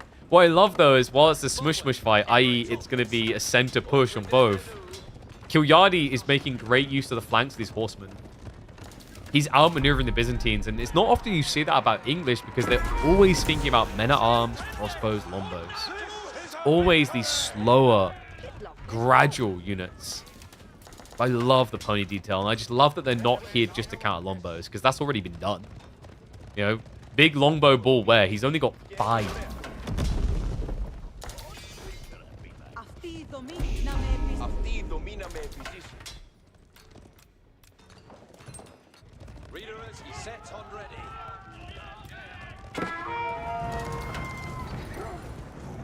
Horseman knocking at the door. I think he's queuing monks. He already had those monks. They're just sacred sighting. Oh, did he just produce these two? If he did, it's just about sacred sights. It's extra gold, and he's close to some of them. He's got to keep dropping one of them. I mean, I was hoping he was going to 50-50 split this to bait him. But no, he was actually still attacking the one location. So repair is going to work. But Scarlet, guys, he's down by 30 workers. Is it weird that despite these details, I'm still like, put those away? I don't even feel like it's that delusional. It's just, this is Byzantine's Omega lol. They're very good at, if they can keep the fight anchored mainly, slowly, just progressively pushing their way across the map. In a very obnoxious fashion with those outposts. Also, he has 2 TC to catch up, but for now, Kilyadi moving on ahead. Berkshire drop, not Wingard. Yeah, this isn't Lancaster. They're not as much anchored as the alternate Civ. Like, I feel like when you're watching Lancaster, I don't say it's the only choice, but it's just a choice that makes total sense.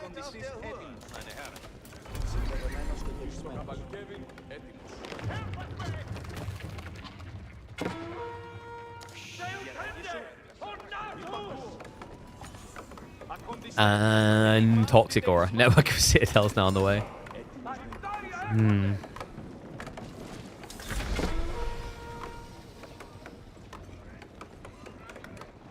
Spam the big sword. Good eyeballs, actually. I was getting pinged by someone in the background. This is huge. Land Snakes.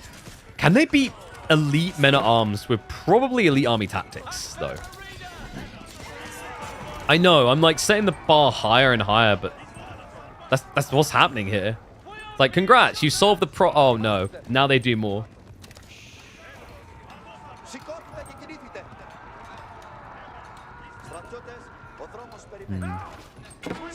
Definitely not impossible.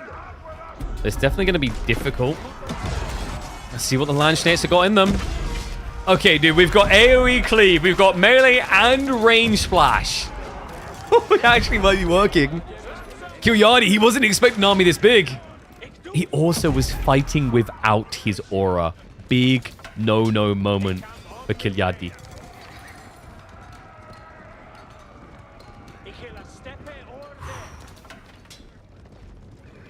He's got a 47-44 ad. I think you might want to refresh that. I don't think they allow ads that long. Good lord. Foreign engineering company coming in. Well, this is interesting. Kilyadi just started to do longbows, but Scarlet can now just go back to longbows. So this is a reaction to Land Snakes. Remember, they are lightly armored units, meaning that they take bonus from longbow. Interesting factor, though. You will at least have your attack speed aura, but the volley advantage doesn't exist here because Foreign Engineering Company will give Byzantines the volley.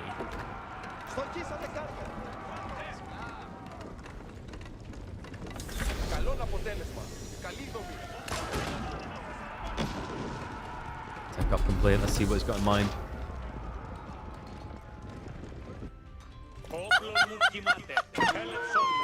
What's up, Jinx? Thank you very much for the Prime sub, mate. Appreciate you. Welcome back to Swarm. Big clash coming in. No elite army tactics, though. And we are once again diving these outposts. These outposts hurt. Mango and placements, man. Can we just get a cannon, please? All right, the bombard's on the way. But the royal cannons are a good counterplay there. Yeah, no, this is not working. Kilyadi, no. Not like this. There's Lombos. They're about to be upgraded as well. Elite contract is 15 seconds away. It looks like Scarlet forgot to increase his research rate, but it is not going to matter. One outpost will go down, sure, but the price in blood is going to be high. Kilyadi pulls the villagers for repair on the bombard. Maybe just enough here. Yeah, Horseman can't get the final strike in, so keeps the siege alive. He's trying to raid the back end of the base as well.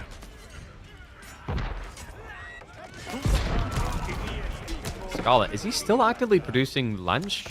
No, it's just RNG now. I think you just get max Lombos.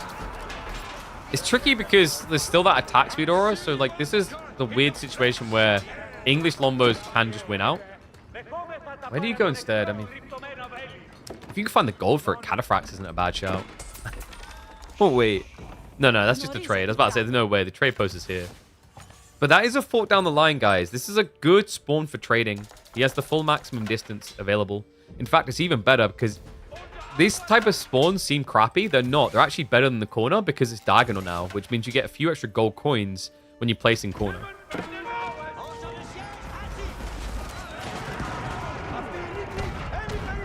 All right, call it, guys.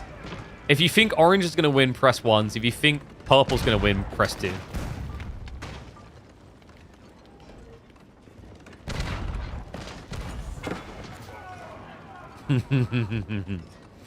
Oh, we have some split. Oh, or maybe not that much split. There's a lot of 2s.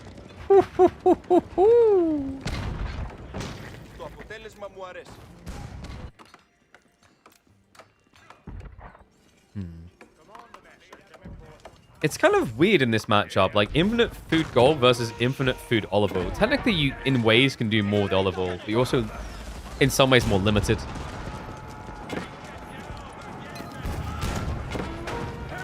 Push coming in. Scarlet now with some Nesta Bees littered into the equation. Not a bad call. Hey guys, you're all wrong. Yeah, 3 is the correct answer. No one wins. It's English versus Byzantines. And everyone's building longbows. Kappa.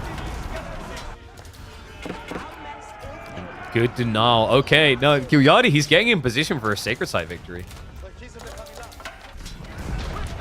Pushing the center for Scarlet is going to have to reset. He did get rid of the castle. Royal Cannons are huge here, by the way. Remember, they have got buff damage. They're really good at killing infantry. They're basically playing 10-pin bowling with the men-at-arms because they do 150 damage per hit. Men-at-arms only have 180 HP before EAT. Softens them up real good. In fact, fun detail for you, Royal Cannons are capable of one-hit killing hand cannons, which is what Kilyadi's chosen to go into. Wait, aren't you meant to be the counter? Like, that they get on top of us so fast. Should eventually clean up. Looks like a few of the men-at-arms go hunting. I think Byzantine is superior super late game. Yeah, like super duper. The logic is that olive oil can do a lot more. Like gold is kind of limited with the enclosures. So you get a lot, but you usually have too much food and you'll eventually run out of wood.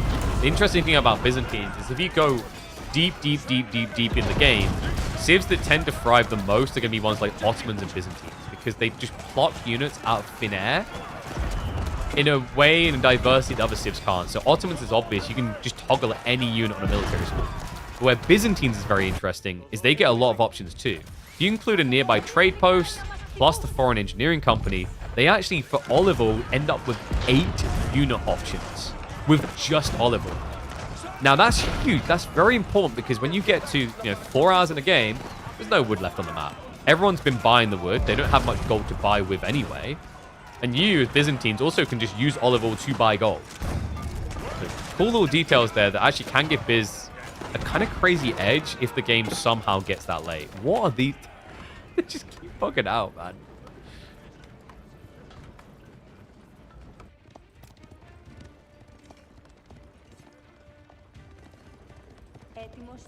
Okay, things have calmed down a little. I wonder if Kilyadi's maybe a little bit over-leveraged on economy now. He could just get his extra eco-techs and then delete like 10 workers.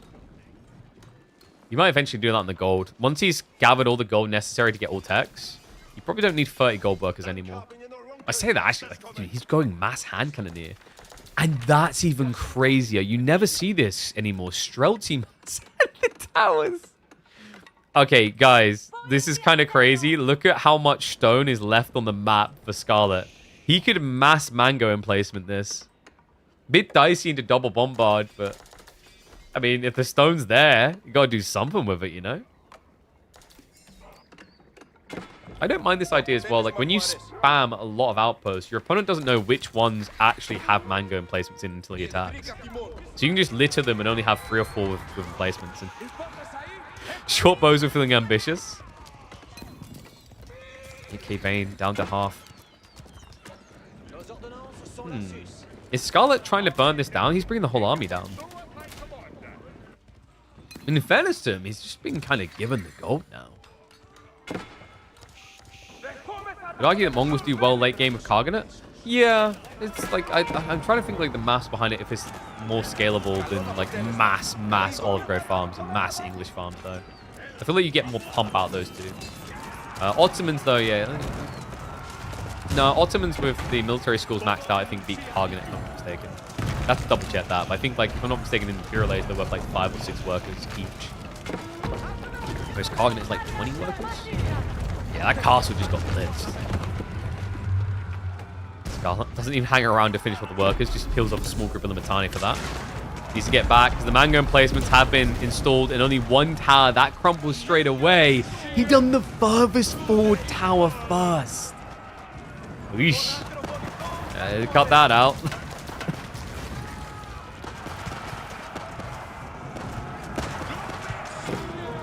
Kill. Oh no, where are the walls? Oh my god, the farmlands here. This is like when I've been playing Anno at the moment, and I build all of my olive oil farms. But I don't build any castles, I don't build any walls, I don't build any units to defend them. And then my opponent land invades. Oh no. And arms start to move in. Foreign engineering company is in trouble. He's only got 2 raw cannons, but the bombards are looking to make sure it'll only ever be 2. On fire, about to go down. Nothing new coming out of it either. More mango towers on the way to try and stabilize him. Man at arms spam, man. It's crazy just how tanky these guys are. Able to break through, though. Now the horsemen do charge forward. It's only ranged units and siege left over. This is a great fight because there's no attack speed aura. Kill Yardi again in a rush. This is the thing, folks. When you get this old, you realize your days are numbered. People think that old people slow down. They don't. They speed up. That's why they're so dangerous in the school zone. They know they've got limited time and they want to be everywhere. Kilyardi did not wait for that critical attack speed.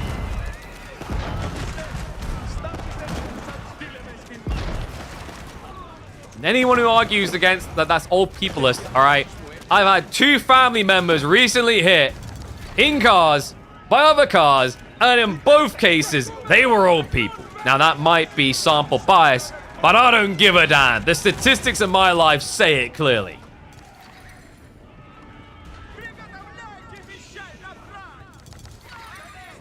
This is a dangerous game I just played.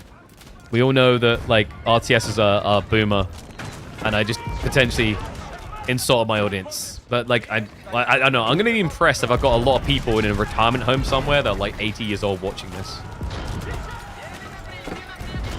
Maybe. That's probably where Kilio's got, like, his biggest fan base, you know? Like, cheering him on, like, we're still able. We can still do it. We've got it. That's looking good now. Armies have evened up.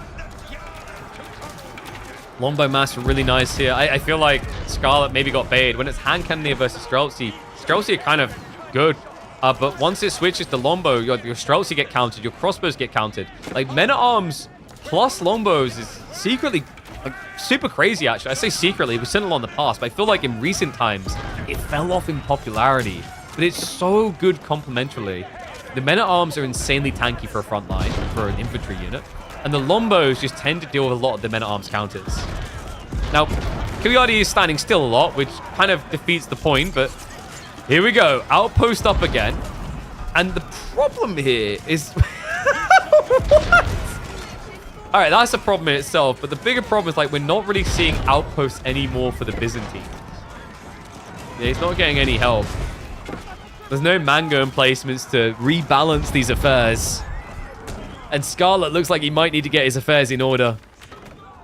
A fight like that, I mean, his food income is still good. Actually, Kilyardi's, what just happened? He's got 59 farms. I think there was a gap here. He's got more farms coming in. Yeah, so his food should inflate very soon. I'm actually shocked it was that low. Why do I feel like I'm an expert in gold 2, and then once I move up one spot, I feel like I'm absolute trash? The dynamics are ranked. But the important thing is you learn that you're trash, and then learn why not to be trash, and then you improve. Just don't be trash. Be like Kilyardi. Ah, he got horseman raided. That explains it. Good eyeballs, chat. Scarlet. Oh my god. So, these are meant to counter, but, not with that attack speed, they don't. Welcome to Agincourt. I didn't realize the Byzantines had a battalion there. Classic French in a war with us having to be bailed out.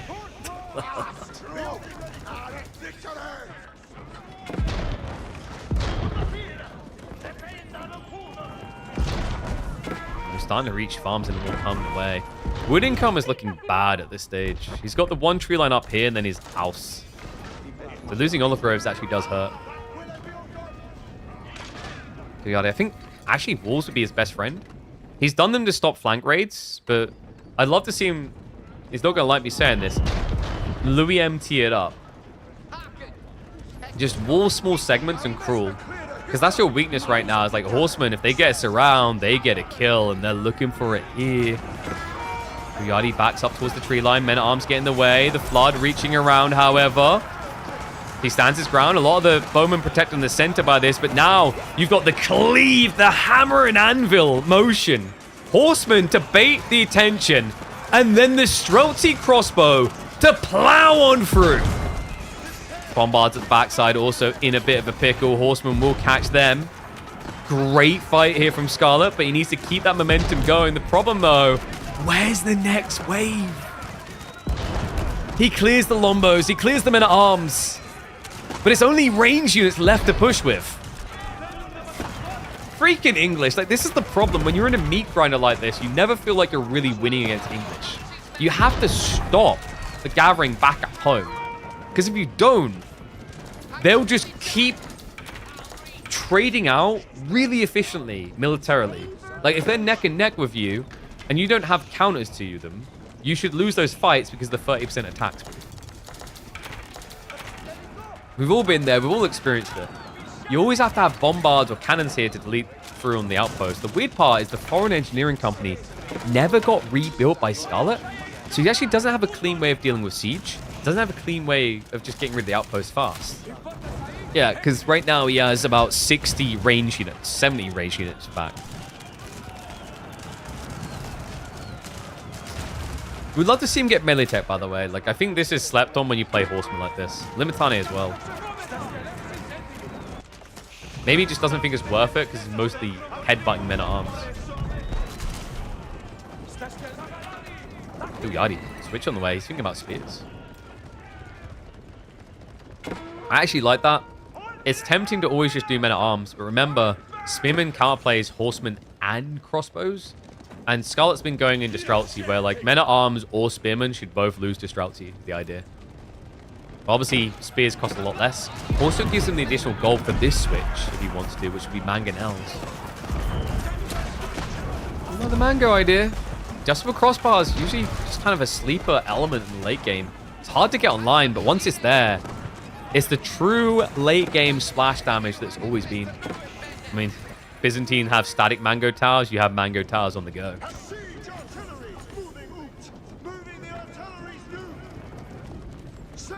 I understood that, moving the artillery's noof. But it's a lie because you're moving them south, south. You're moving them south. Volley longbows with the network of citadels. Horsemen just being ignored for now. But there's not many of them. Wait, where are they? I think this is an issue of like misbalance on army. Scarlet had too many range units, so like it's a thin wave of horsemen. It's gonna break through still. Koyadi is adding in more horsemen now. The mango is gonna be a big fat L. He already invested in adjustable crossbars. This is looking pretty bad, no? Okay, he found the gold at the back. I was about to say, like, he needs his own gold though. He's got 2k here. And then he's just got the, what, 500 left here. He might run out of gold for this play. Like, at this rate, there is actually a risk that Scarlet gets stuck building only men-at-arms anyway. Traders just came in. I don't think the men-at-arms scouted that. That's important. So trade underway. This is olive oil and gold. This is how Scarlet keeps the world going round. This is how you make sure the sun never sets on the Byzantine Empire. Oil. Lots of oil. All the baby oil in the world. Slather them bad boys up and push out all those gunnies. And what is up, Alan? Thank you very much for the Prime sub. Get those subs in! You do not want an ad running at a moment like this.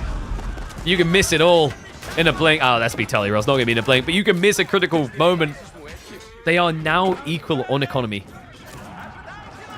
Melee tech's also coming through for Scarlet, so he's ramping up. Kilyadi has blobbed into ginormous quantities of men-at-arms again.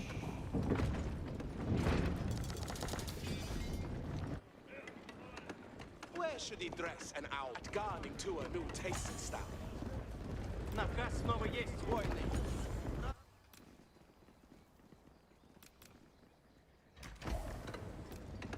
Isn't that how you get in trouble in the US? Ah, nah, you just find a reason to, like, be there for the oil, you know? We're helping. Money!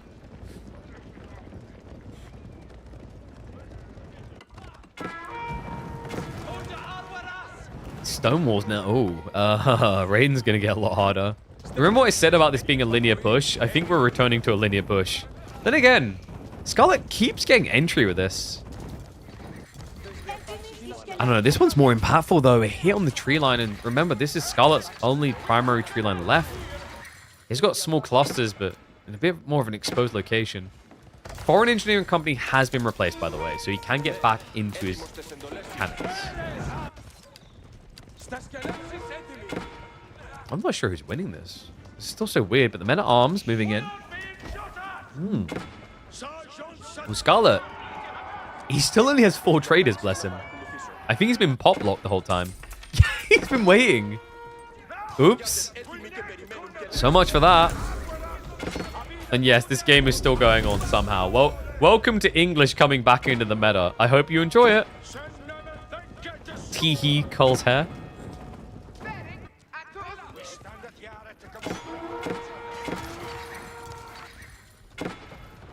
Okay, these horsemen didn't... I don't feel like they've really done that much. Alright, we're back again. Mango Tail's involved.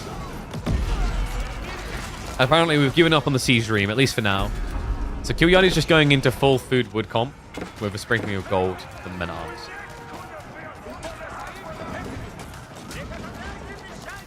Siege going to be taken out. How does this game end?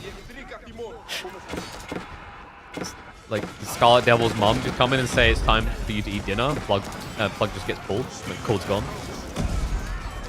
Does Kilyadi just spontaneously fall into a nap midway through an engagement?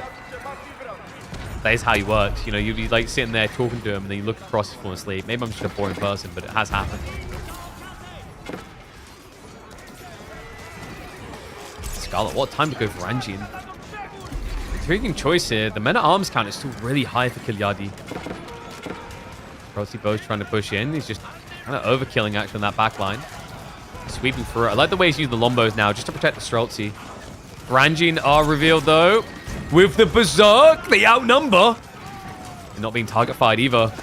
The Horsemen would draw a lot of attention. And, oh my god, this might be the break he needed. Berserk, it's running for a long time. Still 15 seconds left. And the Vikings go crazy. Kilyadi, he's at least now targeting them down. So his chunky men-at-arms getting a good wallop in response. One that should favor them.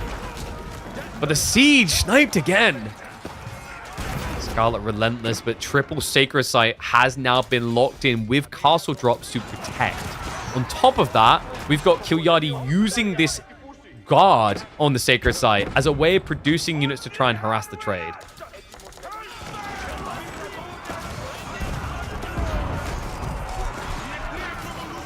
All right, they're going down the basement. The parents arrive. We're here to intervene. You've been playing this game non-stop for too long. You gotta choose. It's either the Family or Age of Empires 4. Kilyadi and Scarlet. Gonna have to think of a new last name. Longbow. I'm now Scarlet Longbow and Kilyadi Longbow. It's a lot of longbos.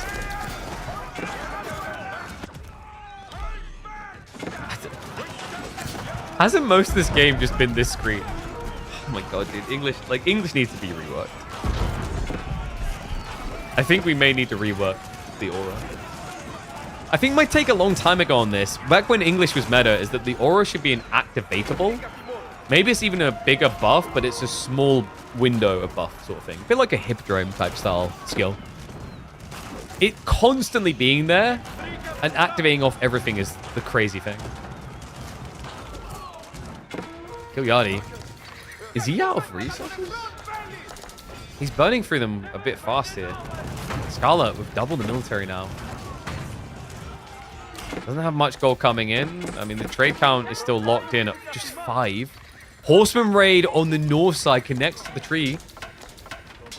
Scare him off. Oh god, he's still got some catching up to do, and it's going to be Revoldequin time. Hold up.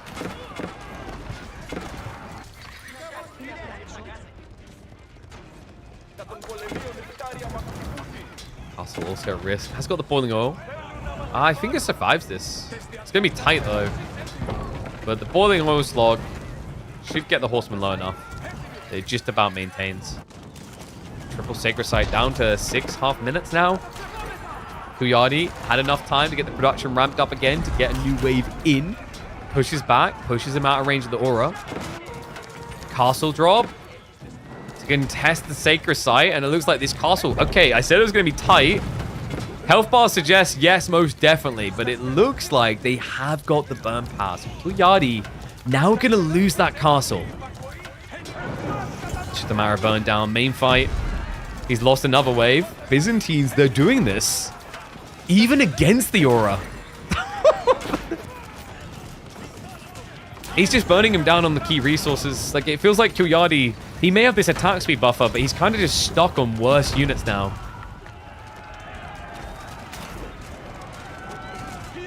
Scarlet, a mixture of worse units with better that's just going to keep coming from that olive oil.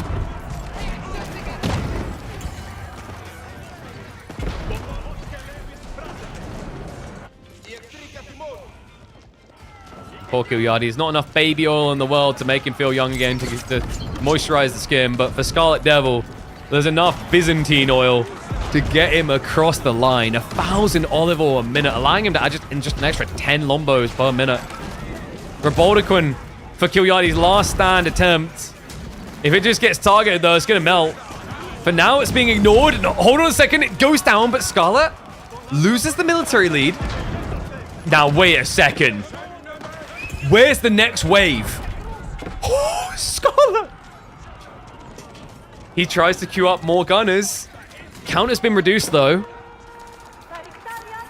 His wood line just keeps getting harassed up here. And now, hold on, the traders also getting intercepted. Yeah, that's barely any trade coming. Okay, actually, no, he did inflate up to 15. So that's where it went. He hard steered into traders. Horsemen are going to shut that down. Something tells me Kuyadi wants to make some progress.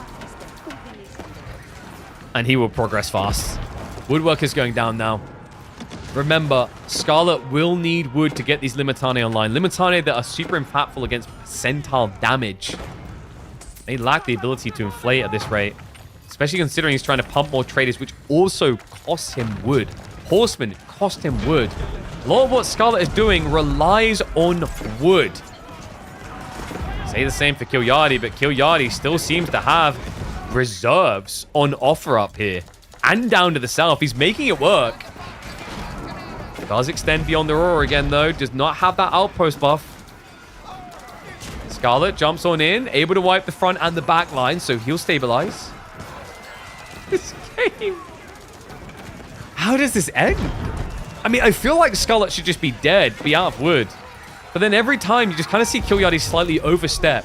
Forget that aura. The senile memory setting in. He's like, oh, that's right. Now I remember why I was winning this fight. Let me just get one of those outposts up. Those thingy-jigs. Revoldequins. Uh-oh. Scarlet, this is a bad fight. If he doesn't snipe the Revoldequins, he can't fight now. And guys, he only has 5 lombos. Revoldequins barely have less range than Streltsy. This is actually hard. Yeah, and Kuyadi, it's only 1 Revoldi, but that's how impactful they can be. Oh my god. If he gets that second one out, I'm backing Kuyadi. Because Scarlet just doesn't have good answers. It just stands there. Target fire's coming in, but it gets like, what, 3 flurries out before dying? Lombos now clear that back line. Scarlet, he's breaking. He's folding like a piece of card. Kilyardi, he's almost on top of the farms. Foreign engineering company goes down. Lombo's just moving in to clean up, clean house, and he has done it. The old man will not die of old age this day, despite it being late game English, an area that he says he hates. He will make it his master, and he will make Scarlet Devil his servant. We're going to try to be PG. There's another word I was going for there. Let me know what you think about this game, though, guys. I feel like it was, for the most, one decided by Outpost to even get to that stage, by possibly the two best outposting civs in the game. Damn, what a wacky one. I think I'm going to name that one Battle of the Toxic Tower Civs.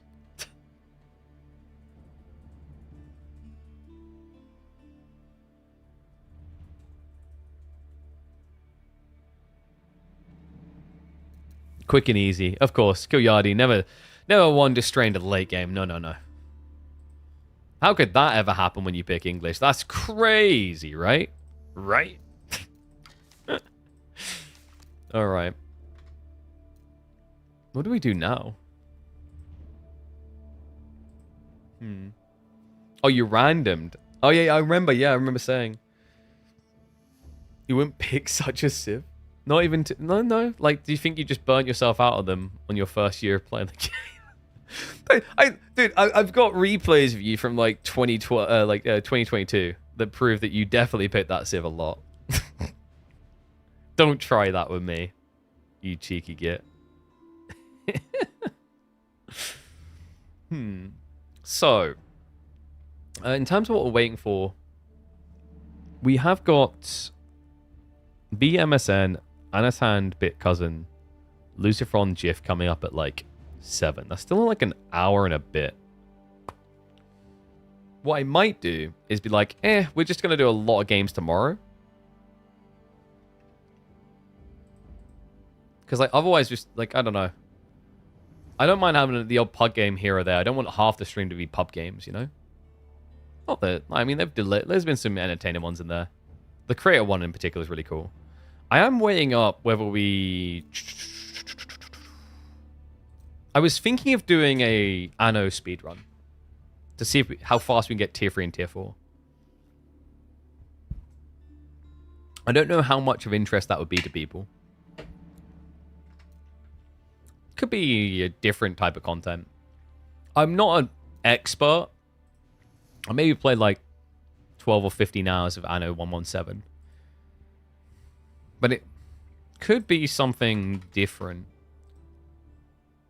Or there is also, like, I think Olden Era is still up now. We could play some more Olden Era.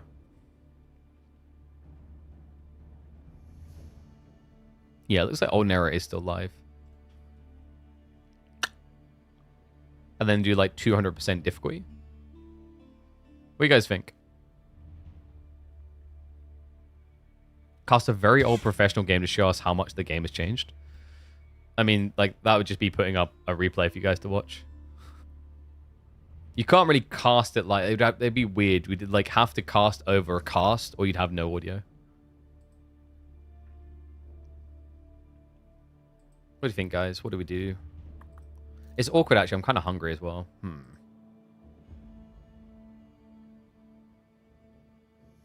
Yeah, like, there's no way to check. Like, it's annoying because Dota 2 has a way that you can watch old replays. You can download, like, old versions of the game. One's if you think we should Anno. Two's if you think we should Olden Era. You can if you adjust version of Steam. No, because you can only see, like, the last 10 replays anyway, so that doesn't work. Alright, so we've got 2-1 so far. I don't know if I'm going to push the stream on YouTube. I feel like a lot of people clock off there. I might leave it running, actually. We'll see. Oh, wait. It's going to, like, auto-stop. So I have a second version of OBS set up to take over, which should work. Because what we're going to do... I think we'll do this on the Darren Elmy channel. Because I know a bunch of people are like, oh my god, there's not AoE forward leave. So for the time being, like, until we start getting content variety on the other channels like YouTube, I'm kind of keeping them separate, sort of thing. So do that there. And then we take over the stream key there.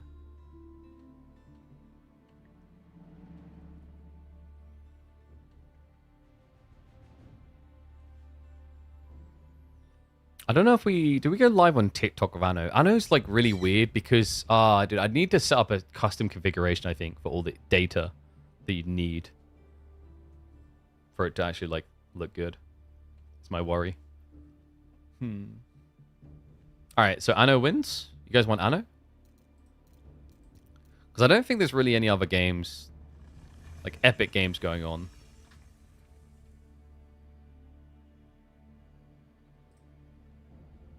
Yeah.